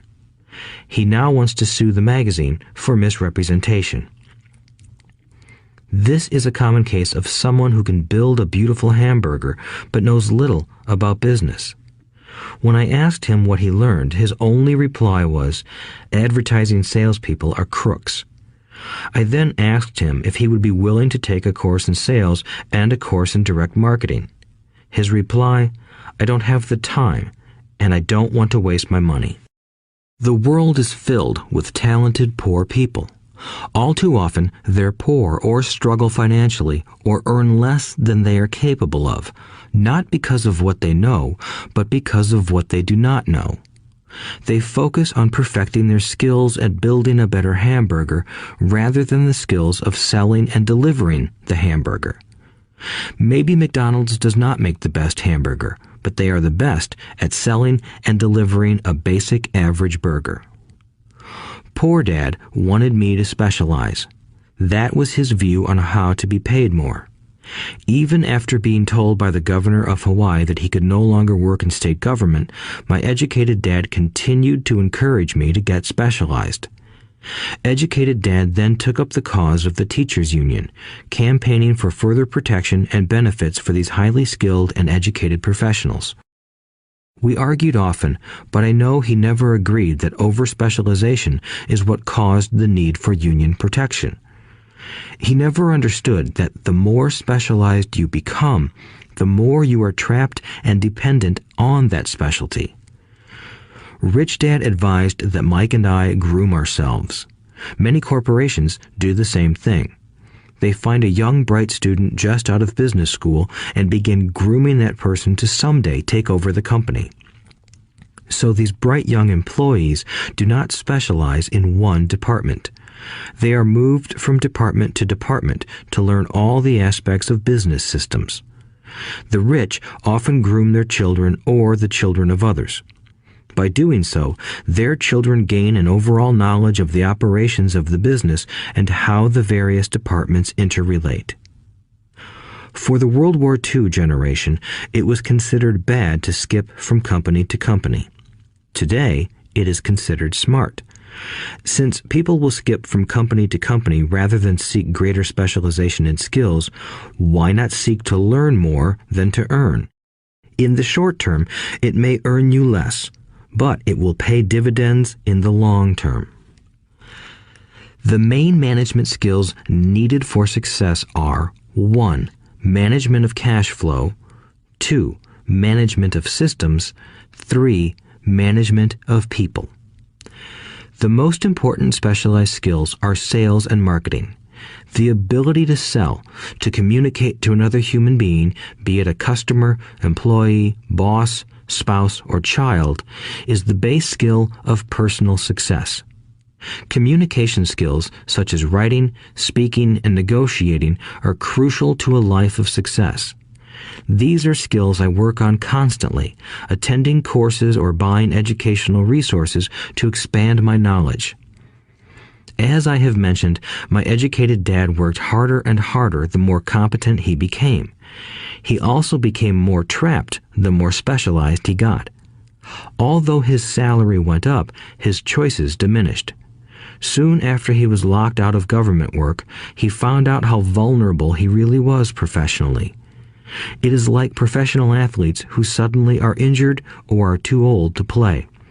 Their once high-paying position is gone, and they have limited skills to fall back on. I think that is why my educated dad sided so much with the unions after that. He realized how much a union would have benefited him. Rich Dad encouraged Mike and me to know a little about a lot. He encouraged us to work with people smarter than we were and to bring smart people together to work as a team. Today, it would be called a synergy of professional specialties. Today, I meet ex-school teachers earning hundreds of thousands of dollars a year. They earn that much because they have specialized skills in their field as well as other skills. They can teach as well as sell and market. I know of no other skills to be more important than selling and marketing. The skills of selling and marketing are difficult for most people, primarily due to their fear of rejection.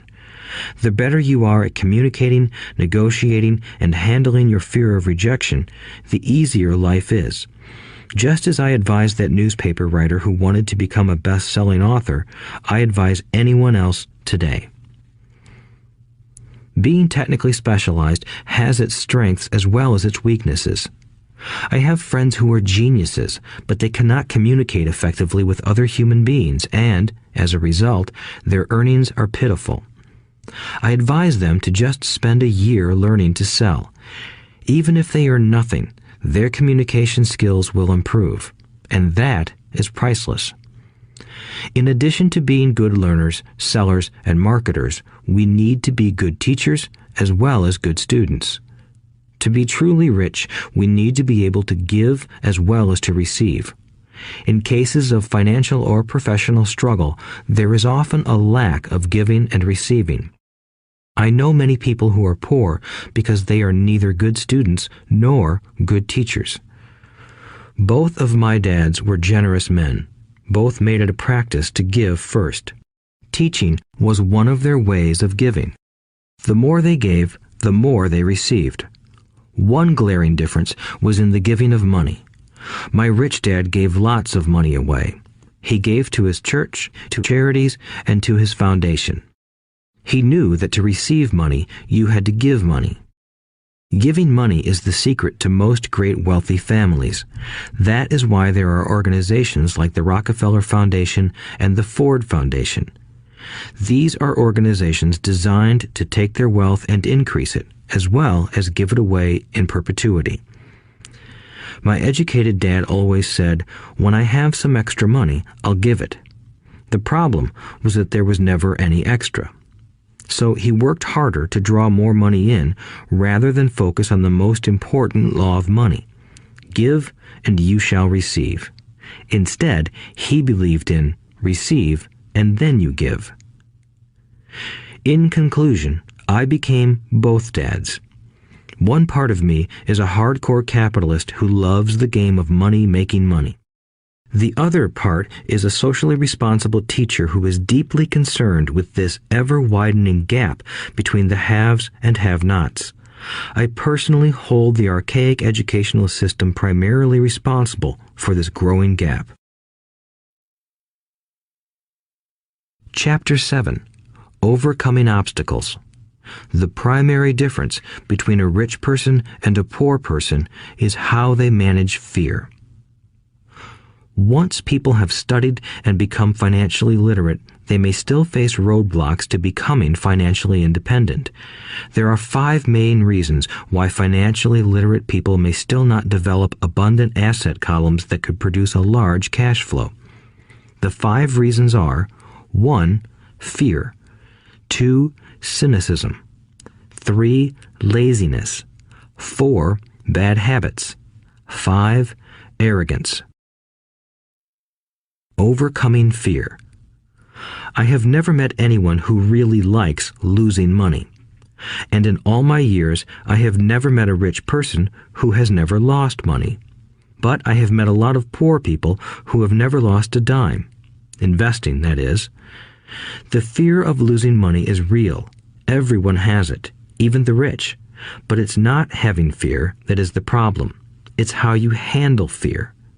It's how you handle losing. It's how you handle failure that makes the difference in one's life. The primary difference between a rich person and a poor person is how they manage that fear. It's okay to be fearful. It's okay to be a coward when it comes to money. You can still be rich. We're all heroes at something and cowards at something else. My friend's wife is an emergency room nurse. When she sees blood, she flies into action. When I mention investing, she runs away. When I see blood, I don't run. I pass out.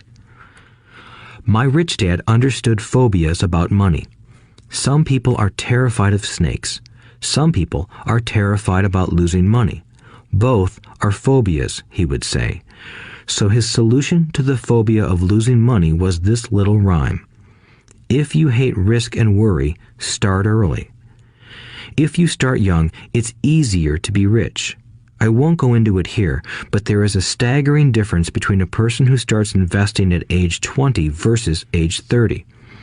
The purchase of Manhattan Island is said to be one of the greatest bargains of all time. New York was purchased for $24 in trinkets and beads. Yet if that $24 had been invested at 8% annually, that $24 would have been worth more than $28 trillion by 1995. Manhattan could be repurchased with money left over to buy much of Los Angeles. But what if you don't have much time left or would like to retire early? How do you handle the fear of losing money? My poor dad did nothing. He simply avoided the issue, refusing to discuss the subject. My rich dad, on the other hand, recommended that I think like a Texan. I like Texas and Texans, he used to say. In Texas, everything is bigger. When Texans win, they win big. And when they lose, it's spectacular. They like losing? I asked. That's not what I'm saying. Nobody likes losing. Show me a happy loser, and I'll show you a loser, said Rich Dad. It's a Texan's attitude toward risk, reward, and failure I'm talking about. It's how they handle life. They live it big. Not like most of the people around here, living like roaches when it comes to money, terrified that someone will shine a light on them and whimpering when the grocery clerk shortchanges them a quarter. Rich Dad went on, "What I like best is the Texas attitude. They're proud when they win, and they brag when they lose. Texans have a saying, if you're going to go broke, go big. You don't want to admit you went broke over a duplex." He constantly told Mike and me that the greatest reason for lack of financial success was because most people played it too safe. People are so afraid of losing that they lose, were his words. Fran Tarkenton, a one-time great NFL quarterback, says it still another way. Winning means being unafraid to lose. In my own life, I've noticed that winning usually follows losing. Before I finally learned to ride a bike, I first fell down many times. I've never met a golfer who has never lost a golf ball. I've never met people who have fallen in love who have never had their heart broken. And I've never met someone rich who has never lost money. So for most people, the reason they don't win financially is because the pain of losing money is far greater than the joy of being rich. Another saying in Texas is, everyone wants to go to heaven, but no one wants to die.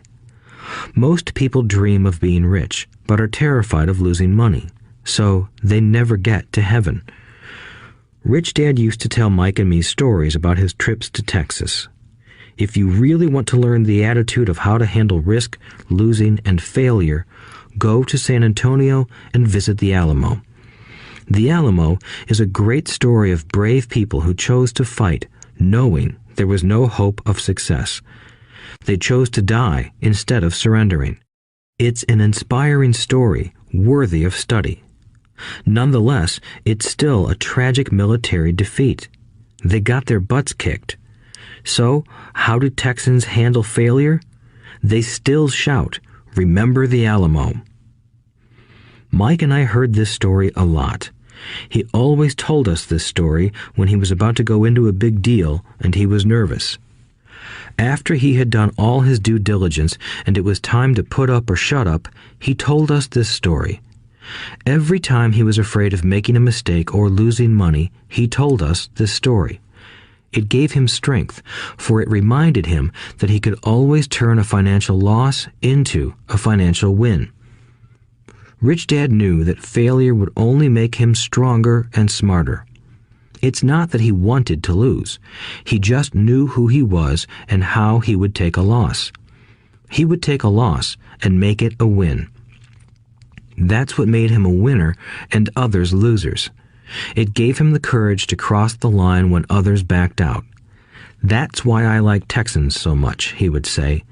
They took a great failure and turned it into inspiration, as well as a tourist destination that makes them millions. But probably his words that mean the most to me today are these. Texans don't bury their failures. They get inspired by them. They take their failures and turn them into rallying cries. Failure inspires Texans to become winners. But that formula is not just the formula for Texans. It is the formula for all winners. I've said that falling off my bike was part of learning to ride.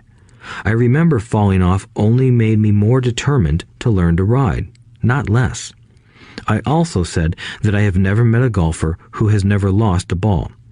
For top professional golfers, losing a ball or a tournament provides the inspiration to be better, to practice harder, to study more.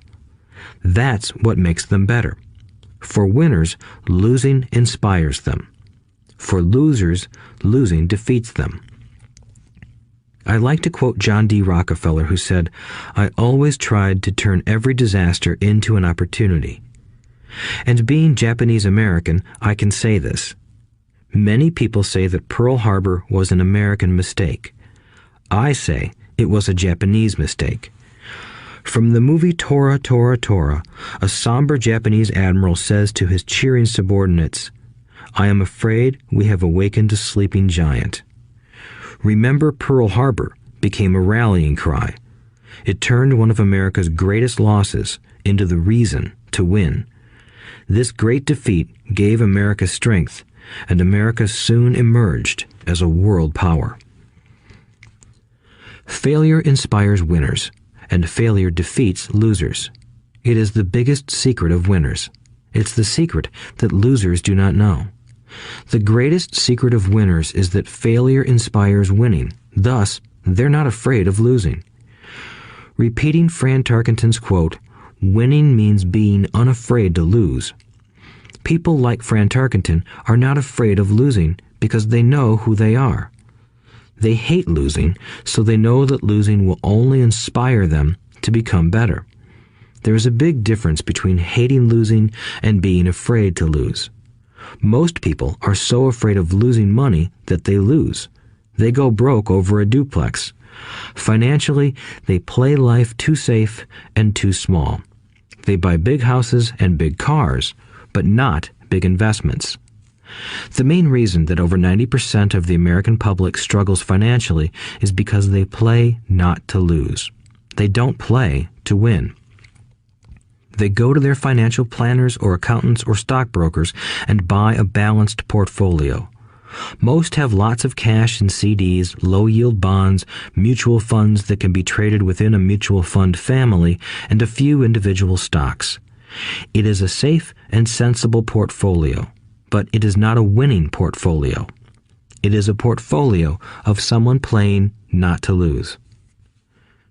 Don't get me wrong, it's probably a better portfolio than more than 70% of the population has, and that's frightening.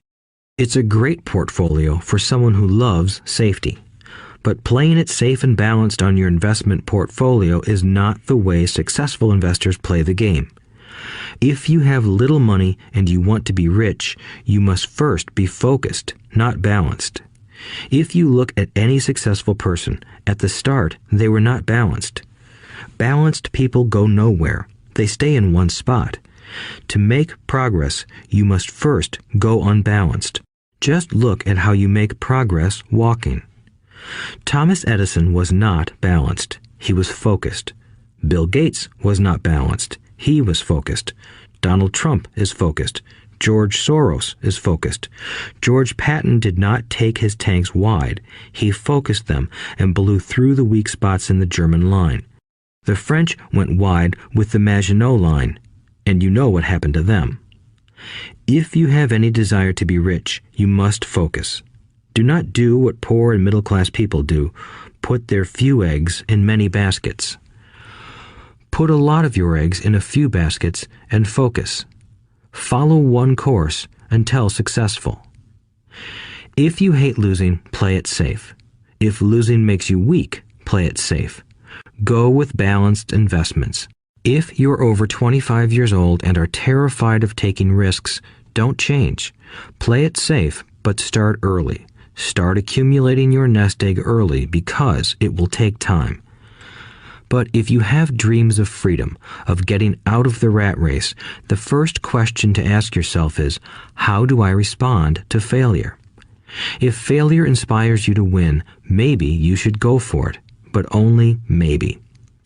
If failure makes you weak or causes you to throw temper tantrums, like spoiled brats who call attorneys to file lawsuits every time something doesn't go their way, then play it safe.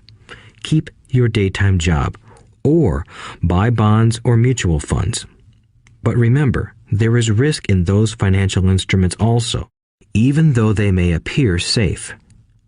I say all this, mentioning Texas and Fran Tarkenton, because stacking the asset column is easy. It's really a low-aptitude game. It doesn't take much education. 5th grade math will do. But building your asset column is a game in which attitude plays a major role. It takes guts, patience, and a great attitude toward failure. Losers avoid failing, and failure turns losers into winners. Just remember the Alamo.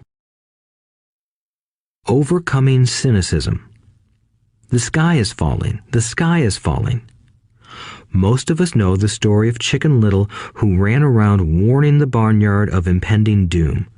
We all know people who are that way. There's a Chicken Little inside each of us. As I stated earlier, the cynic is really a little chicken. We all get a little chicken when fear and doubt cloud our thoughts.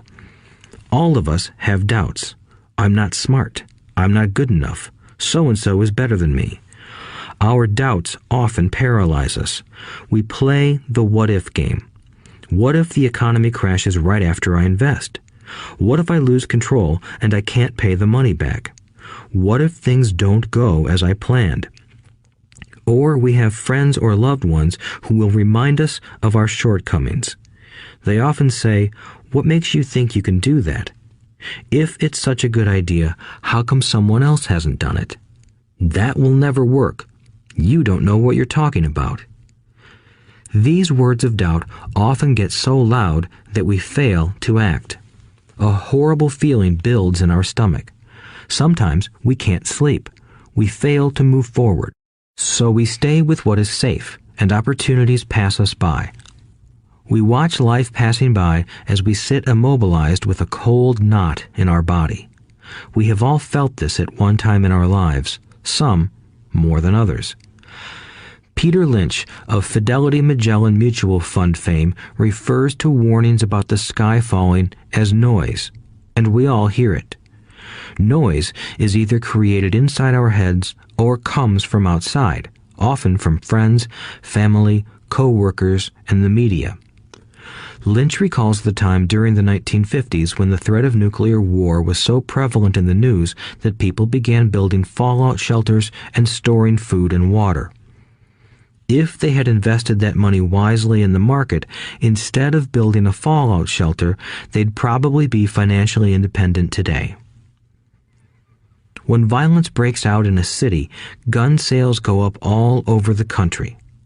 A person dies from rare hamburger meat in the state of Washington, and the Arizona Health Department orders restaurants to have all beef cooked well done. A drug company runs a TV commercial in February showing people catching the flu. Colds go up as well as sales of cold medicine. Most people are poor because when it comes to investing, the world is filled with Chicken Littles running around yelling, "The sky is falling, the sky is falling."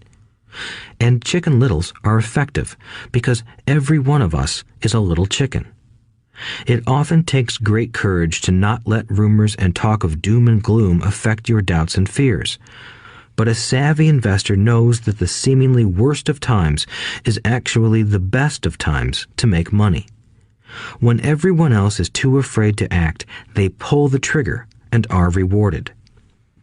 Some time ago, a friend named Richard came from Boston to visit Kim and me in Phoenix. He was impressed with what we had done through stocks and real estate. The Phoenix real estate prices were depressed. We spent 2 days showing him what we thought were excellent opportunities for cash flow and capital appreciation. Kim and I are not real estate agents. We are strictly investors. After identifying a unit in a resort community, we called an agent who sold it to him that afternoon. The price was a mere $42,000 for a 2-bedroom townhome. Similar units were going for $65,000. He had found a bargain. Excited, he bought it and returned to Boston. 2 weeks later, the agent called to say that our friend had backed out. I called immediately to find out why. All he said was that he talked to his neighbor, and his neighbor told him it was a bad deal. He was paying too much. I asked Richard if his neighbor was an investor. Richard said he was not. When I asked why he listened to him, Richard got defensive and simply said he wanted to keep looking. The real estate market in Phoenix turned, and a few years later, that little unit was renting for $1,000 a month, $2,500 in the peak winter months. The unit was worth $95,000. All Richard had to put down was $5,000, and he would have had a start at getting out of the rat race. Today, he still has done nothing. Richard's backing out did not surprise me. It's called buyer's remorse, and it affects all of us. The little chicken won, and a chance at freedom was lost. In another example, I hold a small portion of my assets in tax lien certificates instead of CDs. I earn 16% per year on my money, which certainly beats the interest rates banks offer on CDs. The certificates are secured by real estate and enforced by state law, which is also better than most banks. The formula they're bought on makes them safe. They just lack liquidity. So I look at them as 2 to 7 year CDs. Almost every time I tell someone that I hold my money this way, especially if they have money in CDs, they will tell me it's risky. They tell me why I should not do it. When I ask them where they get their information, they say from a friend or an investment magazine. They've never done it, and they're telling someone who's doing it why they shouldn't. The lowest yield I look for is 16%, but people who are filled with doubt are willing to accept a far lower return. Doubt is expensive. My point is that it's those doubts and cynicism that keep most people poor and playing it safe. The real world is simply waiting for you to get rich. Only a person's doubts keep them poor. As I said, getting out of the rat race is technically easy. It doesn't take much education, but those doubts are cripplers for most people. Cynics never win, said Rich Dad. Unchecked doubt and fear creates a cynic. Cynics criticize and winners analyze was another of his favorite sayings. Rich Dad explained that criticism blinded while analysis opened eyes. Analysis allowed winners to see that critics were blind and to see opportunities that everyone else missed. And finding what people miss is key to any success. Real estate is a powerful investment tool for anyone seeking financial independence or freedom. It is a unique investment tool. Yet every time I mention real estate as a vehicle, I often hear, "I don't want to fix toilets." That's what Peter Lynch calls noise.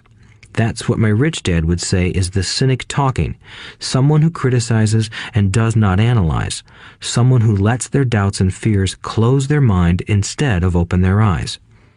So when someone says, "I don't want to fix toilets, I want to fire back," what makes you think I want to?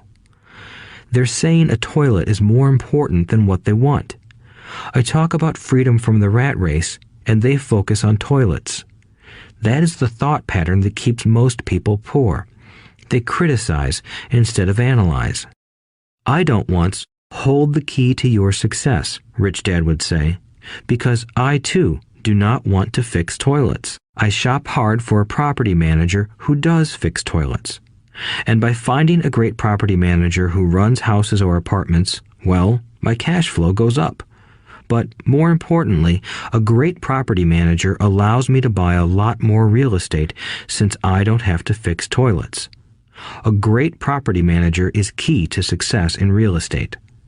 Finding a good manager is more important to me than the real estate. A great property manager often hears of great deals before real estate agents do, which makes them even more valuable. That is what Rich Dad meant by, I don't once hold the key to your success. Because I do not want to fix toilets either, I figured out how to buy more real estate and expedite my getting out of the rat race. The people who continue to say, I don't want to fix toilets, often deny themselves the use of this powerful investment vehicle. Toilets are more important than their freedom. In the stock market, I often hear people say, I don't want to lose money. Well, what makes them think I or anyone else likes losing money? They don't make money because they choose to not lose money. Instead of analyzing, they close their minds to another powerful investment vehicle, the stock market. I was riding with a friend past our neighborhood gas station. He looked up and saw that the price of gas was going up and thus the price of oil. My friend is a worrywart, or a Chicken Little. To him, the sky is always going to fall, and it usually does, on him. When we got home, he showed me all the stats as to why the price of oil was going to go up over the next few years, statistics I had never seen before, even though I already owned substantial shares of an existing oil company. With that information, I immediately began looking for and found a new undervalued oil company that was about to find some oil deposits. My broker was excited about this new company, and I bought 15,000 shares for 65 cents per share.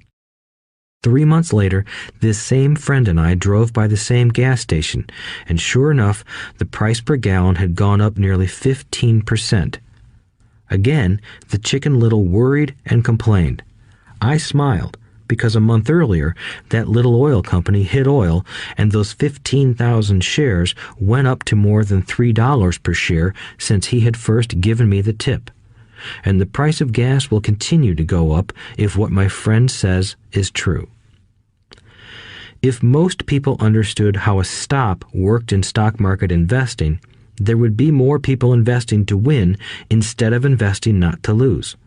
A stop is simply a computer command that sells your stock automatically if the price begins to drop, helping to minimize your losses and maximize some gains. It's a great tool for those who are terrified of losing. So whenever I hear people focusing on their I don't wants rather than what they do want, I know the noise in their head must be loud. Chicken Little has taken over their brain and is yelling, the sky is falling and toilets are breaking. So they avoid their don't wants, but they pay a huge price. They may never get what they want in life. Instead of analyzing, their inner Chicken Little closes their mind. Rich Dad gave me a way of looking at Chicken Little. Just do what Colonel Sanders did. At the age of 66, he lost his business and began to live on his Social Security check. It wasn't enough. He went around the country selling his recipe for fried chicken. He was turned down 1,009 times before someone said yes, and he went on to become a multimillionaire at an age when most people are quitting. He was a brave and tenacious man, Rich Dad said of Harlan Sanders. So when you're in doubt and feeling a little afraid, just do what Colonel Sanders did to his little chicken. He fried it. Overcoming laziness. Busy people are often the most lazy. We have all heard stories of a businessman who works hard to earn money. He works hard to be a good provider for his wife and children. He spends long hours at the office and brings work home on weekends. One day he comes home to an empty house. His wife has left with the kids. He knew he and his wife had problems, but rather than work to make the relationship strong, he stayed busy at work. Dismayed, his performance at work slips and he loses his job. Today, I often meet people who are too busy to take care of their wealth, and there are people too busy to take care of their health. The cause is the same. They're busy, and they stay busy as a way of avoiding something they do not want to face. Nobody has to tell them. Deep down, they know.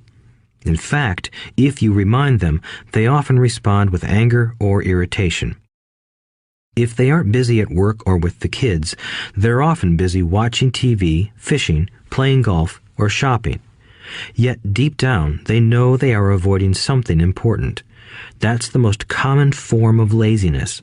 Laziness by staying busy. So, what is the cure for laziness? The answer is a little greed. For many of us, we were raised thinking of greed or desire as bad. Greedy people are bad people, my mom used to say, yet we all have inside of us this yearning to have nice, new, or exciting things. So, to keep that emotion of desire under control, often parents find ways of suppressing that desire with guilt. You only think about yourself. Don't you know you have brothers and sisters? Was one of my mom's favorites. You want me to buy you what? Was a favorite of my dad. Do you think we're made of money? Do you think money grows on trees? We're not rich people, you know. It wasn't so much the words, but the angry guilt trip that went with the words that got to me. Or the reverse guilt trip was the, I'm sacrificing my life to buy this for you. I'm buying this for you because I never had this advantage when I was a kid.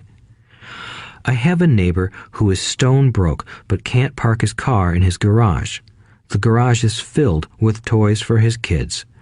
Those spoiled brats get everything they ask for. I don't want them to know the feeling of want are his everyday words. He has nothing set aside for their college or his retirement, but his kids have every toy ever made. He recently got a new credit card in the mail and took his kids to visit Las Vegas. I'm doing it for the kids, he said with great sacrifice. Rich Dad forbade the words, I can't afford it. In my real home, that's all I heard. Instead, Rich Dad required his children to say, how can I afford it? He believed that the words, I can't afford it, shut down your brain. It didn't have to think anymore. How can I afford it opened up the brain and forced it to think and search for answers.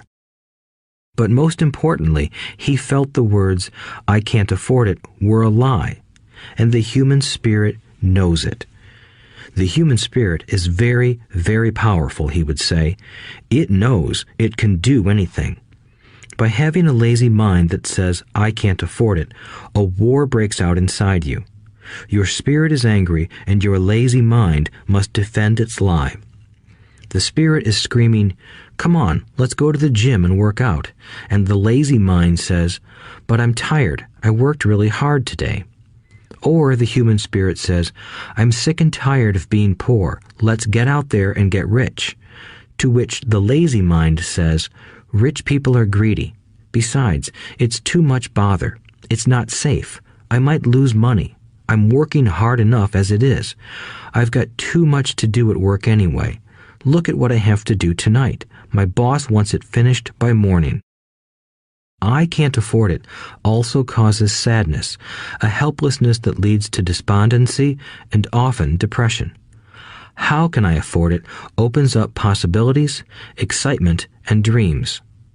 So Rich Dad was not so concerned about what we wanted to buy as long as we understood that how can I afford it creates a stronger mind and a dynamic spirit. Thus, he rarely gave Mike or me anything.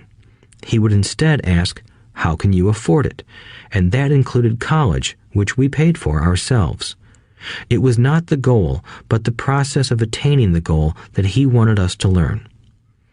The problem I see today is that there are millions of people who feel guilty about their desire or their greed. It's old conditioning from their childhood.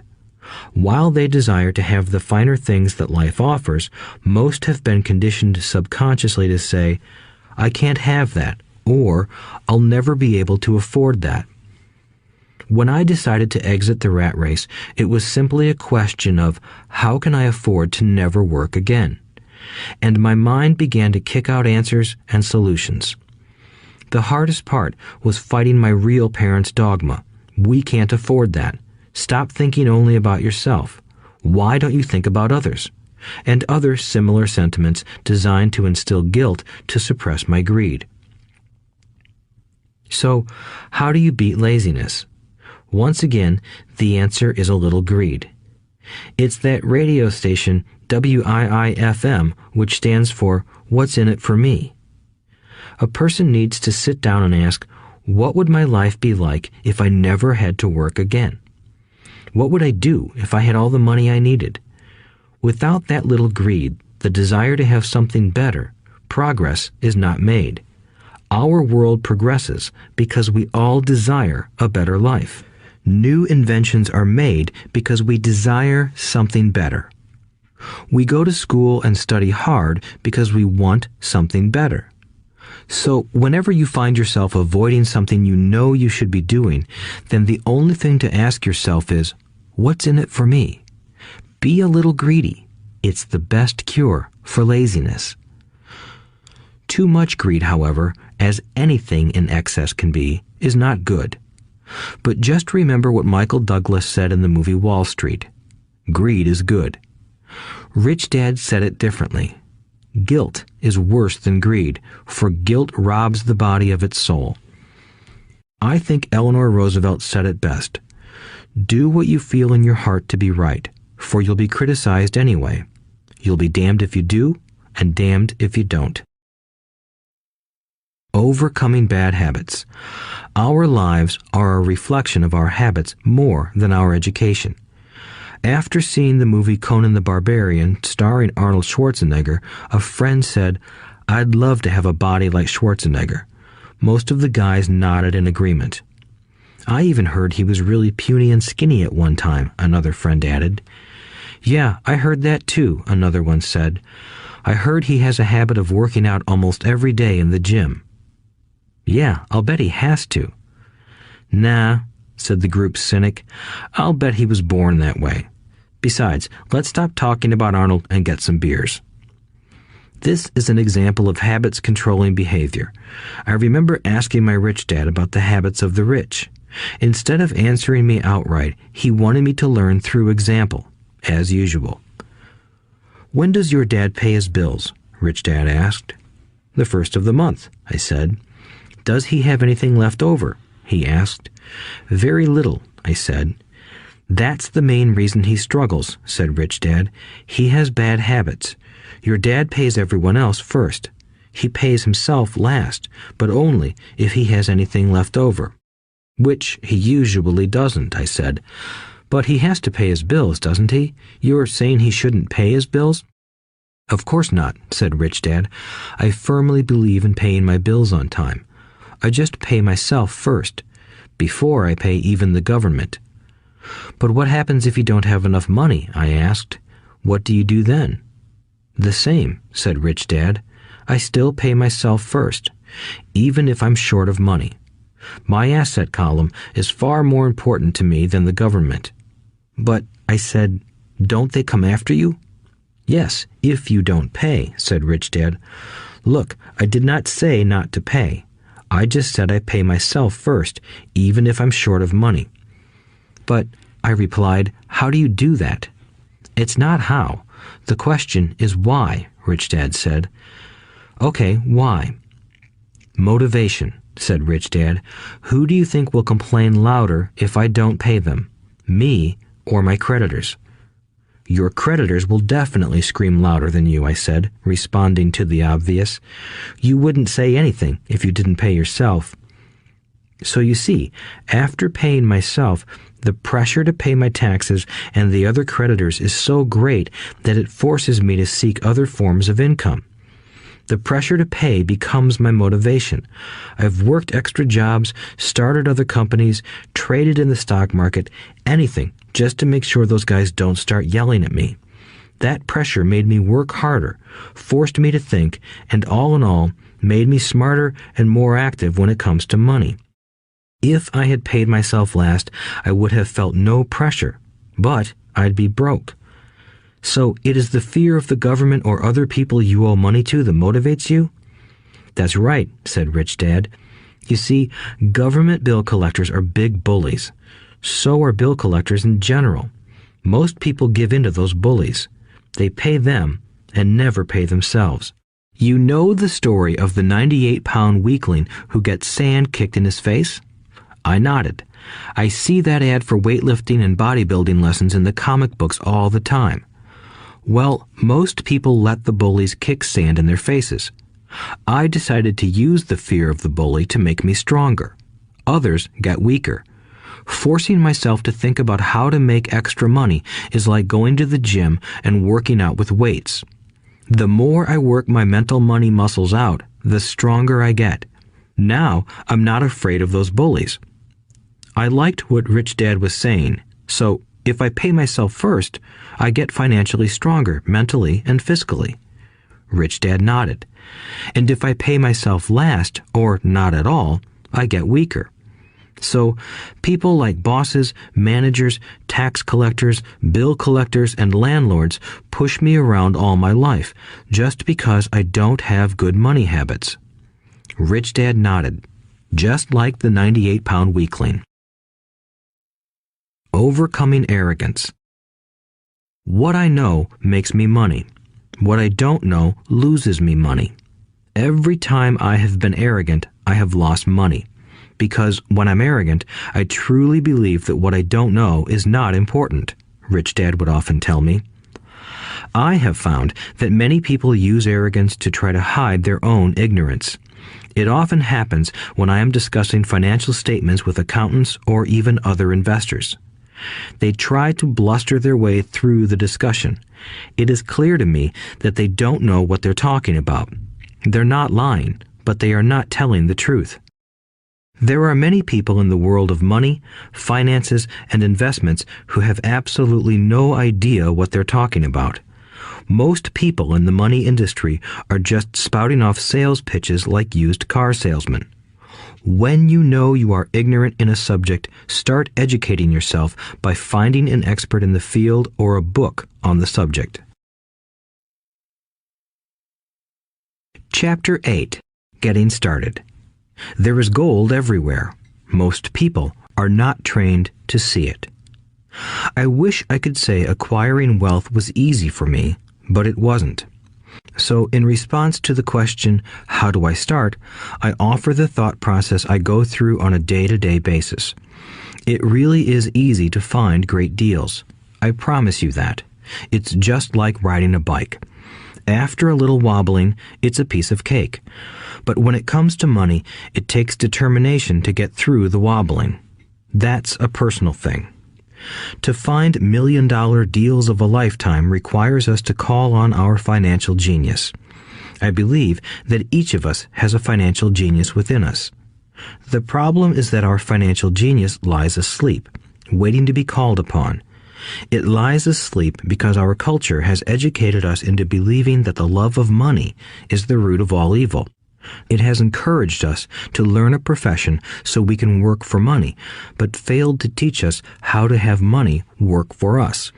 It taught us not to worry about our financial future because our company or the government would take care of us when our working days are over. However, it is our children, educated in the same school system, who will end up paying for this absence of financial education. The message is still to work hard, earn money, and spend it. And when we run short, we can always borrow more. Unfortunately, 90% of the Western world subscribes to the above dogma, simply because it's easier to find a job and work for money. If you are not one of the masses, I offer you the following 10 steps to awaken your financial genius. I simply offer you the steps I have personally followed. If you want to follow some of them, great. If you don't, make up your own. Your financial genius is smart enough to develop its own list. While in Peru, I asked a gold miner of 45 years how he was so confident about finding a gold mine. He replied, "There is gold everywhere. Most people are not trained to see it." And I would say that is true. In real estate, I can go out and in a day come up with 4 or 5 great potential deals. while the average person will go out and find nothing, even looking in the same neighborhood. The reason is that they have not taken the time to develop their financial genius. I offer you the following 10 steps as a process to develop your God-given powers, powers over which only you have control. 1. Find a reason greater than reality, the power of spirit. If you ask most people if they would like to be rich or financially free, they would say yes. But then reality sets in. The road seems too long with too many hills to climb. It's easier to just work for money and hand the excess over to your broker. I once met a young woman who had dreams of swimming for the U.S. Olympic team. The reality was that she had to get up every morning at 4 o'clock to swim for 3 hours before going to school. She did not party with her friends on Saturday night. She had to study and keep her grades up, just like everyone else. When I asked her what fueled her superhuman ambition and sacrifice, she simply said, "I do it for myself and the people I love. It's love that gets me over the hurdles and sacrifices." A reason or a purpose is a combination of wants and don't wants. When people ask me what my reason for wanting to be rich is, I tell them that it is a combination of deep emotional wants and don't wants. I will list a few. First, the don't wants, for they create the wants. I don't want to work all my life. I don't want what my parents aspired for, which was job security and a house in the suburbs. I don't like being an employee. I hated that my dad always missed my football games because he was so busy working on his career. I hated it when my dad worked hard all his life and the government took most of what he worked for at his death. He could not even pass on what he worked so hard for when he died. The rich don't do that. They work hard and pass it on to their children. Now, the wants. I want to be free to travel the world and live in the lifestyle I love. I want to be young when I do this. I want to simply be free. I want control over my time and my life. I want money to work for me. Those are my deep-seated emotional reasons. What are yours? If they are not strong enough, then the reality of the road ahead may be greater than your reasons. I have lost money and been set back many times, but it was the deep emotional reasons that kept me standing up and going forward. I wanted to be free by age 40, but it took me until I was 47, with many learning experiences along the way. As I said, I wish I could say it was easy. It wasn't, but it wasn't that hard either. I've learned that without a strong reason or purpose, anything in life is hard. If you do not have a strong reason, there is no sense listening further. It will sound like too much work. 2. Make daily choices. The power of choice. Choice is the main reason people want to live in a free country. We want the power to choose. Financially, with every dollar we get in our hands, we hold the power to choose our future, to be rich, poor, or middle class. Our spending habits reflect who we are. Poor people simply have poor spending habits. The benefit I had as a boy was that I loved playing Monopoly constantly. Nobody told me Monopoly was only for kids, so I just kept playing the game as an adult. I also had a rich dad who pointed out to me the difference between an asset and a liability. So a long time ago, as a little boy, I chose to be rich, and I knew that all I had to do was learn to acquire assets, real assets. My best friend, Mike, had an asset column handed to him, but he still had to choose to learn to keep it. Many rich families lose their assets in the next generation simply because there was no one trained to be a good steward over their assets. Most people choose not to be rich. For 90% of the population, being rich is too much of a hassle. So they invent sayings that go, "I'm not interested in money. I'll never be rich. I don't have to worry. I'm still young.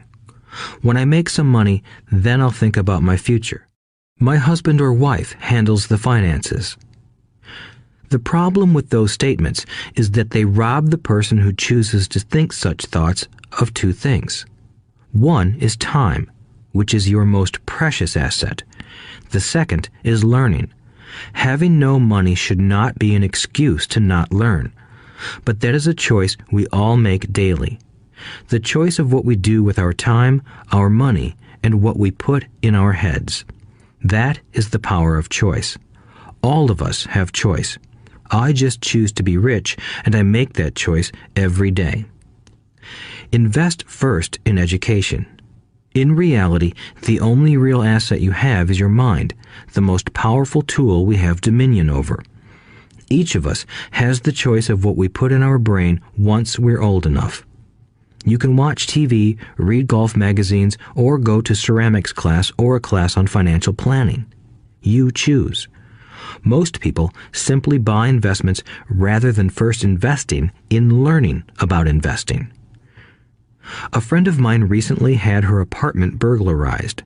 The thieves took her electronics and left all the books. And we all have that same choice.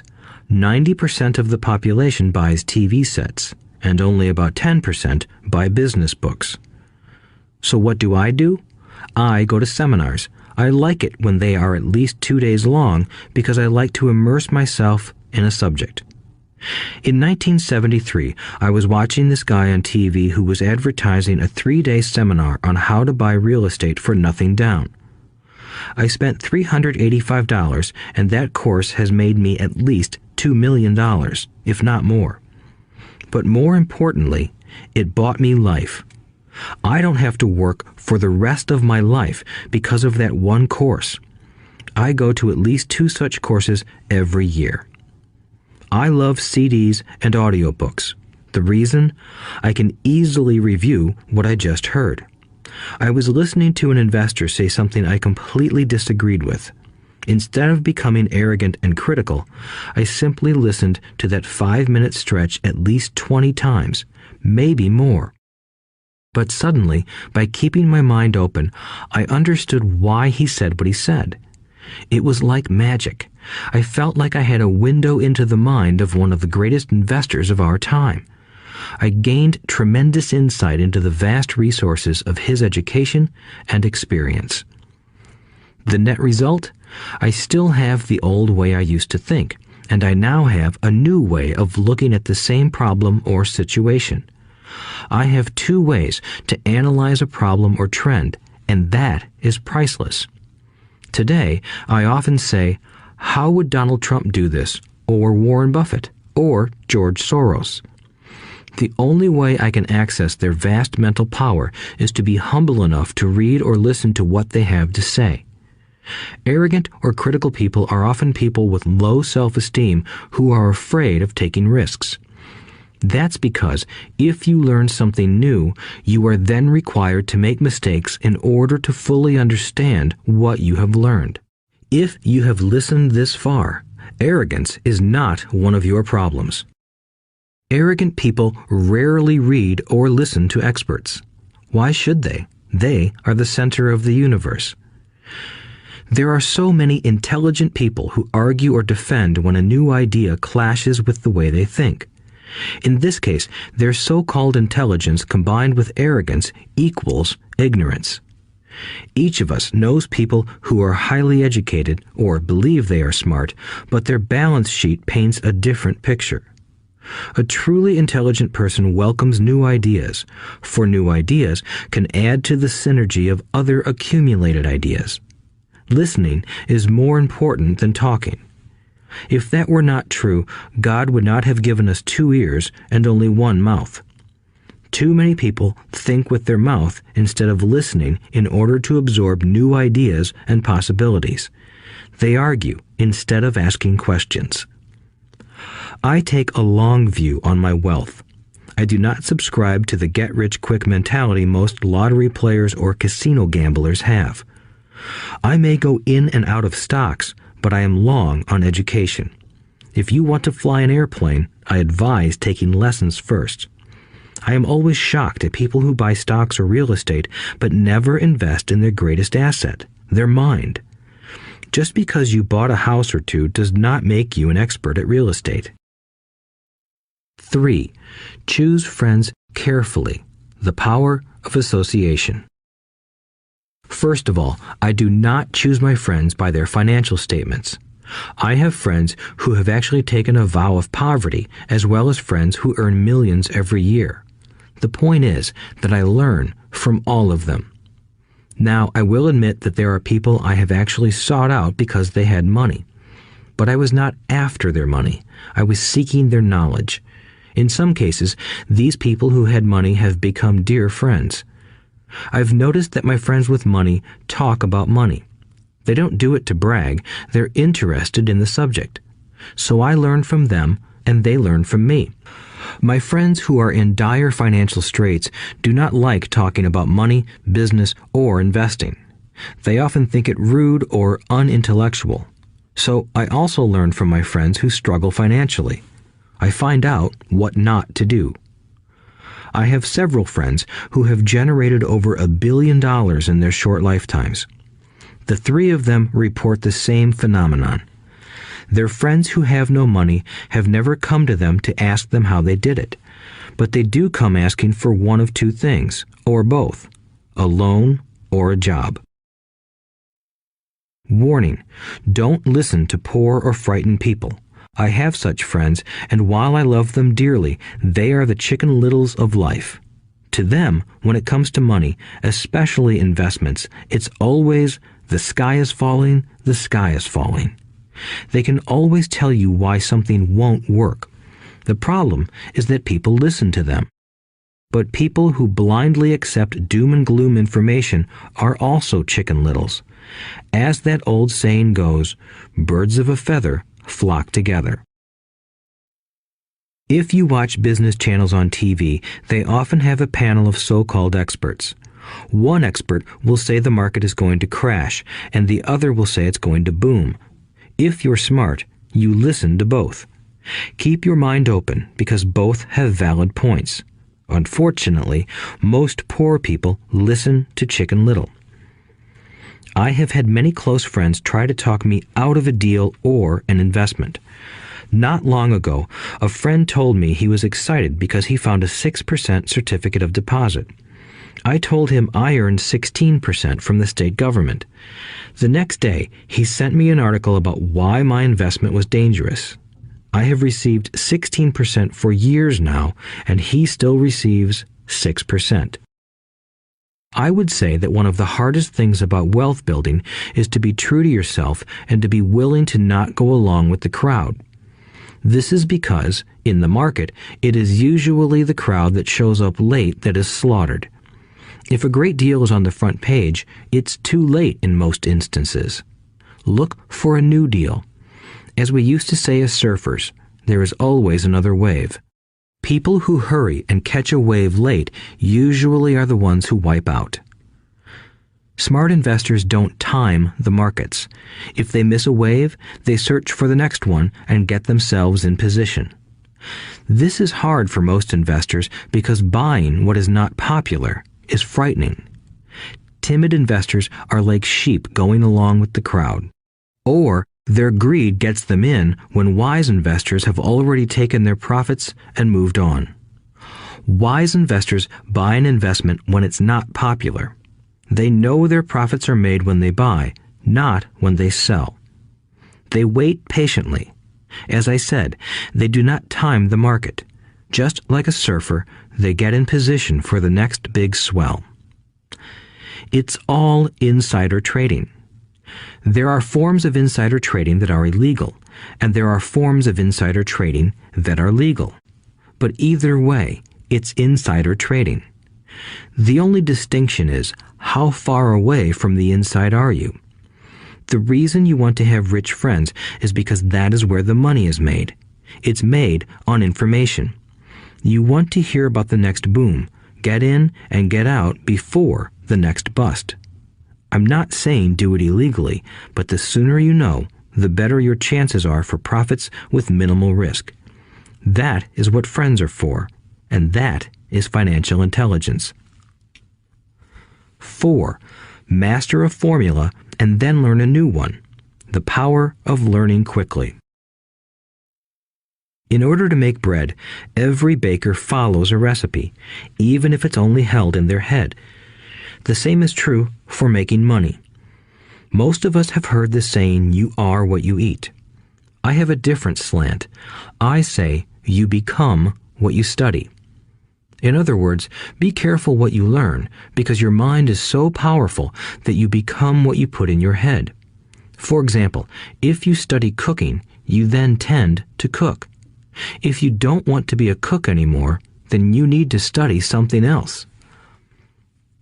When it comes to money, the masses generally have one basic formula they learned in school, and it's this: work for money.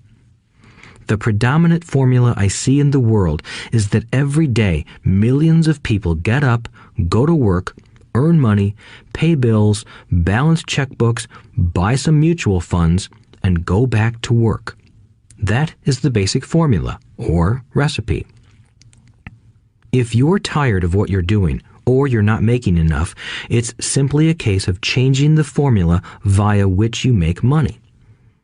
Years ago, when I was 26, I took a weekend class called How to Buy Real Estate Foreclosures.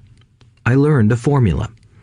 The next trick was to have the discipline to actually put into action what I had learned.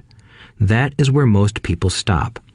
For 3 years, while working for Xerox, I spent my spare time learning to master the art of buying foreclosures. I've made several $1 million using that formula.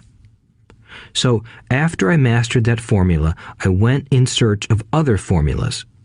For many of the classes, I did not directly use the information I learned, but I always learned something new. I have attended classes designed for derivative traders, commodity option traders, and chaologists.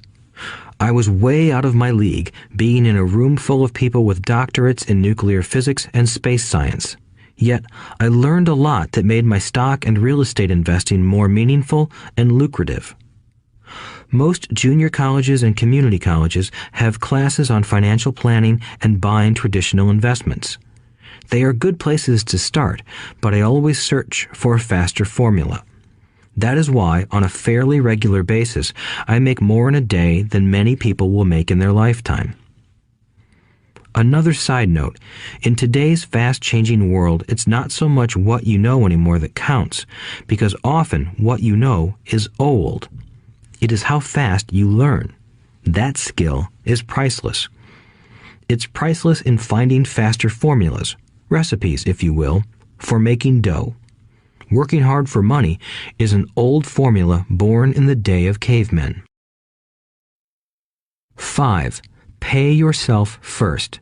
The power of self-discipline. If you cannot get control of yourself, do not try to get rich. It makes no sense to invest, make money, and blow it. It is the lack of self-discipline that causes most lottery winners to go broke soon after winning millions. It is the lack of self-discipline that causes people who get a raise to immediately go out and buy a new car or take a cruise. It is difficult to say which of the 10 steps is the most important, but of all the steps, this step is probably the most difficult to master if it is not already a part of your makeup. I would venture to say that personal self-discipline is the number one delineating factor between the rich, the poor, and the middle class. Simply put, people who have low self-esteem and low tolerance for financial pressure can never be rich. As I have said, a lesson learned from my rich dad was that the world will push you around. The world pushes people around, not because other people are bullies, but because the individual lacks internal control and discipline. People who lack internal fortitude often become victims of those who have self-discipline. In the entrepreneur classes I teach, I constantly remind people to not focus on their product, service, or widget, but to focus on developing management skills. The 3 most important management skills necessary to start your own business are management of 1. Cash flow, 2. People, 3.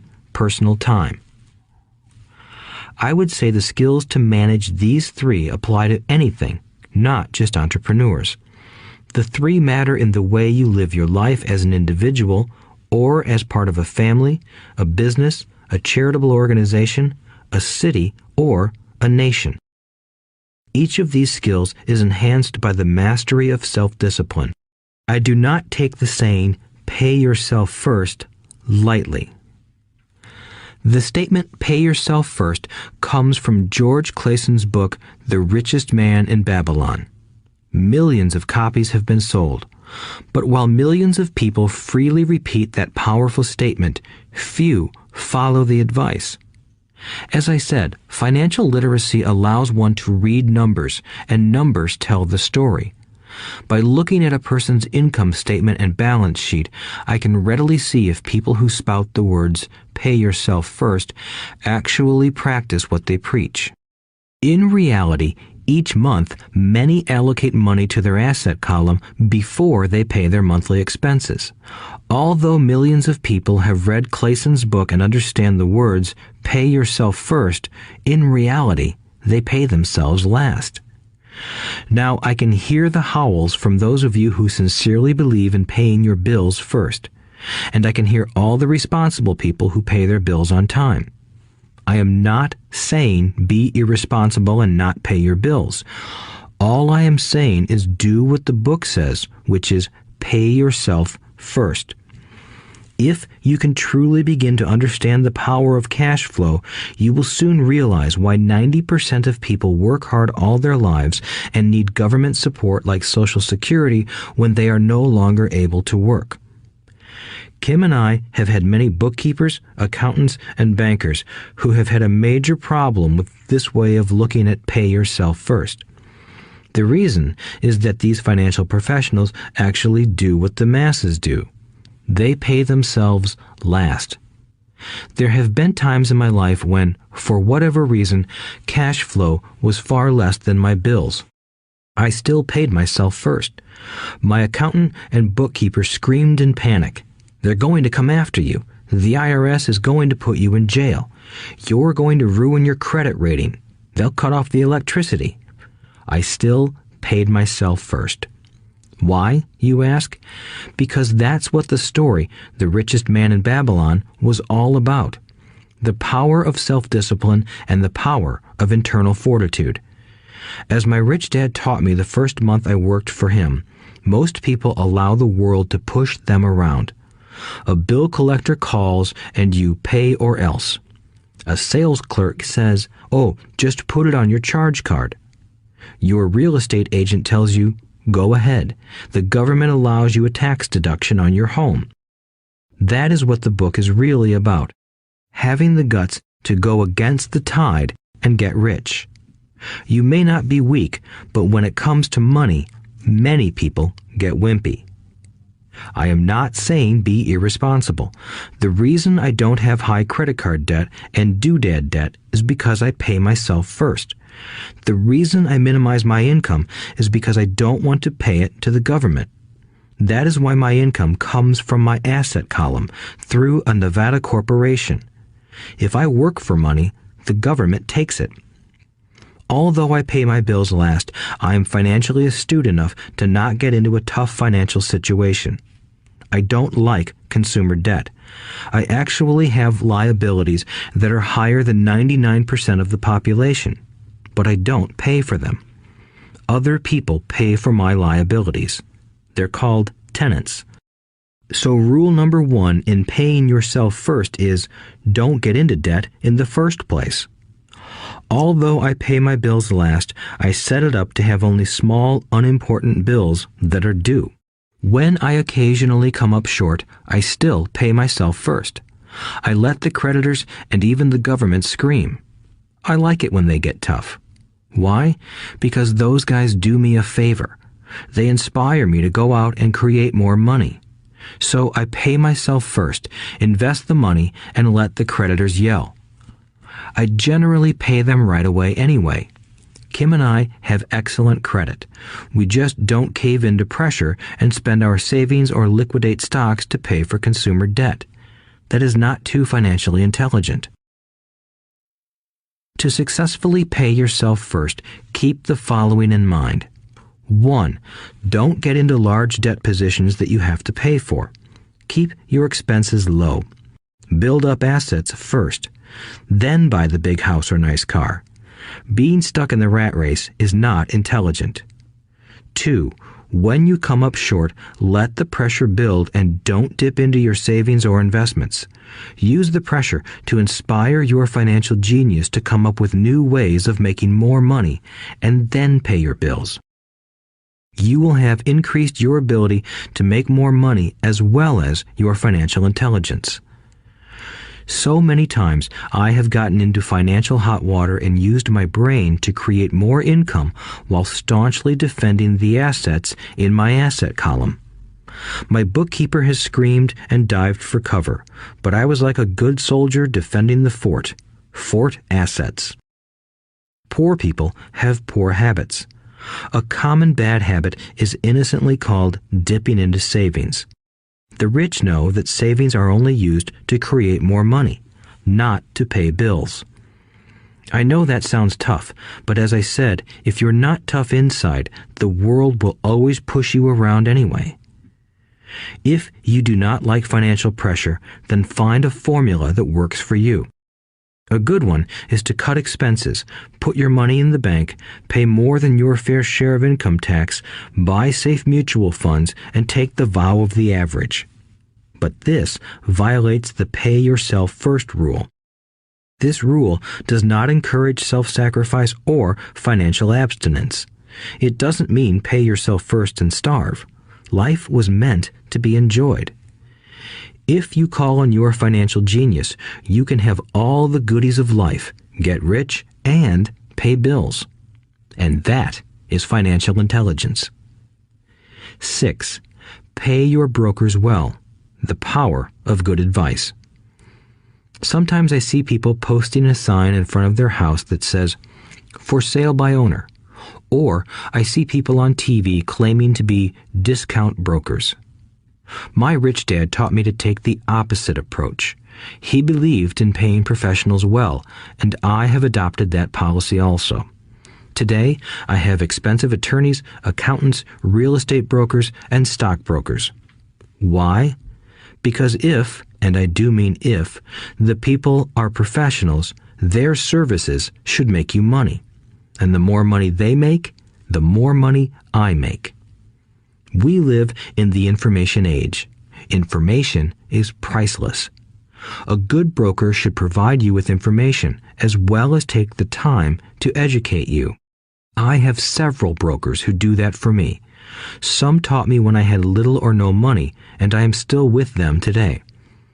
What I pay a broker is tiny in comparison with what kind of money I can make because of the information they provide. I love it when my real estate broker or stockbroker makes a lot of money because that usually means I made a lot of money. A good broker saves me time in addition to making me money. Like when I bought the vacant land for $9,000 and sold it immediately for over $25,000 so I could buy my Porsche quicker. A broker is my eyes and ears in the market. They're there every day, so I do not have to be. I'd rather play golf. People who sell their house on their own must not value their time much. Why would I want to save a few bucks when I could use that time to make more money or spend it with those I love? What I find funny is that so many poor and middle-class people insist on tipping restaurant help 15 to 20%, even for bad service, but complain about paying a broker 3 to 7%. They enjoy tipping people in the expense column and stiffing people in the asset column. That is not financially intelligent. Keep in mind that not all brokers are created equal. Unfortunately, most brokers are only salespeople. They sell, but they themselves own little or no real estate. There is a tremendous difference between a broker who sells houses and a broker who sells investments. The same is true for stock, bond, mutual fund, and insurance, brokers who call themselves financial planners. When I interview any paid professional, I first find out how much property or stocks they personally own and what percentage they pay in taxes. And that applies to my tax attorney as well as my accountant. I have an accountant who minds his own business. His profession is accounting, but his business is real estate. I used to have an accountant who was a small business accountant, but he had no real estate. I switched because we did not love the same business. Find a broker who has your best interests at heart. Many brokers will spend the time educating you, and they could be the best asset you find. Just be fair, and most of them will be fair to you. If all you can think about is cutting their commissions, then why should they want to help you? It's just simple logic. As I said earlier, one of the management skills is the management of people. Many people only manage people they feel smarter than and they have power over. Many middle managers remain middle managers, failing to get promoted because they know how to work with people below them, but not with people above them. The real skill is to manage and reward the people who are smarter than you in some technical area. That is why companies have a board of directors. You should have one too. That is financial intelligence. 7. Be an Indian giver. The power of getting something for nothing. When the first European settlers came to America, they were taken aback by a cultural practice some American Indians had. For example, if a settler was cold, the Indian would give the person a blanket. Mistaking it for a gift, the settler was often offended when the Indian asked for it back. The Indians also got upset when they realized that settlers did not want to give it back. That is where the term Indian giver came from, a simple cultural misunderstanding. In the world of the asset column, being an Indian giver is vital to wealth.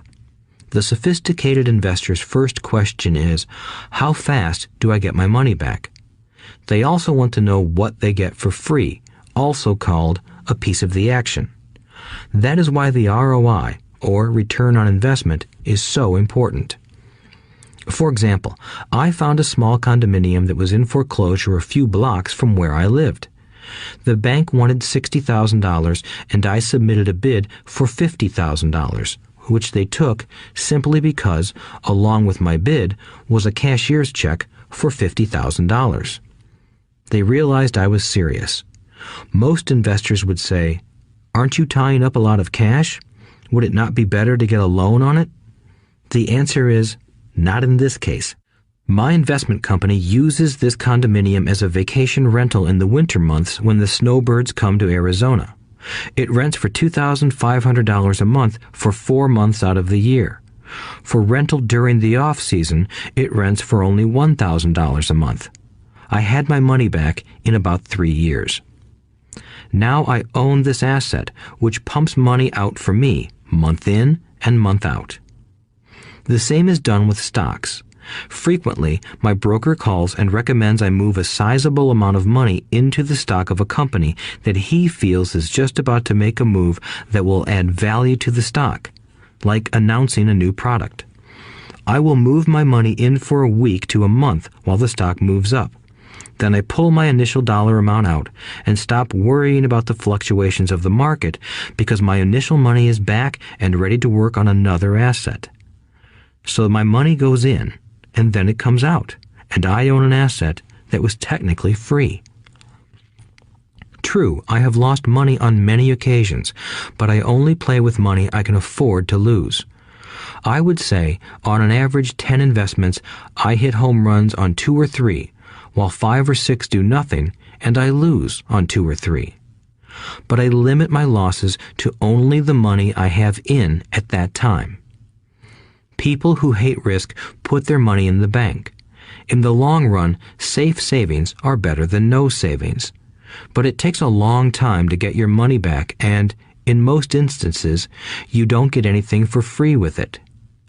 On every one of my investments, there must be an upside, something for free, like a condominium, a mini storage, a piece of free land, a house, stock shares, or an office building. and there must be limited risk or a low-risk idea. There are books devoted entirely to this subject, so I will not talk about it here. Ray Kroc of McDonald's fame sold hamburger franchises, not because he loved hamburgers, but because he wanted the real estate under the franchise for free. So wise investors must look at more than ROI. They look at the assets they get for free once they get their money back. That is financial intelligence. 8. Use assets to buy luxuries. The power of focus. A friend's child has been developing a nasty habit of burning a hole in his pocket. Just 16, he wanted his own car.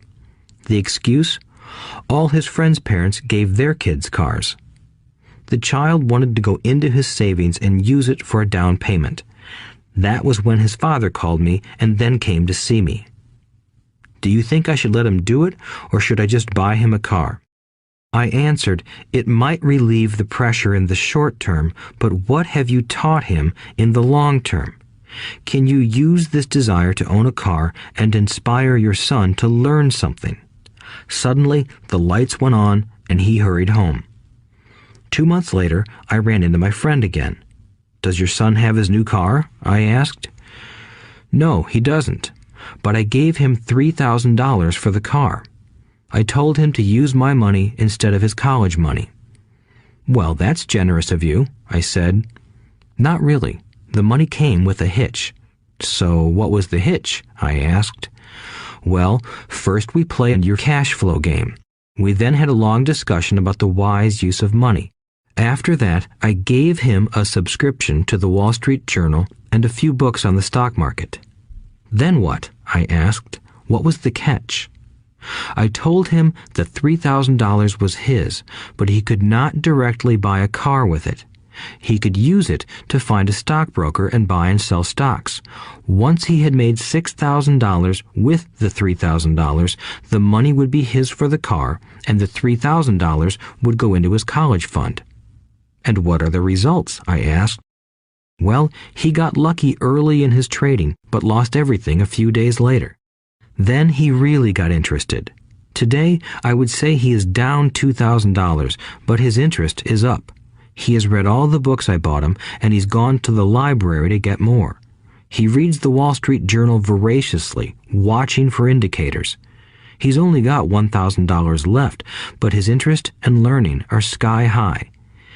He knows that if he loses that money, he walks for 2 more years. But he does not seem to care. He even seems uninterested in getting a car because he's found a game that is more fun. What happens if he loses all the money? I asked. We'll cross that bridge when we get to it. I'd rather have him lose everything now than wait till he's our age to risk losing everything. And besides, that is the best $3,000 I've ever spent on his education. What he is learning will serve him for life, and he seems to have gained a new respect for the power of money. As I said earlier, if a person cannot master the power of self-discipline, it is best not to try to get rich. I say this because although the process of developing cash flow from an asset column is easy in theory, what's hard is the mental fortitude to direct money to the correct use. Due to external temptations, it is much easier in today's consumer world to simply blow money out the expense column. With weak mental fortitude, that money flows into the paths of least resistance. That is the cause of poverty and financial struggle. The following example illustrates the financial intelligence needed to direct money to make more money. If we give 100 people $10,000 at the start of the year, I believe that at the end of the year, 80 would have nothing left. In fact, many would have created greater debt by making a down payment on a new car, refrigerator, electronics, or a holiday. 16 would have increased that $10,000 by 5 to 10%. 4 would have increased it to $20,000 or into the millions. We go to school to learn a profession so we can work for money. It is my opinion that it's just as important to learn how to have money work for you. I love my luxuries as much as anyone else. The difference is I don't buy them on credit. It's the keep up with the Joneses trap. When I wanted to buy a Porsche, the easy road would have been to call my banker and get a loan. Instead of choosing to focus in the liability column, I chose to focus in the asset column. As a habit, I use my desire to consume to inspire and motivate my financial genius to invest. Too often today, we focus on borrowing money to get the things we want instead of focusing on creating money. One is easier in the short term, but harder in the long term. It's a bad habit that we as individuals and as a nation have gotten into. Remember, the easy road often becomes hard, and the hard road often becomes easy. The earlier you can train yourself and those you love to be masters of money, the better. Money is a powerful force. Unfortunately, people use the power of money against themselves. If your financial intelligence is low, money will run all over you. It will be smarter than you. If money is smarter than you, you will work for it all your life. To be the master of money, you need to be smarter than it. Then money will do as it is told. It will obey you. Instead of being a slave to it, you will be the master of it. That is financial intelligence. 9. Choose heroes. The power of myth. When I was a kid, I greatly admired Willie Mays, Hank Aaron, and Yogi Berra. They were my heroes, and I wanted to be just like them. I treasured their baseball cards. I knew their stats, the RBIs, the ERAs, their batting averages, how much they got paid, and how they came up from the minor leagues. As a 9-year-old kid, when I stepped up to bat or played first base or catcher, I wasn't me. I pretended I was a famous baseball player. It's one of the most powerful ways we learn, and we often lose that as adults. We lose our heroes. Today, I watch young kids playing basketball near my home. On the court, they're not little Johnny. They're pretending to be their favorite basketball hero. Copying or emulating heroes is true power learning. I have new heroes as I grow older. I have golf heroes, and I copy their swings and do my best to read everything I can about them. I also have heroes such as Donald Trump, Warren Buffett, Peter Lynch, George Soros, and Jim Rogers. I know their stats just like I knew the ERAs and RBIs of my childhood baseball heroes. I follow what Warren Buffett invests in, and I read anything I can about his point of view on the market and how he chooses stocks. And I read about Donald Trump, trying to find out how he negotiates and puts deals together.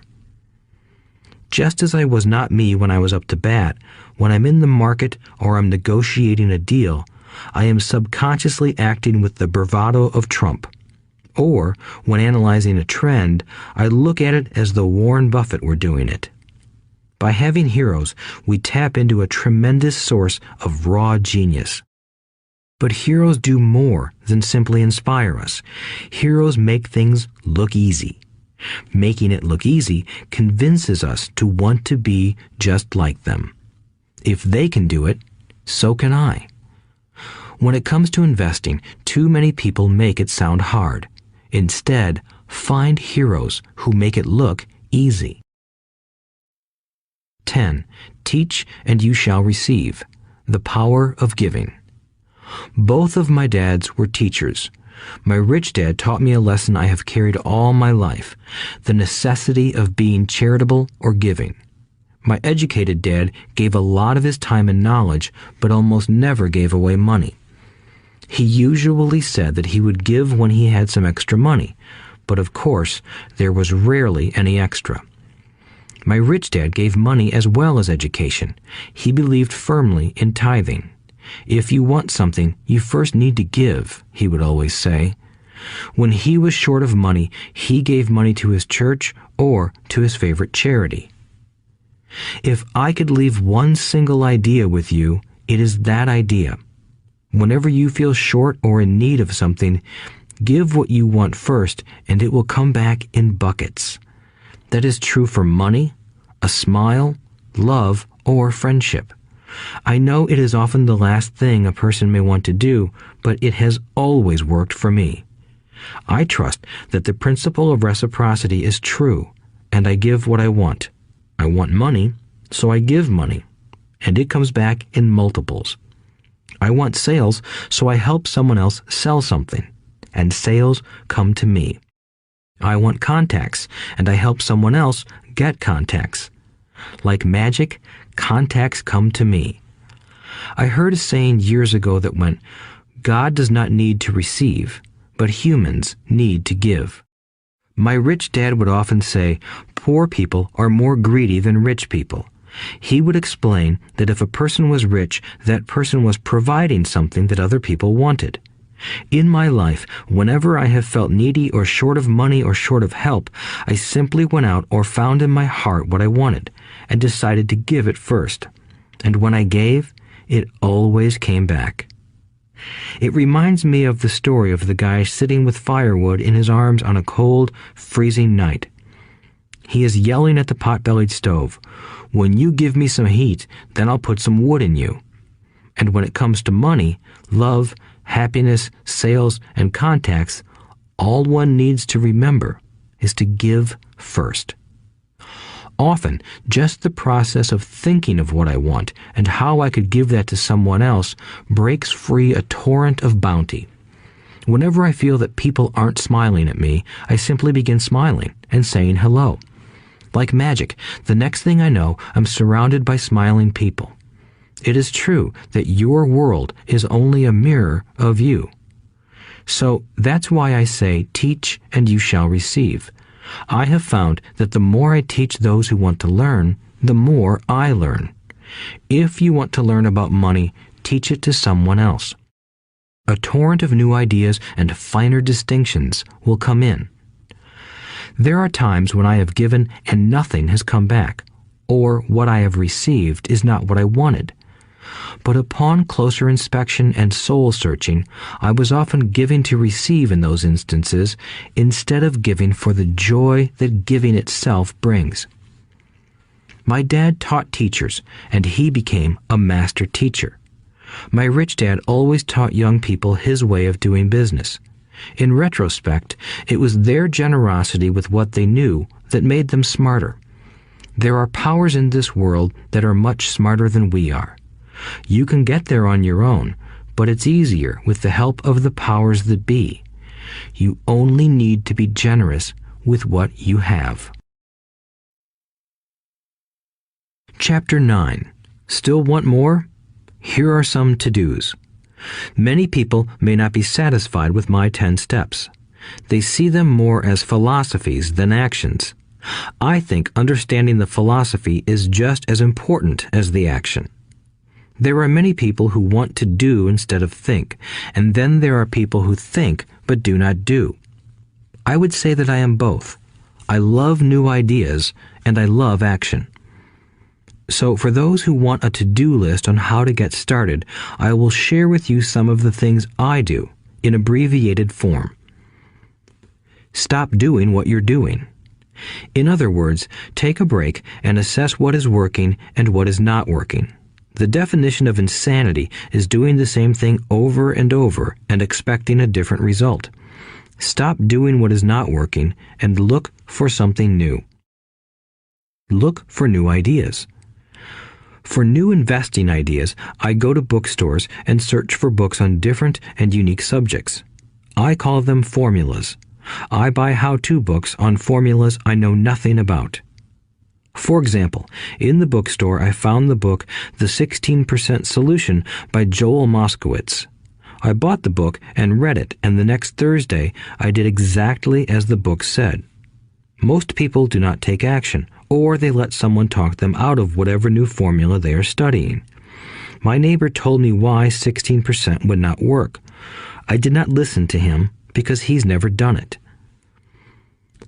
Find someone who has done what you want to do. take them to lunch, and ask them for tips and tricks of the trade. As for 16% tax lien certificates, I went to the county tax office and found the government employee who worked in that office. I found out that she, too, invested in the tax liens. Immediately, I invited her to lunch. She was thrilled to tell me everything she knew and how to do it. After lunch, she spent all afternoon showing me everything. By the next day, I found 2 great properties with her help that have been accruing interest at 16% ever since.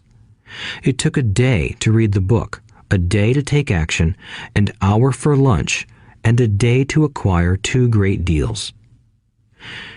Take classes, read, and attend seminars. I search newspapers and the internet for new and interesting classes, many of which are free or inexpensive. I also attend and pay for expensive seminars on what I want to learn. I am wealthy and free from needing a job simply because of the courses I took. I have friends who did not take those classes who told me I was wasting my money, and yet they're still at the same job. Make lots of offers.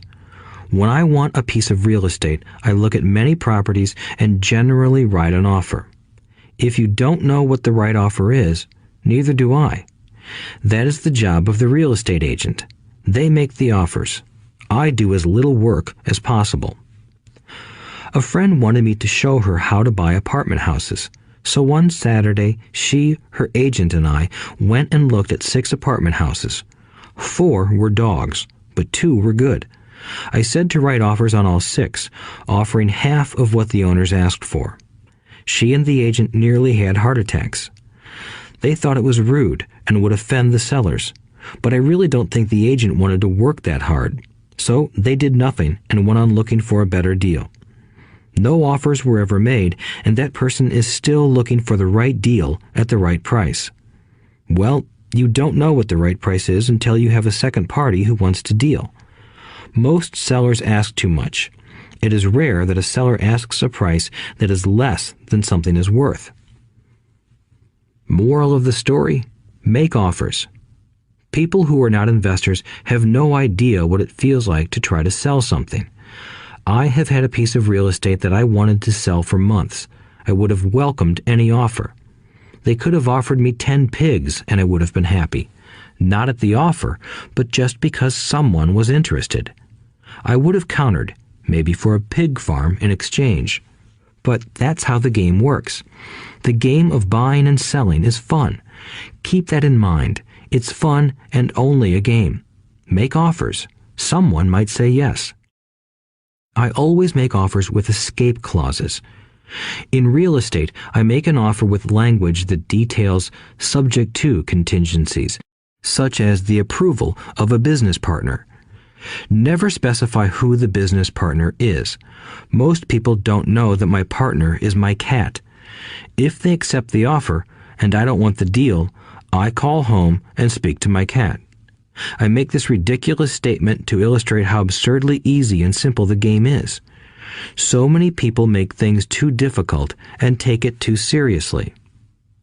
Finding a good deal, the right business, the right people, the right investors, or whatever is just like dating. You must go to the market and talk to a lot of people, make a lot of offers, counter-offers, negotiate, reject, and accept. I know single people who sit at home and wait for the phone to ring, but it's better to go to the market, even if it's only the supermarket. Search, offer, reject, negotiate, and accept are all parts of the process of almost everything in life. Jog, walk, or drive a certain area once a month for 10 minutes. I have found some of my best real estate investments doing this. I will jog a certain neighborhood for a year and look for change. For there to be profit in a deal, there must be 2 elements, a bargain and change. There are lots of bargains, but it's change that turns a bargain into a profitable opportunity. So when I jog a neighborhood I might like to invest in. It is the repetition that causes me to notice slight differences. I notice real estate signs that are up for a long time. That means the seller might be more agreeable to deal. I watch for moving trucks going in or out. I stop and talk to the drivers. I talk to the postal carriers. It's amazing how much information they acquire about an area.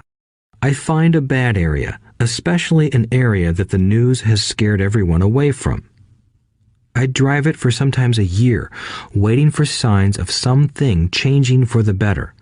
I talk to retailers, especially new ones, and find out why they're moving in. It takes only a few minutes a month, and I do it while doing something else, like exercising or going to and from the store.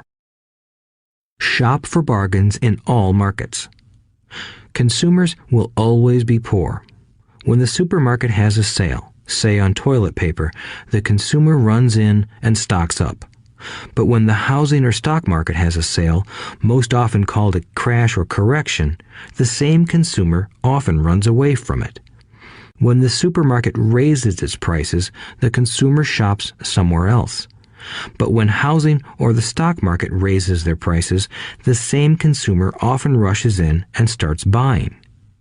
Always remember, profits are made in the buying, not in the selling. Look in the right places. A neighbor bought a condominium for $100,000. I bought the identical condo next door for $50,000. He told me he's waiting for the price to go up. I told him that profit is made when you buy, not when you sell. He shopped with a real estate broker who owns no property of her own. I shopped at the foreclosure auction. I paid $500 for a class on how to do this. My neighbor thought that the $500 for a real estate investment class was too expensive. He said he could not afford the money or the time. So he waits for the prices to go up. Look for people who want to buy first, then look for someone who wants to sell. A friend was looking for a certain piece of land. He had the money, but did not have the time. I found a large piece of land, larger than what my friend wanted to buy, tied it up with an option, called my friend, and he said he wanted a piece of it. So I sold the piece to him and then bought the land. I kept the remaining land as mine for free. Moral of the story: buy the pie and cut it in pieces. Most people look for what they can afford, so they look too small. They buy only a piece of the pie, so they end up paying more for less. Small thinkers don't get the big breaks. If you want to get richer, think big. Think big. Retailers love giving volume discounts simply because most business people love big spenders. So even if you're small, you can always think big. When my company was in the market for computers, I called several friends and asked them if they were ready to buy also.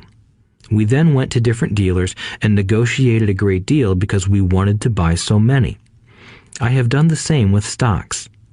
Small people remain small because they think small, act alone, or don't act at all. Learn from history. All the big companies on the stock exchange started out as small companies. Colonel Sanders did not get rich until after he lost everything in his 60s. Bill Gates was one of the richest men in the world before he was 30. Action always beats inaction. These are just a few of the things I have done and continue to do to recognize opportunities.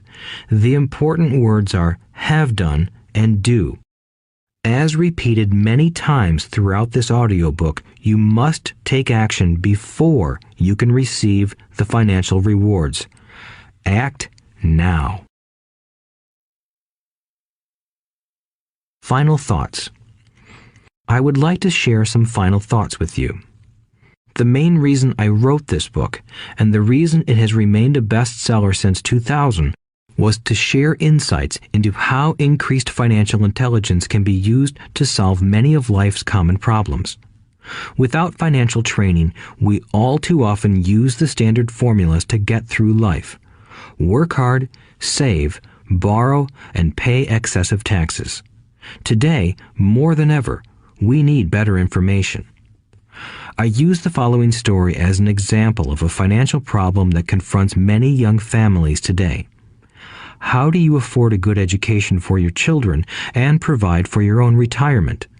It requires using financial intelligence instead of hard work. A friend of mine was griping one day about how hard it was to save money for his 4 children's college educations. He was putting $300 away in a college fund each month and had so far accumulated only about $12,000. He had about 12 more years to save for college since his oldest child was then 6 years old. At the time, the real estate market in Phoenix was terrible. People were giving houses away. I suggested to my friend that he buy a house with some of the money in his college fund. The idea intrigued him, and we began to discuss the possibility. His primary concern was that he did not have credit with the bank to buy another house since he was so overextended. I assured him that there were other ways to finance a property rather than through the bank. We looked for a house for 2 weeks, a house that would fit all our criteria. There were plenty to choose from, so shopping was fun. Finally, we found a 3-bedroom, 2-bath home in a prime neighborhood. The owner had been downsized and needed to sell that day because he and his family were moving to California where another job waited. The owner wanted $102,000, but we offered only $79,000. He took it immediately and agreed to carry back the loan with a 10% down payment. All my friend had to come up with was $7,900. As soon as the owner moved, my friend put the house up for rent. After all expenses were paid, including the mortgage, he put $125 in his pocket each month. His plan was to keep the house for 12 years and let the mortgage get paid down faster by applying the extra $125 to the principal each month. We figured that in 12 years, a large portion of the mortgage would be paid off and he could possibly be clearing $800 a month by the time his first child went to college. He could also sell the house if it had appreciated in value. 3 years later, the real estate market greatly improved in Phoenix, and he was offered $156,000 for the same house by the tenant who lived in it. Again, he asked me what I thought. I advised that he sell it, using a 1031 tax-deferred exchange. Suddenly, he had nearly $80,000 to operate with. I called another friend in Austin, Texas, who then moved this tax-deferred capital gain into a mini storage facility. Within 3 months, he began receiving checks for a little less than $1,000 a month, which he then poured back into the college fund. A couple of years later, the mini warehouse sold, and he received a check for nearly $330,000 as proceeds from the sale. He rolled those funds into a new project that would now generate over $3,000 a month in income, again going into the college fund. He is now very confident that his goal will be met easily. It only took $7,900 to start and a little financial intelligence. His children will be able to afford the education they want, and he will then use the underlying asset, wrapped in his legal entity, to pay for his retirement. As a result of this successful investment strategy, he will be able to retire early. Thank you for listening to this audiobook. I hope it has provided some insights into utilizing the power of money to work for you. Today, we need greater financial intelligence to simply survive. The idea that it takes money to make money is the thinking of financially unsophisticated people. It does not mean that they're not intelligent. They have simply not learned the science of money making money. Money is only an idea. If you want more money, simply change your thinking. Every self-made person started small with an idea and then turned it into something big. The same applies to investing. It takes only a few dollars to start and grow it into something big.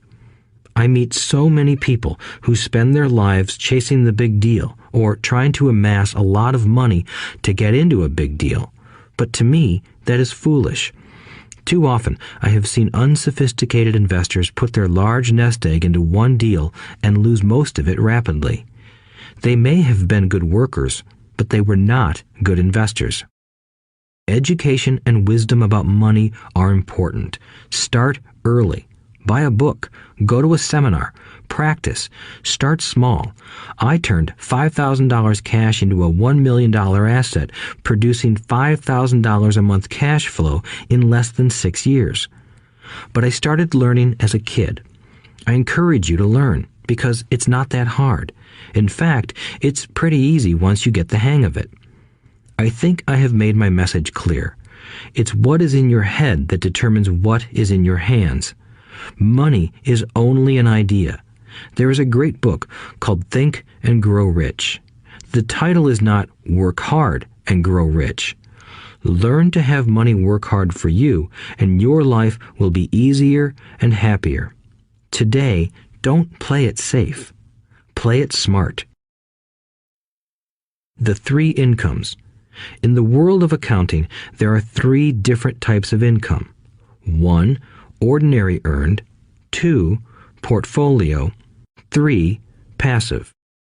When my poor dad said to me, "Go to school, get good grades, and find a safe, secure job," he was recommending I work for earned income. When my rich dad said, "The rich don't work for money, they have their money work for them," he was talking about passive income and portfolio income. Passive income, in most cases, is income derived from real estate investments. Portfolio income is income derived from paper assets such as stocks and bonds. Portfolio income is the income that makes Bill Gates the richest man in the world, not earned income. Rich Dad used to say, the key to becoming wealthy is the ability to convert earned income into passive income or portfolio income as quickly as possible. He would say, taxes are highest on earned income. The least taxed income is passive income. That is another reason why you want your money working hard for you.